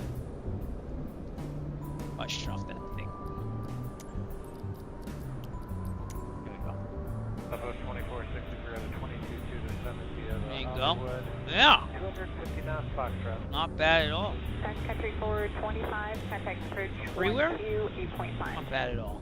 Get that at flightsim.to. Okay. It's Kilo Sierra Golf Juliet. It's Foxtrot pretty nice. cargo 8230 heavy, actually you can descend via the arrival and you are cleared. ILS 25 left approach. That aircraft right there. Watch. Here the engine for arrival cleared. 25 left approach. There we go. Southwest 2463. Oh, that's a Class Delta. Maintained 15,000 for traffic ahead of you. know my daughter screaming in the Heavy background. 11 is currently at your 2 o'clock and will be passing in front of you That's for the all south wrong. complex. We only have about 48 minutes left to go. Should be there around 7:10 local time, and also sim time, and my local time. Okay, cover 1 Alpha Kilo, passing level 235 on the Angel and 260. Yeah, as we're getting to Kissimmee, then we go visit Disney World, everybody. And yes, we will take the drone cam on. Up we have Good and gas. 34 right approach, Shamrock 1 Alpha I'm gonna go to the right, so fuel pump on. To the right. Just the heading, just in case. Fuel pump off, and we're good. Should be 188 on this as well. Cargo 8230 heavy affirmative. 25 left. 25 left and descend via the engine for the cargo 8230. Fuel pressure holding. Suction pin. Continue charging. This looks good. I never did set the standby, which is 0 to 8-ish.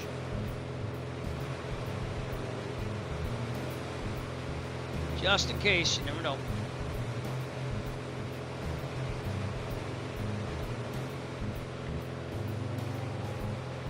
But yeah, if you have never done a long GA flight, I find this to be very soothing and everything. Get to see all the scenery, like that. I recommend it. That's all I'm saying. St. Augustine off our left there.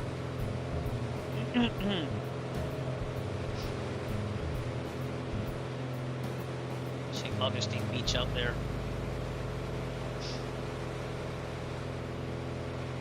Southwest 2463, maintain visual separation from that traffic. Lots of aircraft out there. Sea view at or about 1,000. Clear thy left, 24 right approach. Okay. What was the altitude again? Southwest 2463. Southwest 2463, cross sea view at or about 1,000. Air above 1,000, cleared visual, or cleared approach at 24 right, Southwest 2463. Right.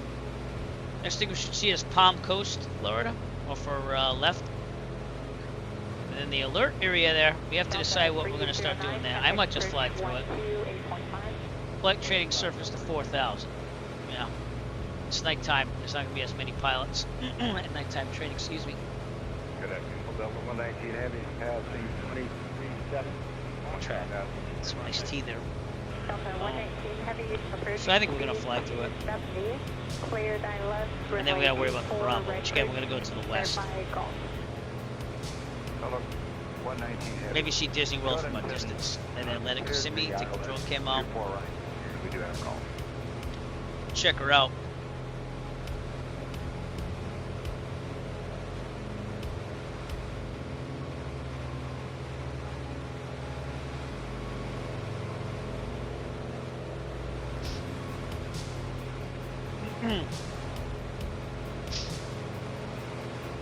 About the cargo 8230 Heavy, there's traffic behind it to your left. They have you in sight. Crossing express and behind you for the North Complex. Contact approach 124.9. Cargo 8230, we got that express in front That's of the us. wing flight bag right south of Jacksonville, right near St. Augustine. And we'll be passing Palm Coast.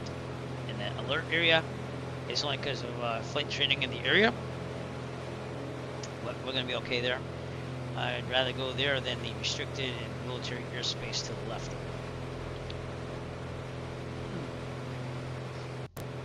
Plus, we can see things pretty well. Company 523, reduce speed 250. Letter 257, 523.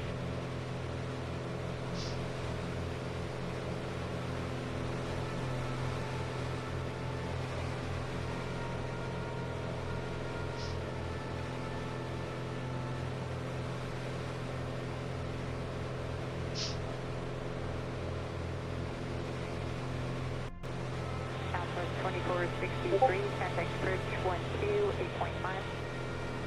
28.9, Southwest 2463.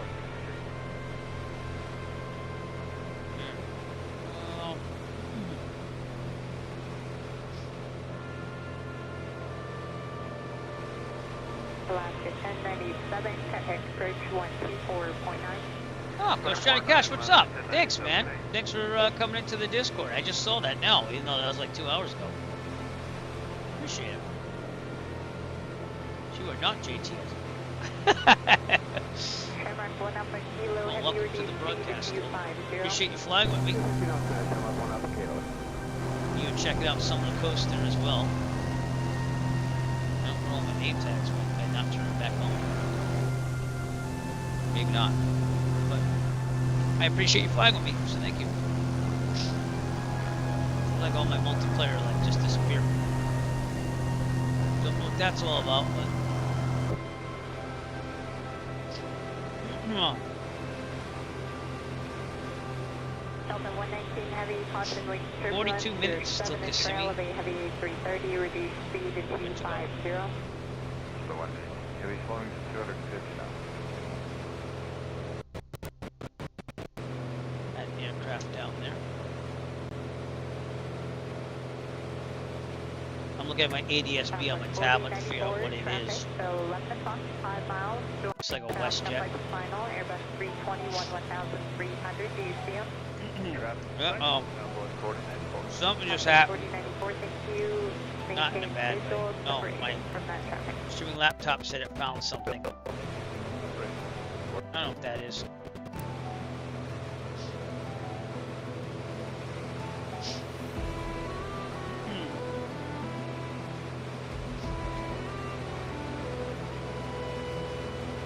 Okay, Palm Coast out there on the left.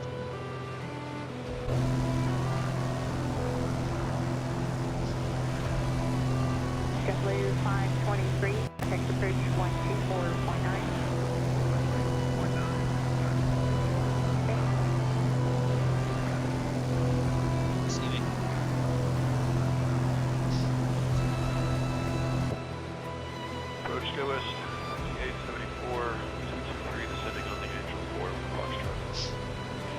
ILS 5874, approach Gulf is now current.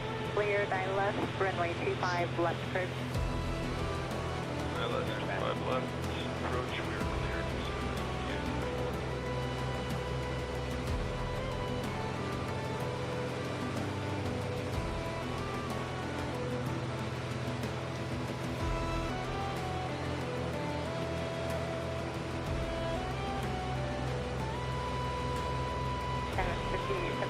Safe speed assigned, caution with turbulence, your trail of a heavy drink line. Alright. Thank you for that. So obviously at dark you don't get to see as many of the sites, but it is kind of You all lights. on shortly, they're going faster than you. I'm about to get to that alert area with all the training. Well,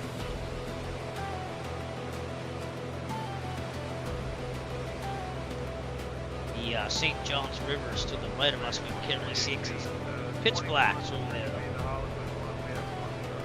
American 2318, approach Gulf is now current, safe speed assigned.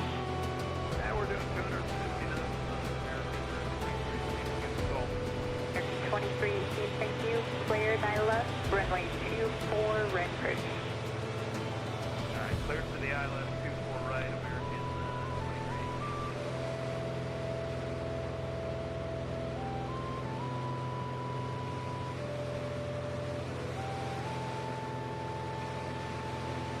Any usernames? Interesting.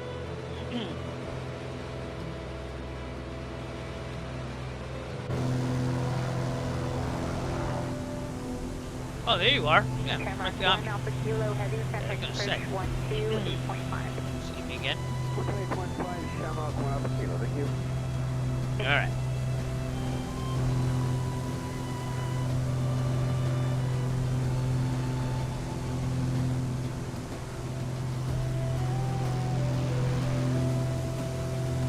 I gotta fly that Comanche more. I bought it a long time ago. Just haven't really flown it a lot. Alpha 119 Heavy, contact Fuel. bridge 12, Pretty much balanced out. We're on the right tank, so we'll leave it there for a little bit. Look at that. I mean, we flew a long distance there. We're only slightly below a half. Hello, company 5800, follow 240, descending via the Hollywood Amazing. Bid 5800, approach cleared, left, runway 25 left approach. Lift to ILS 25 left approach. What's up, Nick? Oh, sorry about that. We're 37 minutes out from Kissimmee.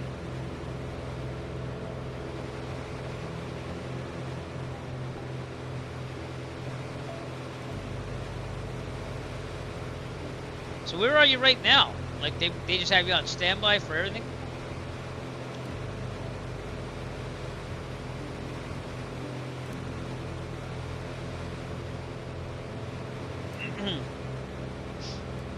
Red Nose 5, Papa Yankee Heavy, resume public speed, contact You should go do something tonight, man. 124.9.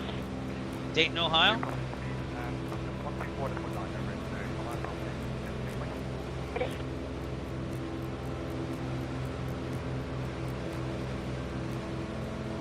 ILS 5874, reduce speed to 250. Ohio's not a bad place to be holed up.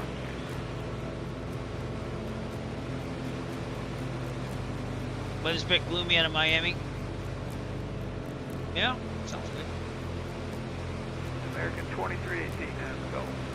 Everyone, if you don't know, Nick is a real world CRJ pilot, and that's why we discuss where he is. He's a good friend of mine from the Massachusetts area as well. We've gone flying, stuff like that. We did our private basically at the same time, so we had that in common too. But we will fly again as well. I'm looking at Miami. Palm Beach has a VIP notice, probably for everything is from Thanksgiving at Mar-a-Lago. I don't know if that's really what it is, but Sky Vector says 4,400 broken, visibility 10, gusting 21 though. So It was a bit gloomy just north of Jacksonville. Still is a little bit. Goes to Johnny. Try to get the left. That's about the worst it got. I mean, it's just over. It's got a high overcast layer to it now. That's probably what's making it gloomy. All right, we're in that alert area. Just keep an alert ready. Training aircraft at night. Yep, we're in Florida. We're right near Palm Coast, Florida, and coming up near Daytona Beach, which you know about that. 21. Yep, not Gus. That makes me think in the real world, I've done up to 25 knot gusts, but yeah. Yeah.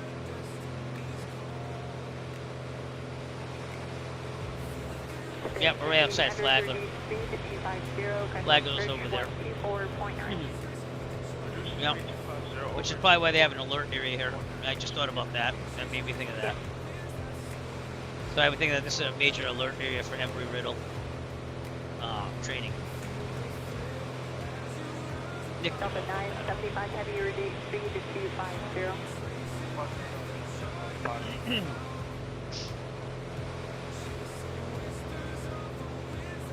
I didn't even put 2 and 2 together until you said that, Nick.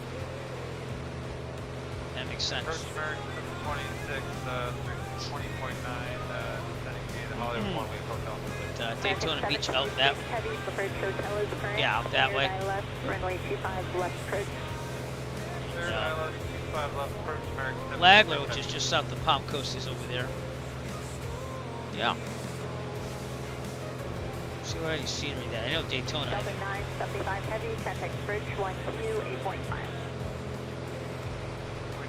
Nothing at Flagler, but let's see. I bought that for you, Nick, after I bought it for myself. Daytona Beach.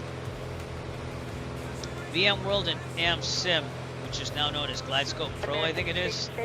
They made the Daytona Beach. So let's go look at that. Let's go do that. And I think they modeled Embry-Riddle over there too. Can't remember if they did or not. I thought they did, because I was like, man, I gotta get this for Nick.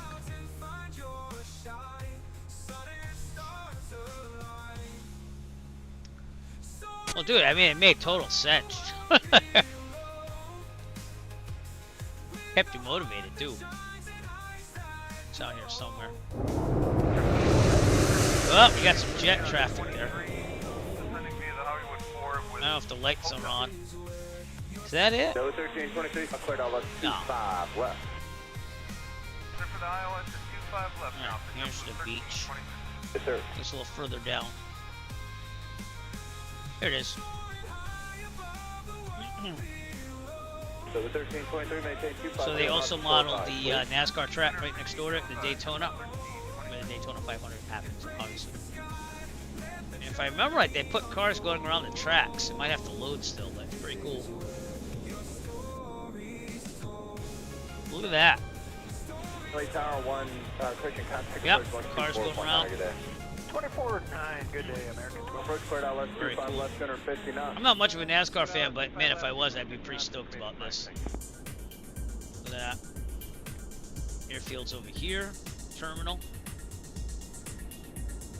Let me just slow down the drone. That's what I'm trying to do right now. Slow it down. Slow it down. Slow it down. Isn't it? Isn't that awesome?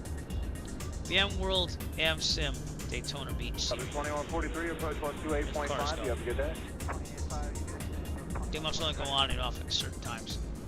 Here's the terminal, Daytona Beach. United 935 heavy, we're told to resume normal speed after. United 935 heavy, reduce speed now to 250. And they modeled the inside. Yeah, no, it is cool that they added. And I'll see if they added Embry-Riddle, which is right next to it too. So here's the terminal. We're good. We're in that alert area, so you know I don't have to watch for it. The Eagle. They modeled it pretty nice here though. VM World AmSim does pretty good work. They're now known as GlideScope Pro though. Yeah. I've never been to Daytona Beach, but Nick could fill us in. Does this kind of look like Daytona Beach? Oh, cool. Oh, look at that! Near the rental counter. Bag pickup. Look at that. It's pretty cool. Ticketing, baggage.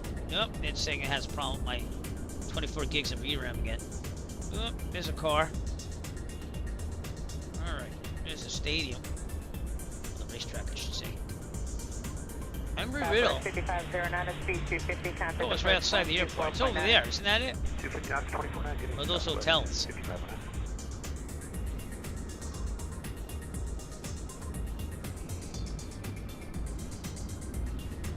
No, this is Embry-Riddle. Yeah, see?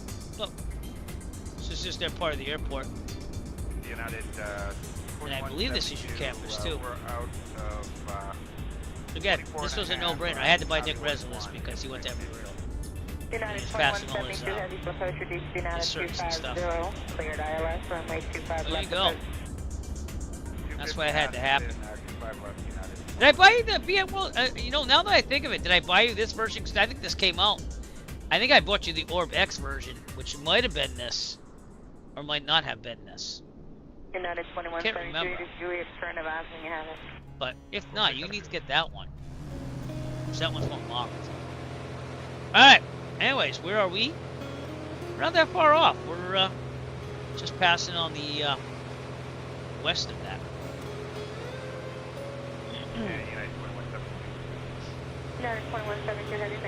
Daytona Beach is over there. I think I got the Orb X version. Yeah, that's what I think.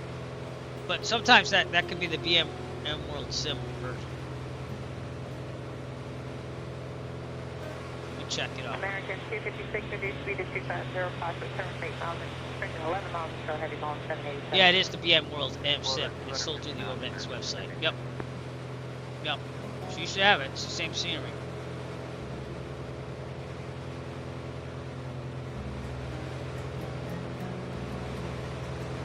There you go. Daytona Beach out in the distance. We're going to pass near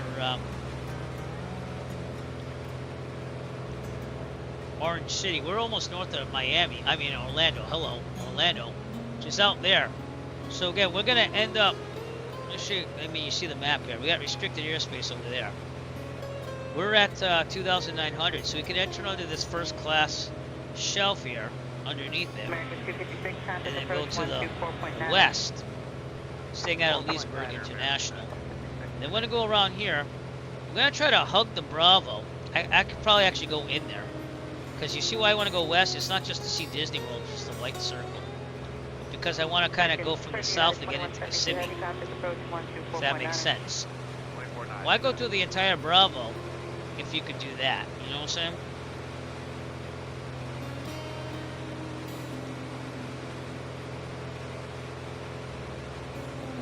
There's Smyrna Beach.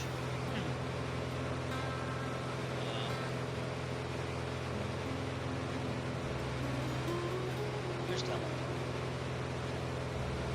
There's Melbourne. Good afternoon, American 2777, heavy descending via the Hollywood passenger 22,000. Southwest. American 2777, heavy approach. Cleared ILS runway 25 left approach. Cleared ILS 25 left, American 27. Oh, there it is. 77 heavy, as we got earlier. Della Municipal. Yeah. We're going to pass that as well. But it might not be lit up because I have the push and talk, you know, pilot control light thing.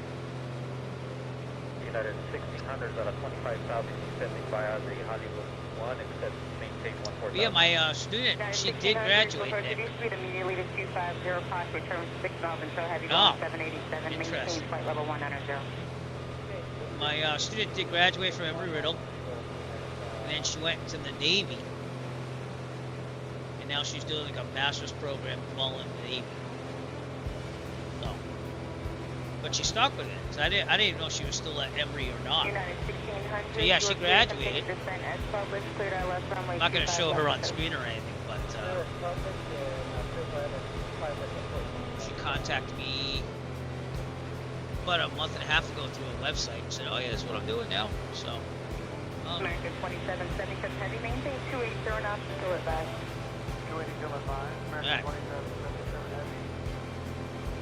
So, I'm gonna change my other profile here.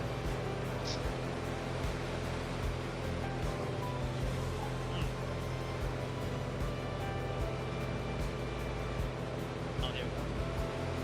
Good evening, United 719 out of 24-4, descending via the Hollywood 1. Normal speed is Avatar Juliet. 9719, proposed clear, left runway 25, left approach. See if I can get in there. It's under my professional. Wow.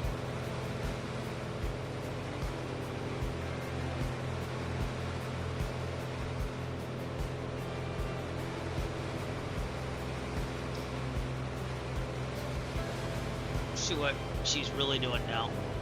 Yeah, pretty proud of her. She's always that type of person where she starts something, she's probably gonna finish it. She doubted herself once in a while, but she's clearly not that person anymore. I think I read that back wrong. We're clear for the island 25 left approach 9719. That's perfect, thank you. Alright. Let's see.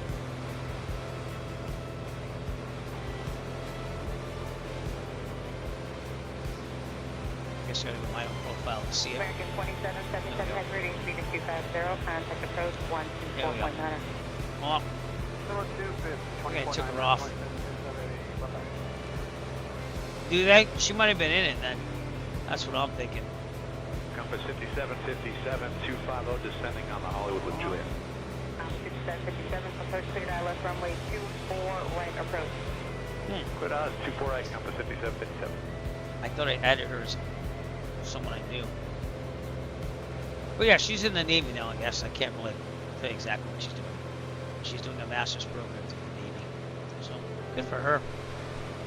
Alright, we're in Kissimmee in 22 minutes. We're going to have to make that turn to the west once we get onto the Bravo. I'm going to leave that thing up there because you'll see what I'm going to do. 63 will give on to Tier 1 there. Hollywood 1. But it is Juliet. You know what, I bet you? I bet you it's because I have this set to something different. Give me a second while I do this.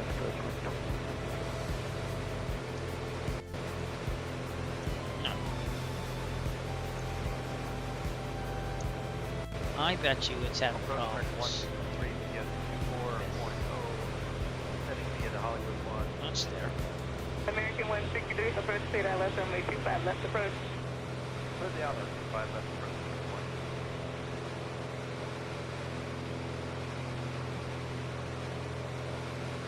Yeah, let me try cheat. Oh no. United 1600, contact approach 124.9. Okay.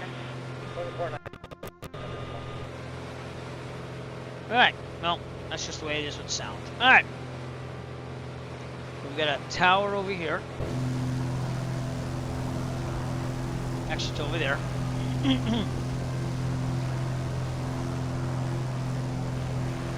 And then we're going to go around that and go to the west and stay out of that restricted airspace. We have, yeah. Believe it or not, Piper L has made it happen. I am going to switch the tank right now, though. Fuel pump on, going to the left, but yeah, non-stop. This was going to be a long one. That's why I wasn't able to do it for a long time. Yep. Oh, this is nothing. You should see me in July when we do a charity fundraiser. And I fly for like 20-something hours. All in the name of raising money for children with cancer. So, yeah, you better click that follow button. But yeah, this has been a longer one. I usually about 2 to 3 hours. But this Disney one was going to have to be big. So, look at all the fuel we still have. We have about 50, 19, 34 gallons of fuel left, and we're burning about 11. Well, 10, but I'm going to say 11. So we're fine. Yep. Oh, no, I don't want that. I think I'm good after this. I just wanted to go to Disney World in the plane. And it took me another month to just get enough time to do this one. So, but yeah, still at it.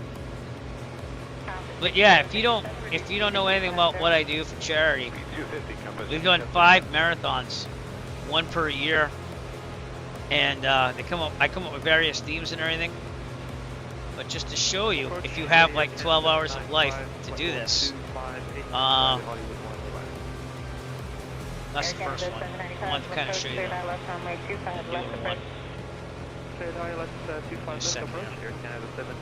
You try to do a lot. No. Hey, I feel really good about my chances, Nick, because now 2024 has been working great. So, alright. I'll send you a link. You can look into it. If you want to watch all 12 hours, and that's only one video out of like 2 or 3. But, let's see. Oh, here it is. This was the ultimate Canadian flight trip. We did this summer. Check that out on YouTube, and that will take you to the first video of the Ultimate Canadian Flight Trip Marathon Fundraiser, which was this.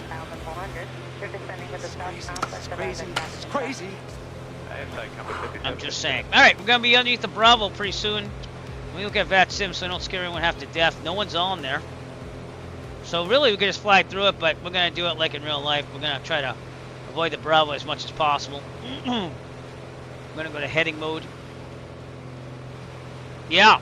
I mean, if you want to watch all 10 hours and 40 minutes of it, and then continue on to the other ones, you'll be helping me try to get this channel monetized for more money in the future for flying for real. So I appreciate that.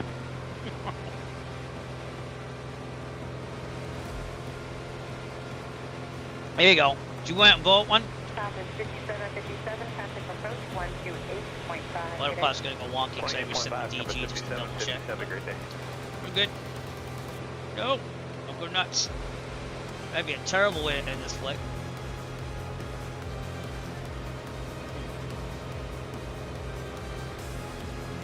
American 2663, C250. All right, I'm gonna pull up here.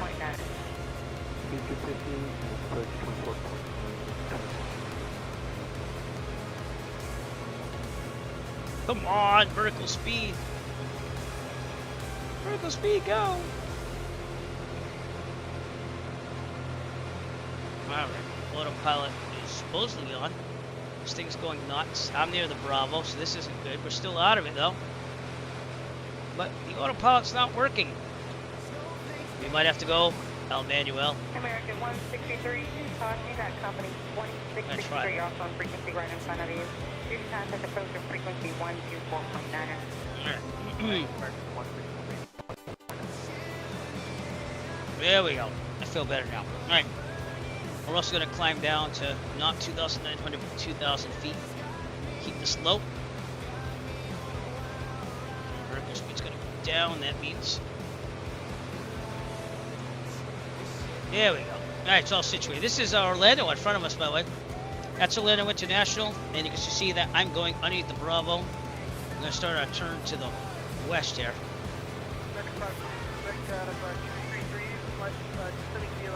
That much.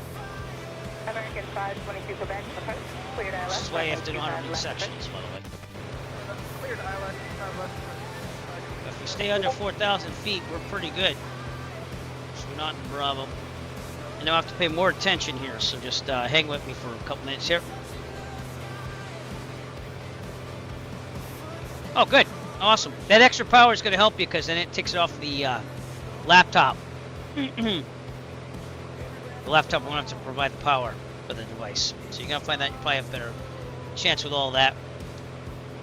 American 501, company traffic 11 o'clock, 7 miles west, down out of 13,000, Boeing 737, descending up the all right, 2,200. By the way, this is what we're going to try to do when we get to American 501, thank you very much. Kissimmee. It is challenged the pilot to do his best to avoid certain death by keeping the plane on a good flight path with a constant angle descent lined up to center line. Good. Stick the plan and don't Disney's out there, so. Which is B250, not there, Canada 79. I'd say so, but you have all that power. You probably have like at least 12 watts to pump into things that need power, you know? You can probably run all the LEDs and everything now. So. All right, we're at 2,000. Well, gonna be at 2,000 feet. Orlando's that way. Again, we'll get views on all this stuff. I just want to get into Kissimmee. We'll try to see Walt Disney World, so I can hug it. Right in the west there. This little thing says it has to be under 6,000 feet. After September 11th, they made this a no-fly zone, I think, for 3,000 feet and below. And Kissimmee's right there, so.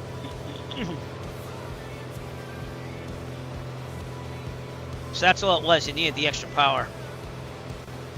Air Canada 795, time to approach 124.9 today. 124.9 today, Air Canada 795.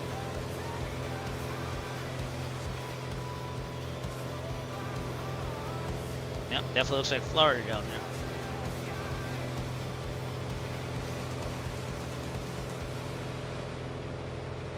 Delta 1330, 23 wind. Right, we'll try to hug Walt Disney World now that we're in the under 6,000 category for Bravo. Yeah. Oh, well, I can help you figure that out. But yeah, anything you're gonna do a flight sim, if you're gonna do like tons of USB devices, you're better off getting a powered hub no matter what. You won't have any problems. The non-power hubs are good if you're on the road. You have to like hook up like, I don't know, one hard drive just to check it out. But powered hubs are the way to go. And some hubs, you can just pull the power out and not use it powered either. It's just there for the devices that need a little bit more.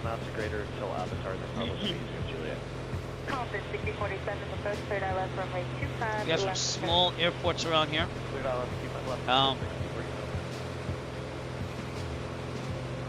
Orlando North Air Park's out here somewhere.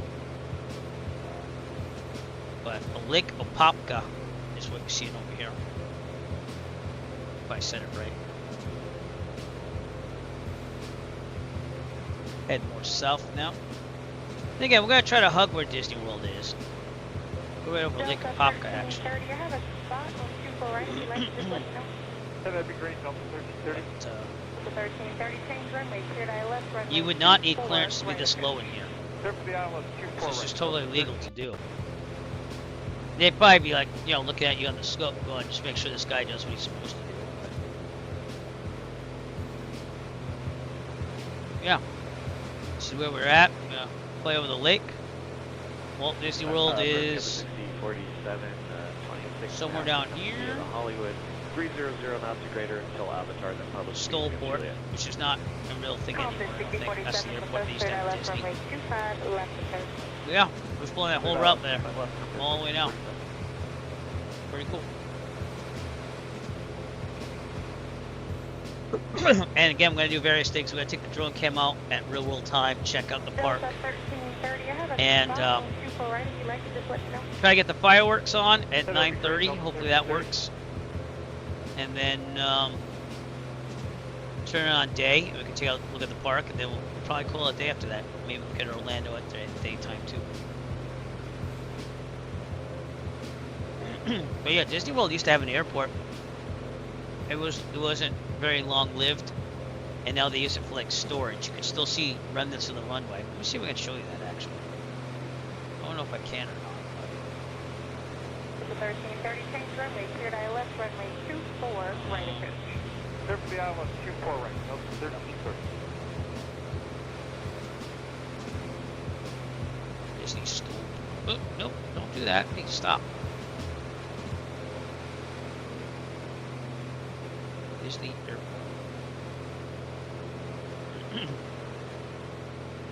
Disney stole. Hello, Delta 283 Heavy 2360. Oh, there it is. Okay. So basically, Disney had an airport. And this was a long time ago. It's probably 70s when it first opened. But this was a runway. It used to have an airport that you could land at if you're GA, honestly. But it's right to the right of the main parking for Magic Kingdom. And you can't really, I mean, it's still called Stoleport, but it's used for like parking and all that stuff. But that used to be the runway. And then this used to be the raceway experience. 2.9 We're right over Lake Opopka, which is that it? Nope. We're over here? Nope. Oh, we're like right here. Right over the lake, so kind of gives you... But we'll try to fly as close as we can to that TFR and get a view. Because you have to be above 3,000 feet to fly over it. I mean, I guess we could do that. But, I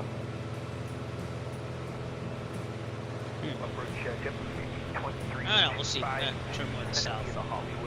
Either way, again, we get the drone came out and look at it. 15.3, approach to that left runway 25 left approach. Alright, cleared ILS 25 left. Got boats on the water.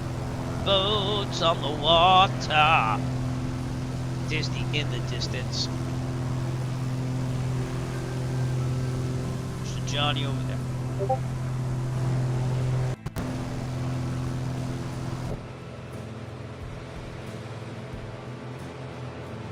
Again, let's try and flight back. Helps you so much around here.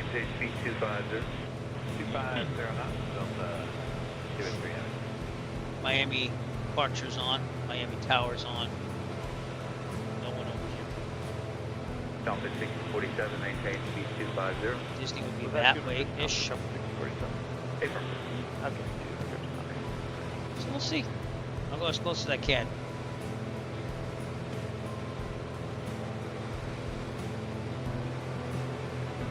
Not the safest altitude over a lake, but...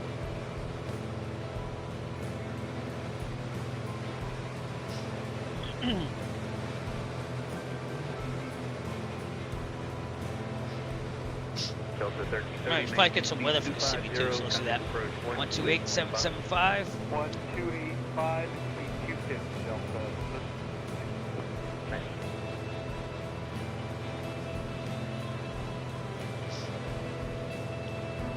Write this down once I get weather.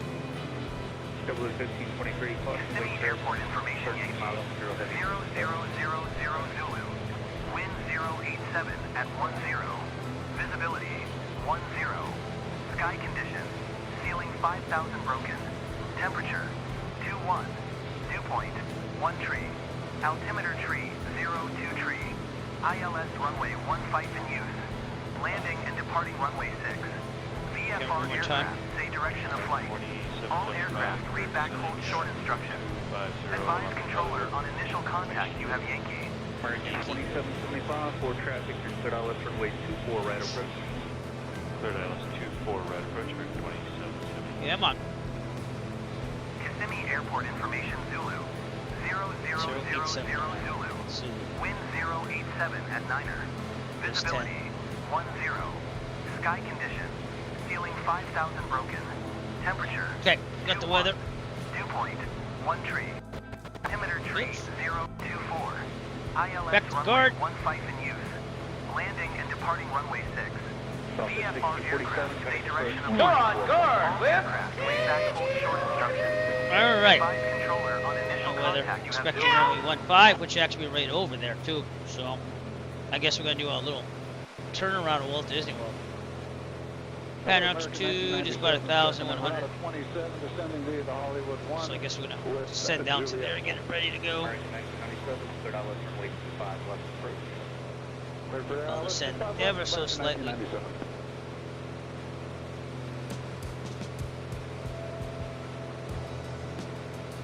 fuel Approach on American the left. 2775, can you confirm we are clear for the ILS 24 right approach? Confirm 24 right, American 2775. 5. 24 right, thank you. Approach 24 right. 3023.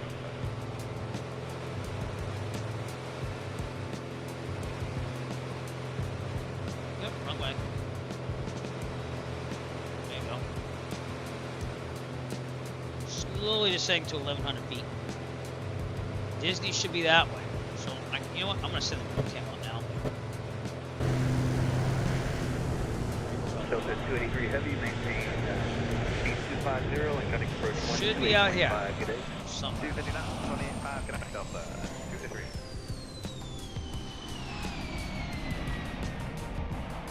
Looking for Disney. Hard to find at night. American I don't know if they lit it up either, so that's the other thing. Slow 250, American 2775.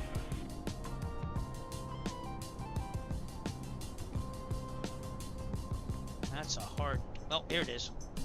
Magic Kingdom's right here. Some parking is over here. That Stollport would have been right here. See that? That's the Stollport. Lots of traffic. I'm going to attach myself to the plane here for a second. Blue 1523, cutting approach 124.9. There's Magic Kingdom. 124 With the monorail. Here's where the buses are. And I guess they did light up the park. Well, isn't that cool? There you go. I'm gonna take a picture of this. So that's the Magic Kingdom. They don't have the Tron ride, which is over here. But, you know, can't fault them for that. American 1997. See that? They have it under construction in the scenery. American 1997, phone to 250. That Tron ride's pretty cool, though. I'm gonna be honest with you. There's the transportation center. Big Thunder Mountain. The scenery looks pretty good, actually. Hey, good evening, American 306. It's just a Dumbo ride, I think. No. And we have Juliet. No, it's just the Aladdin carpets. Your Dole Whip station's over here somewhere. Main Street, USA. Oh, and they got a they got a Christmas tree for Christmas, which is probably what's happening there right now, I would think. Because they're in that Mickey's Magical Christmas thing. Yeah. American 1409, put out left runway 25. That's the Magic Kingdom everyway. Service 55 left approach, American. Right, we're gonna land this thing. Oh, they got the Seven Dwarfs mine train. Dumbo ride's over here. This used to be Mickey's Toontown back in the early 90s. Little Mermaid, I think this is. So yeah. Carousel. It's a Small World is over here. Alright. We saw Magic Kingdom so far. American 27, let's go back to the plane so I don't mess anything up. We're right on the border of where Disney is. So, that's what it would look like coming in. Over there. That's about as close as you get at 1,100 feet. So that is cool to see. Look at that. That's Space Mountain Castle. But if you go above the 3,000 feet, you can go over the park. So. Alright, we're going to hug it in around the park because I got to get to 1.5. Unless we're going to get Kissimmee Tower on there. So 12445. It should be lit up. I think it should be towered. I controlled already at this time of night. 1181 Kissimmee traffic, Arrow 3 Echo Foxtrot. We're about 12 nautical miles to the northwest. Going to set up a right base entry for runway 15. Full stop, Kissimmee. Get that? We're already at pattern altitude, so we're pretty good. That's the part. That's Magic Kingdom. We'll still have to see EPCOT, which we might see off the left. What's that? Is that the Orlando Eye? That might be the Orlando Eye. Universal Studios might be out there. There's downtown Orlando. And EPCOT should be over there. I'm going to turn in a little bit more now. Not too much. Not too much.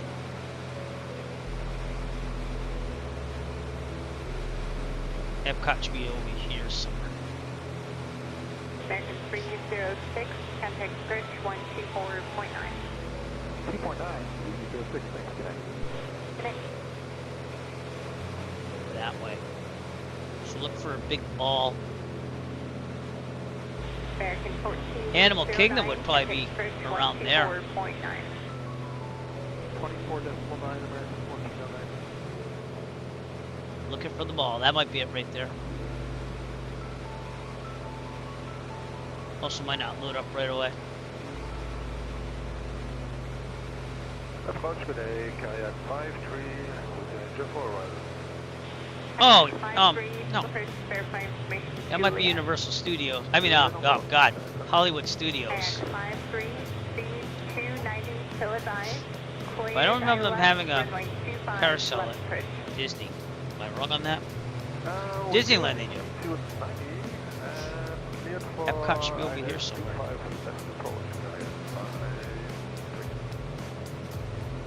These are all like hotels off the resort. I gotta turn it anyway, so.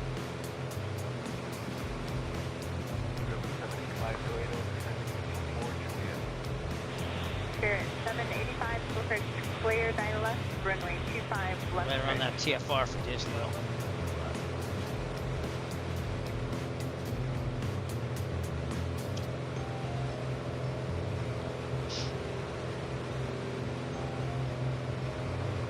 How exciting is that to see? That's the contemporary thing. That's the Magic Kingdom. Looking for Epcot. No, wait. What's this? Are we that close? Yeah, this is Hollywood Studio. I mean, yeah, Hollywood Studios. Still outside the TFR, so that's kind of amazing. And Epcot's supposed to be right next door to that, no? That's why it's giving me all these screams about not having enough memory. Epcot, over here. Yeah. So the big bowl would be there. It's just not loaded yet, or it's not lit up. This is Hollywood Studios. This is Epcot. World Showcase is right here.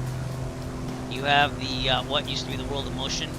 These are the resorts. These are the ones that I have stayed at before. The Art of Animation Resort. That stuff. Alaska 1181. Alright, cool. We'll go check it out. 24.9. Surprised we don't see the Epcot ball yet. Share that Delta. Yeah, I'm not seeing the ball. Alright. Anyways, I'm gonna go El Manuel. So you can see things here. Kissimmee traffic, Arrow 3 Echo Foxtrot, 6 nautical miles northwest of the airfield. Entering a right base for runway 15. Kissimmee, full stop. Kissimmee. Okay, more pilots off. Alright, gas, we're gonna be good. Undercarriage, we under 129? Okay, probably not. 250 knots and cleared the ILS 25 left, American 219. And back up there. Here now. Gear down. Mixture. United 1613 heavy, speed 250 or Prop. greater. Flaps when we get in there, so we're gonna slow this thing down. First thing of flaps. This did happen, right? Right. Tobii eye tracker on. I'm gonna trim up a little bit. Cessna 4 Alpha Golf. All right. Turn next taxiway.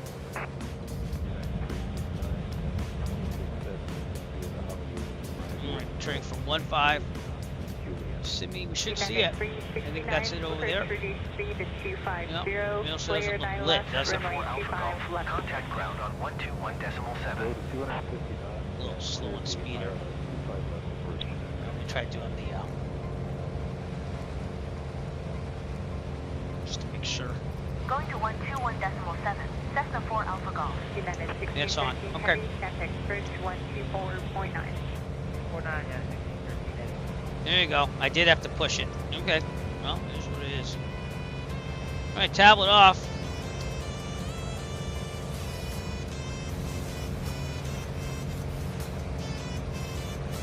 That goes to Johnny probably behind me. The lights. Let's get over here a little bit. Kissimmee traffic, Arrow 3 Echo Foxtrot, final runway 15, full stop, Kissimmee. Kayak climb 3, resume public speed. Green.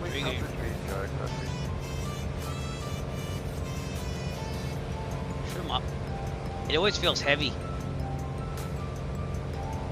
And in real life it kind of feels heavy, but it looks a little bit more than that. When you pull out the gas, it goes right down. Kissimmee traffic, Arrow 3 Echo Foxtrot, final runway 15, full stop, Kissimmee. Approach American 2542. 24.8% via the Hollywood 1 accepting 280 information 211. Okay, looking pretty good. 2542. Let's get closer with the last of the flaps in. Runway 25 left bridge. Search the ILS 25 left, 25. Is that all the way in? Oh, that was. Yeah, I want to leave it there. There you go. Gotta establish first.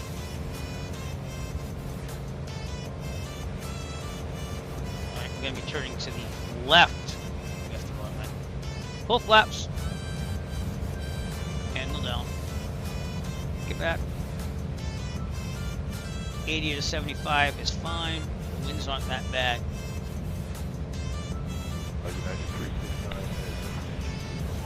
Okay. They are from my right, my left, I'm sorry. Wind's from my left, so grab it in there. 3 green, okay, just making sure. We're always taught to really check for that landing gear. It's a bad day when you land and you thought it was down. Runway 24 right. Saber 269 heavy, over 25 left, night for traffic. Reduce speed to Here we 250 go, everybody. and clear Careful, 9 Lynn. left, runway 25 left first. Okay, cleared for the ILS 25. Lots of traffic there, look at that. Come back to 250 knots, through the 269. Sterile cockpit. Saber 269 Exclamation heavy, point kilo sterile, 9, if someone could do that. 2992. 299. Bottles coming out. Need just a tad in. Alright, we're a little high, so I'm gonna have it out for now. A little bit in. American 2542, reduce speed to 250. 250, American 2542. I don't care if I'm high, I just care if I make it down.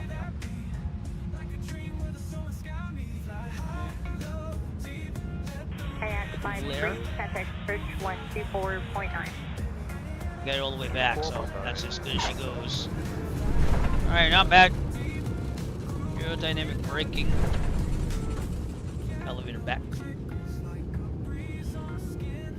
Little brakes. A little bit of brakes. Not gonna force it, but no, we can make it. Okay, cool. Let's clear the runway. Still loading some scenery, obviously. Boy, this is like a frame killer over here. American 26. Sorry, the frames are not making it really good here. 250, caution wing turbulence, your 10 and trail of a heavy Boeing 747. Probably should have put this to tower, but that's Clear 9 left, runway 25 left. alright. Clearing that side. Let's go, it's clear. Come on. Right on the Alpha, I'll go make them at a... Kissimmee traffic, Aero 3 Echo Foxtrot, clear of runway 15, Kissimmee. Alright, park and brake on for a second. Toby, I track her off because the frames are sucking here big time. Alright, checklist. After landing, flaps up. Fuel pump, I never turned it on, but it's supposed to be off. Strobes can go off this time. Anyone's going to stay on taxi light, we have none. Pitot heat not used. Trim set for tick off. This is way quicker or less because you can just reach down for it. But, you know. We're about right. Okay. Alright, we're good to go. I'm going to taxi to the FBO off of the tower right there. So we're going to go Alpha. Park and brake off. Kissimmee traffic, Aero 3 Echo Foxtrot, going to taxi the FBO via Alpha to the FBO, Kissimmee. Tokyo tracker on. It's hard to do this with the frames. Come on now. That's why it's delaying, it's lagging the control inputs. Sorry about that. Alright, I don't remember if this is Kissimmee. I don't know what the scenery is, but we'll see. Alright, gotta turn hard right here. And that should be the FBO. Delta 392 on the Victor loop for ramp 2. But at least on the landing it was good enough for me to land. It's just when you hit the ground, you know? Very laggy.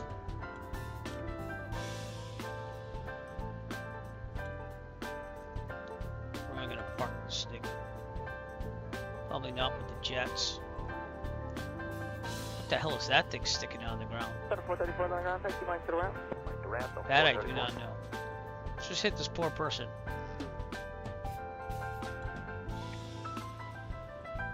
That's interesting. Alright. Pull near that Cessna or something. I'm thinking. The slew feature doesn't work that well on this. I probably have to touch that up, but Delta 2009. I'm just gonna park it Going right ramp where briefly. it says. 2009, guys. Good morning, John. Contact to the ramp. Contact to the ramp, 2009. Okay, again, sorry about the lagginess. I don't like it to control that. Okay, let's go. Ground Delta 192, Victor Loop for ramp 4. Delta 492 ground, taxi via Right, we're gonna turn it off right here. So park and brake on. Tobii tracker off. Go back to the checklist. ELT verify silent. We know because we've been wiring guard the whole time. Avionics off. All lights except for beacon are off. Mixture full lead. Propeller stop. Turn the mags off. Mags off. Master off. Lights off. Parking brakes on. All right. Let's turn that off. So listen, we are at Kissimmee, and we're gonna try to go back to Disney and go look at it at night. We're gonna try to find EPCOT, but I do have to turn off the thing here. I'm also gonna turn off that sim at this time. And let's go explore Disney, shall we? Uh-oh, I already had it. Okay, come on, Eric. Alright. So, first off, Kissimmee. I think this might be freeware. I could be wrong. Nope, it's freeware. It's just improvements, though. So, someone should really model this airport in real life. So, I hate to do this to you, but I have to use the little boys' room. I'll be right back, and then we'll continue on. Look at Kissimmee for now.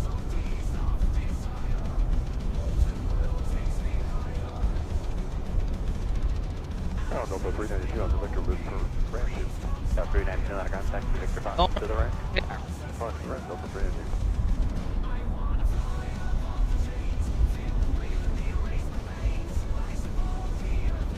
Delta 434 on contact, 2 miles to the ramp. Ramp, Delta 434.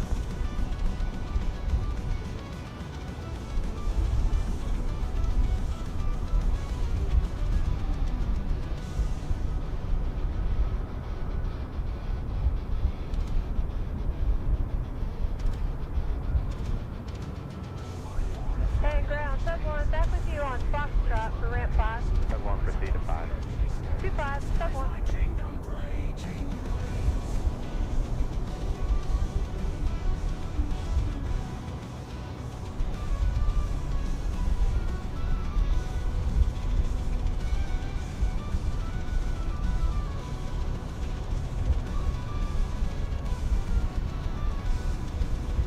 Alright, I'm back. Sorry.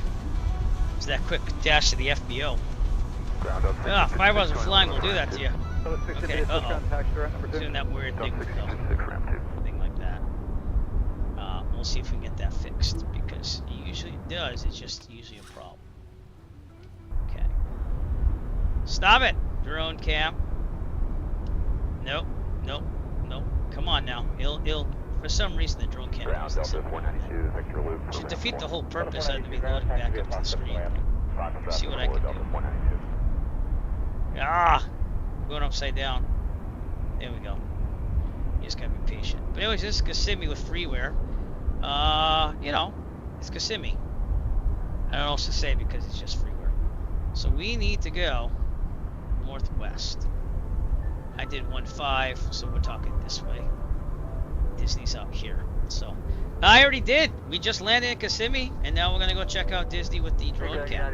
672 joining the Victor Loop. I just had to go use the little boys room. So I'm sorry. It's a little delayed. Alright. So look for EPCOT. That's what I'd say. And if not, we'll look for Universal Studios. Give me a second. And I'll also get this up there. So Disney, no, EPCOT. I'm gonna type that in there. So that way I have some visual reference here on Google Maps. But literally, that was just slightly north of Alright. No, that's okay, Kim Brad. You haven't missed the tour. We're gonna go check it. The next trip, I don't know yet, man. Maybe tomorrow if I can make it happen, but it won't be a Disney World trip. So you can always rewatch the playback on YouTube and stuff if you wanted to also. So that way you can fast forward to what you wanted to see. Alright, we're looking for the park, which is somewhere out here. 15 was that way. We will find this. This is where we'll time and weather. This seems to be a parking lot for something. But, oh, there it is. The ball's right there. Isn't that the ball? I think that is. Heck, we might even check out Universal Studios at this point. But this is a heavy and graphic intensive area, so it doesn't like me. Oh, well, thank you. Thank you thank you very much. Yeah, I don't know what to say about that. I gotcha. Yeah, dude, you know, I don't like to talk politics on my my stream, but yeah, I don't get that part of our American experience here. I'm just gonna say that. So, actually, this is the downtown Disney, you know, shopping area. It's, I think, a little bit more updated nowadays than this. But the big thing here is that you could take a balloon ride right there, and it goes up. So, they renovated this heavily. They used to have Cirque du Soleil. No, I am not. I live in Massachusetts, actually. Cirque du Soleil is over here. And I do like going to Disney, though. Here's the bus stations. You can take a bus there. They have shuttle buses everywhere. But you can do lots of shopping here and stuff like that. So we're not that far. I just need to find things. So where is... monitor 19-1. Ground 3962, joining Mike for import. Yeah, I overflew it. You think I could find it? I think this is EPCOT right here. Yeah, this is EPCOT. They didn't light up EPCOT as well as Magic Kingdom, which we'll go check out too, which is over there. Here's EPCOT for everyone. This is the simulator for now. 163, Mike, end of the ramp. Kind of updated, but not really, because this is all knocked out right now. Oh, they did light it up. You just had to wait to load it. Well, that's nice to see. There's the monorail, which will take you from Magic Kingdom to here and back and all that stuff. But this is a little dated as well.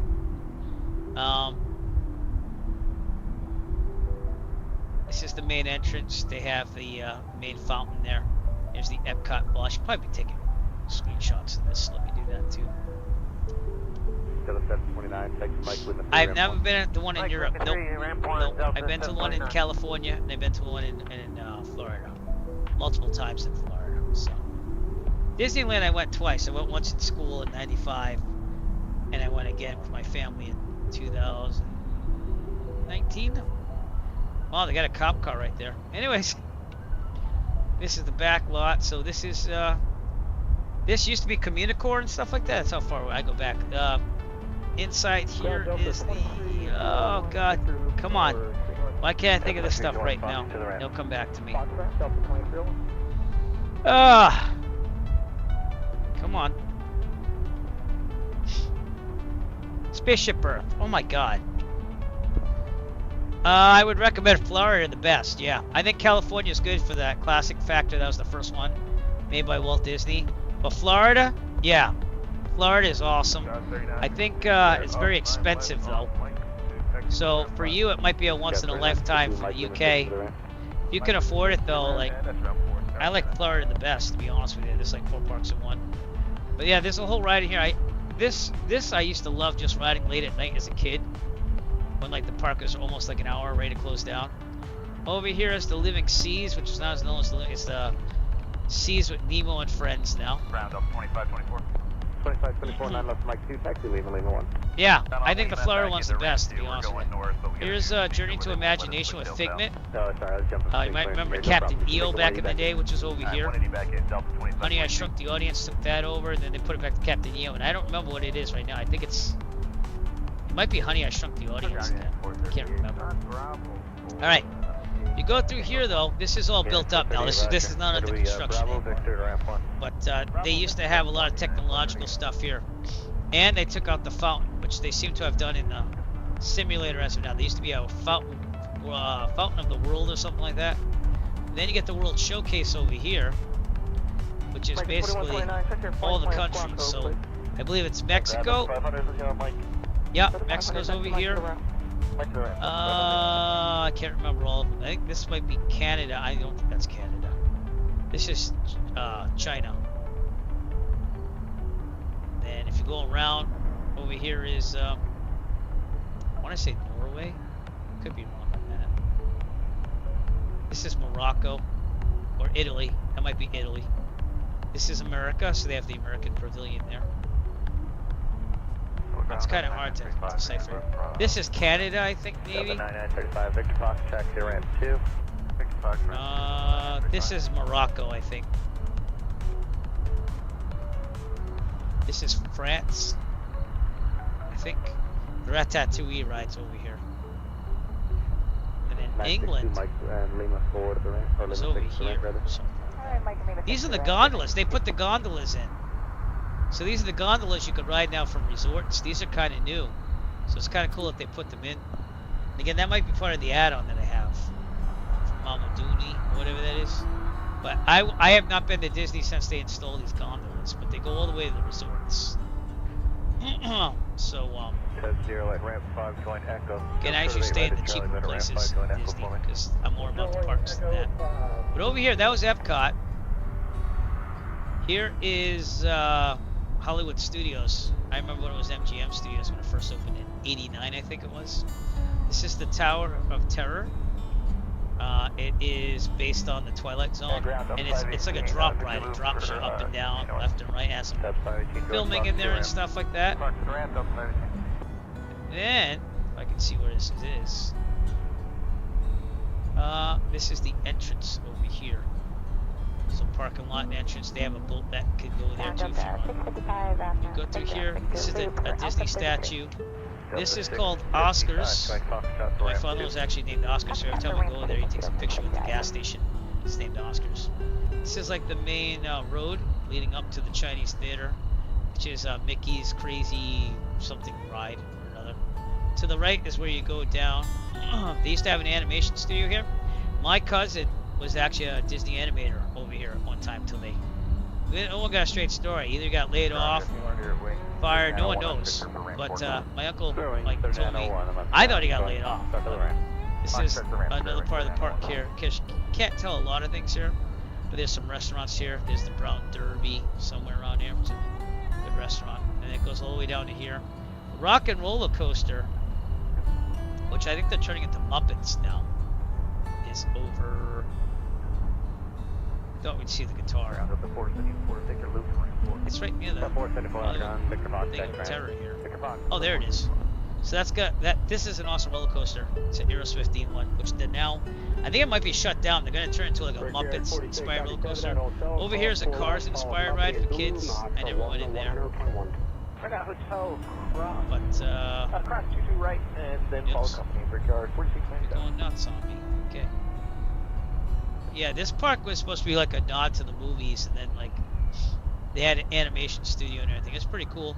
This used to be the backlot tour over here, but now it's like Star Wars. It's the Star Wars line over here.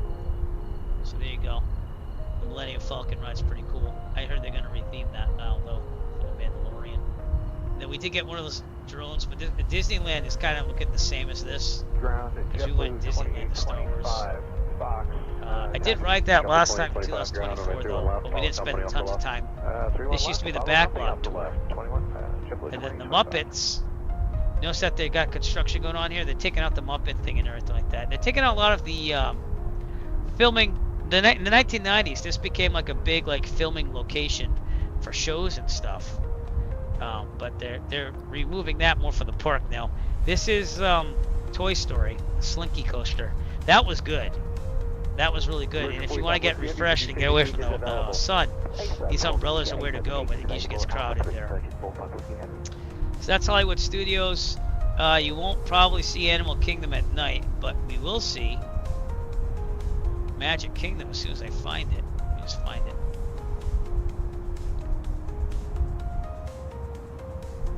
Well, this is a drone. You can't really fly into Disney without permission from Disney, and they'd have to give you like a waiver. So this is the Dolphin Resort, by the way, which is a resort over there. Boy, that looks good from a distance once the light loads. Okay, now if I remember right, the Magic Kingdom, it's going to be this way. Yeah.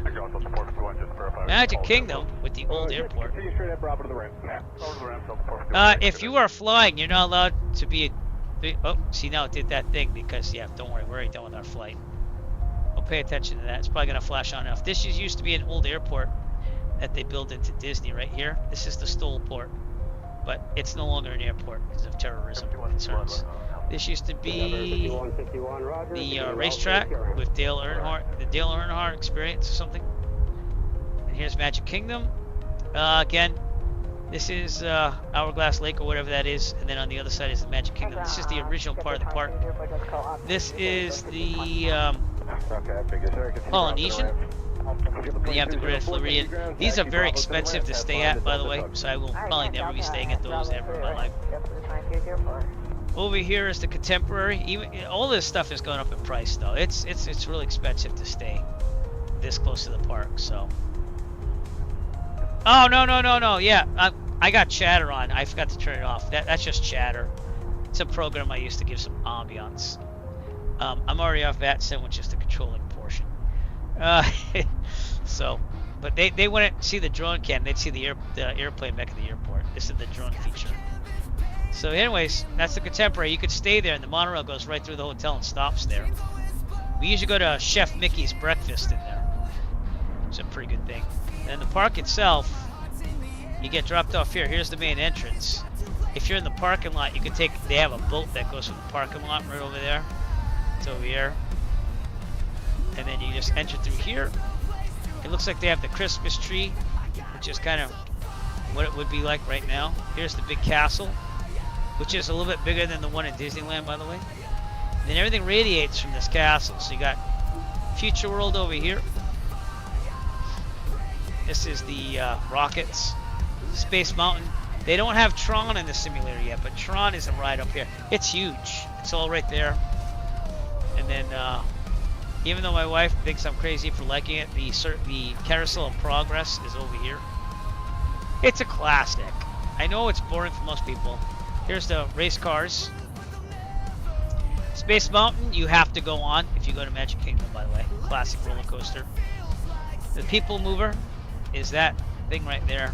So you can have a ride that just rides through like the whole park, or at least the Future World park. And then this gets into Fantasyland over here. You got the Flying Dumbo ride over here. This is the Six Flags, Six Dwarfs Mine Train roller coaster. Over here, this used to be Mickey's Toontown, but they kind of just made it like this Dumbo fair thing. There's some stores there. It gets cold, so if you're getting overheated there. This is the Little Mermaid ride. It's pretty decent. It's not bad. Over here, there's a castle, Belle's Castle. I think it's, yeah. So I don't think they modeled the whole thing, but you can get dinner in Belle's Castle and see the Beast and stuff, Beauty and the Beast. This is the classic carousel. Mickey's PhilharMagic, which they're going to replace now. This used to be Wild Toad's Wild Rider. I don't know if they have that anymore. I forget what this is. I think this is the Peter Pan ride, which for some reason has a long wait, but it's just like you fly through like dioramas. This is It's a Small World. Over here, they're getting rid of this now. They don't have the showboat anymore, which is like a big Disney thing, but this was the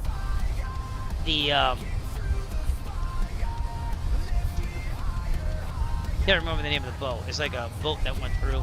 Here's Thunder Mountain Railroad. I think they closed that and they're renovating that. Trying to remember anything. Pirates of the Caribbean's over here, right where this tower is. And the Aladdin Flying Carpets is here. Tiki Room is over here. I remember that. That's like an animatronic show. Dole Whips are over here. This would be lit up more. And yeah, that's about Magic Kingdom. We're gonna turn this to day now. I'm gonna see what it looks like. No, we're gonna turn it to 9:30 and see if we have some fireworks over here. How's that? Because I have a fireworks mod. So 21:30. Oh, no. Alright, let's give it 6 minutes. We'll fly around and see what happens. But there's supposed to be fireworks at 21:30, and usually the fireworks happen right over the castle. Also at EPCOT, we gotta look at there. Let me see if I don't have to wait minutes here.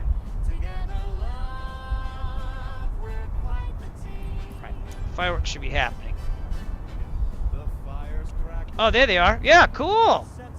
So there you go. Fireworks at Disney. That's an add-on. I don't know if you'll see any. Oh, you do. Cool. All right. Well, let's look at the Magic Kingdom ones. They go on for 15 minutes. So that's kind of what it looks like. Everyone at the end of the night kind of like crowds into these places, and it's pretty fantastic to watch on your last night there before you go home the next day. So other than that, you want to try to ride rides. And then EPCOT has their own fireworks as well. They have a whole show that goes there. I haven't seen the newest show, but the old one used to be called like something or another. You can see it's right over the lake. They have, yep. No! Really? Gonna be like that? Anyways, that's why we landed first. Alright, over here, that's because we're on the ground too, so just know that. They have like a whole laser light show, and then they end it with like fireworks throughout the whole park. They have music going on everywhere. And over here, they don't have fire. I think it's just Magic Kingdom and EPCOT. So, but you can see it in there. Look at that. Pretty cool, huh?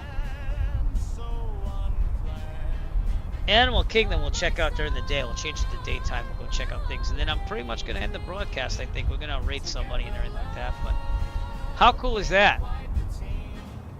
If you're at Kissimmee, this is what it looks like from Kissimmee. Let's see if it shows up. Yeah, it does. That's what it looks like. That's probably why it's screaming at me about GPU usage. Alright, let's go back. So you saw fireworks. Pretty cool. Again, that's not in the default sim. You have to download the VFR. We love fireworks VFR. Right here from flightsim.to. But it works in 2024 as well. So that's what you want to look for if you want fireworks. And it's not just Disney World. It does it like all over the world for New Year's and this and that. So it's pretty cool. Alright, we're going to switch to daytime. Check this out. Let me see if that camera thing's still on or not. Yeah, it is. Alright. Alright, switching to daytime. Here we go. Let's go for like high noon. Real old weather still. Well, high noon. And here's what it looks like at day. Here's the parking lot. I mean, I take the shuttle buses everywhere because I stay on the resort. So, there's EPCOT during the day. Still kind of loading some things here, so give it some time. Right next door would be, where'd you go? That's the Dolphin Resort. I've never stayed there. It's over here. Is that Hollywood Studios? Yeah, Hollywood Studios is here. From the front. Star Wars Land. Took over all the area from the old tram tour. The old movie tour, I mean. That was kind of cool. There's videos of that online. The guy might have posted one too. I don't remember in the Eric DIY channel. Here's usually where I stay at one of these resorts, by the way. This is the Art of Animation Resort. This is actually a little more expensive. I've stayed there. I stayed at the Little Mermaid one too, which I think is this one. I could be wrong on that. No, that's actually the Pop Century one. But I've stayed here at the Art of Animation Resort. And I think, oh, that's what I'm thinking. I actually stayed in one of these with the Ursula. This is the Little Mermaid Art of Animation Resort. And then this is a Lion King one. They have a lot of suites here. And then I stayed... This is the Cars. I've never been there. I walked through it, but this is like the whole resort, so you can stay in one of those buildings. I usually stay even a little further away than that. Because again, I'm all about trying to get in the park, not about, oh, I need like 5-star accommodations. That's just me though. That's downtown Disney with all the shopping that we saw earlier. Cirque du Soleil, restaurants. They have a bowling alley place there too as well. I forget what it's called right now. And you can ride that balloon, it goes up and down. Trying to find where I usually stay. This is Animal Kingdom, by the way. I think this is Animal Kingdom. No, No, I'm sorry. That's that thing again. That's not it either. This is where I stayed last time, I think. I think this is Coronado Springs. So I stayed here. Yeah, that's it, because that was that bridge that went across. A little more expensive, but really nice. The pool is really nice. The pool had like a Maya theme to it. Right there, see, I had like it was a nice pool. Remember that? And we stayed in one of the places over here. That's when I went in 2000. I think we stayed like over here. 2019. 2024, last time I was there. Where do I usually stay? Can't find it anymore. But Disney owns all these places, by the way. So I could have sworn that I stayed around there. It looks just like the Art of Animation, except it's not. So, movies, All Stars Resort thing there. Everyone, like, that snobby was like, oh, you stayed there. Here's Coronado Springs. That was nice. But if I had to take my pick, I'd stay at the Art of Animation. I thought that was really nice. Can't find where I stayed. What is wrong with these people?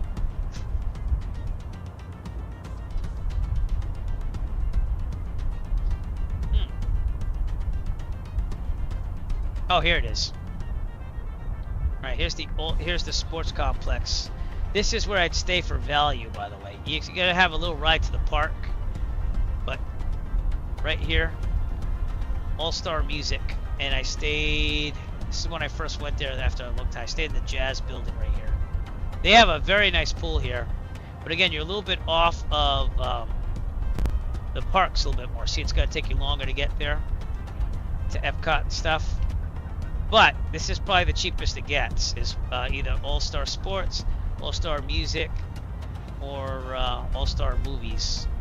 And they have shuttle buses. This is the front of the hotel. So they come right there. This is sports. The buses take you wherever you want to go. Here's All-Star. I want to say that's music. So that's the one I'd like to stay at to save money. But you do have a longer wait to get to the parks. And then Animal Kingdom's right here, actually. So this is the zoo type park that they have for Walt Disney. We didn't get to see this at night because this closes early. And it's because they have a live wildlife, zoo-ish thing back there. But this is an awesome roller coaster right here. It's basically the Yeti, and it goes all the way up to the top, and then it launches you backwards through the whole thing. It's pretty intense. They got rid of the dinosaur land, so this isn't there anymore. But this was a coaster. Someone got injured on that, but I kind of like that. It was a little violent on the turning around. But they got rid of that. They're really revamping this park. There's a dinosaur ride too that they got rid of. I think that's over here. So they closed this down, and they're making that something else. I don't know what it is. But you can see there's a lot more trees and stuff. That's because this is more like a zoo with an amusement park. But the rides, you notice, are kind of in the front. Because back here, you can go on like a safari type ride. They have like cars and everything. And they drive you out to the main places where they keep the animals and stuff. I think it's more over here than anything. Yeah. So that'd be like a safari ride, and they ride you all over the thing. You get to see all these animals and everything. It's pretty cool. But if I had to rank the parks in order, this is my least favorite. Only because there's not as much to do. But you spend one day there, you're fine. Oh, it started me out over there. And that's Disney. Anyways, I'm going to get back to Disney. And we're going to end it with fireworks here. So let me set the time to after 9:30. Then I'll say my adieus and go from there. How's that? Nope, I want a little bit more time than that. Alright, here we go. Follow the fireworks. Might have to get some time to load stuff. There we go. So, from Walt Disney World. Not quite real time because I want to see fireworks, but we're going to call it a day here. I want to say thank you to everyone for coming out. Thanks for sticking with me, too. Man, we had so many people sticking out with me during the flight. I want to say thanks to the raid that started all of that. Thanks to Boozy Sheep for raiding the stream hours ago. I hope that's it. Nope, no, I didn't do it right. I gotta get him a sound though. There you go. So tune in to Boozy Sheep, good friend, met him in real life at FS Expo. And he's from Florida, just not this part of Florida. But that's it. That's where we're going to leave you from. Merry Christmas, everybody. And I will see about streaming tomorrow. I have to see what's going on with the fam. That's why I can't keep a schedule or anything. But, yeah, should we end it at Magic Kingdom, though? Or should we leave it at Epcot? I don't know. Let's go Magic Kingdom. So I already got that shot before. And we'll turn it around. How's that? Because this has the castle that everyone thinks about from Disney. Alright. There we go. Well, you can't really see the castle from this side. Oh, well. Whatever. Anyways. Eric Flight, wishing you and yours a Merry Christmas. I'll be back. I'm probably going to try streaming tomorrow if I can. Thanks to Nick Resla. Thanks to, oh God, everyone. Let's go down the list here. So, thanks to Ted GCT for following me. He's in England. He's probably not up yet now, but, you know, it's pretty late there. J Foot 709, thanks for following me. Global 7500. This is not the longest flight I've ever done. Check out that marathon if you want to see over 20 hours of flying for charity. Scott Vars, thanks for following me. Matthew Vachenik, thanks for following me. Danger Zone DMO, thanks for following me. Joe Sosa, thanks for following me. Ibanez Player 200, I've been watching your stream for a while. Thanks for following me on Twitch as well. Boozy Sheep, thanks for rating me with a party of 63. You're awesome. And yeah, also thanks to Lily Sims for following me as well off stream before this. But anyways, we're going to call it a day. If you're on Twitch, stay tuned. We're going to raid somebody. If you're watching me on YouTube or Kick, please push that follow, subscribe button. If you're on Twitch, push that follow button. YouTube, please watch the YouTube videos. If you want to leave it overnight running while you're sleeping, it will help because I have to get so many watch hours now. We've got over 1,000 subscribers there, which means 1,000 people wanted to actually watch my videos. Now I need the ramping up of the hours of how many hours people watch to get the monetization so I can fly more in real life. I would appreciate that. Not that you have to, but the same content you see here goes on there. So if you want to see some past flights, please look at that. And Eric Flight, wishing you and yours a happy night. Tip your bar and with your staff well. I'll see you soon. Maybe tomorrow. We'll have to see how it works out. And stay tuned for the raid on Twitch. Have a great night. Thanks, everybody. We made it to Disney World.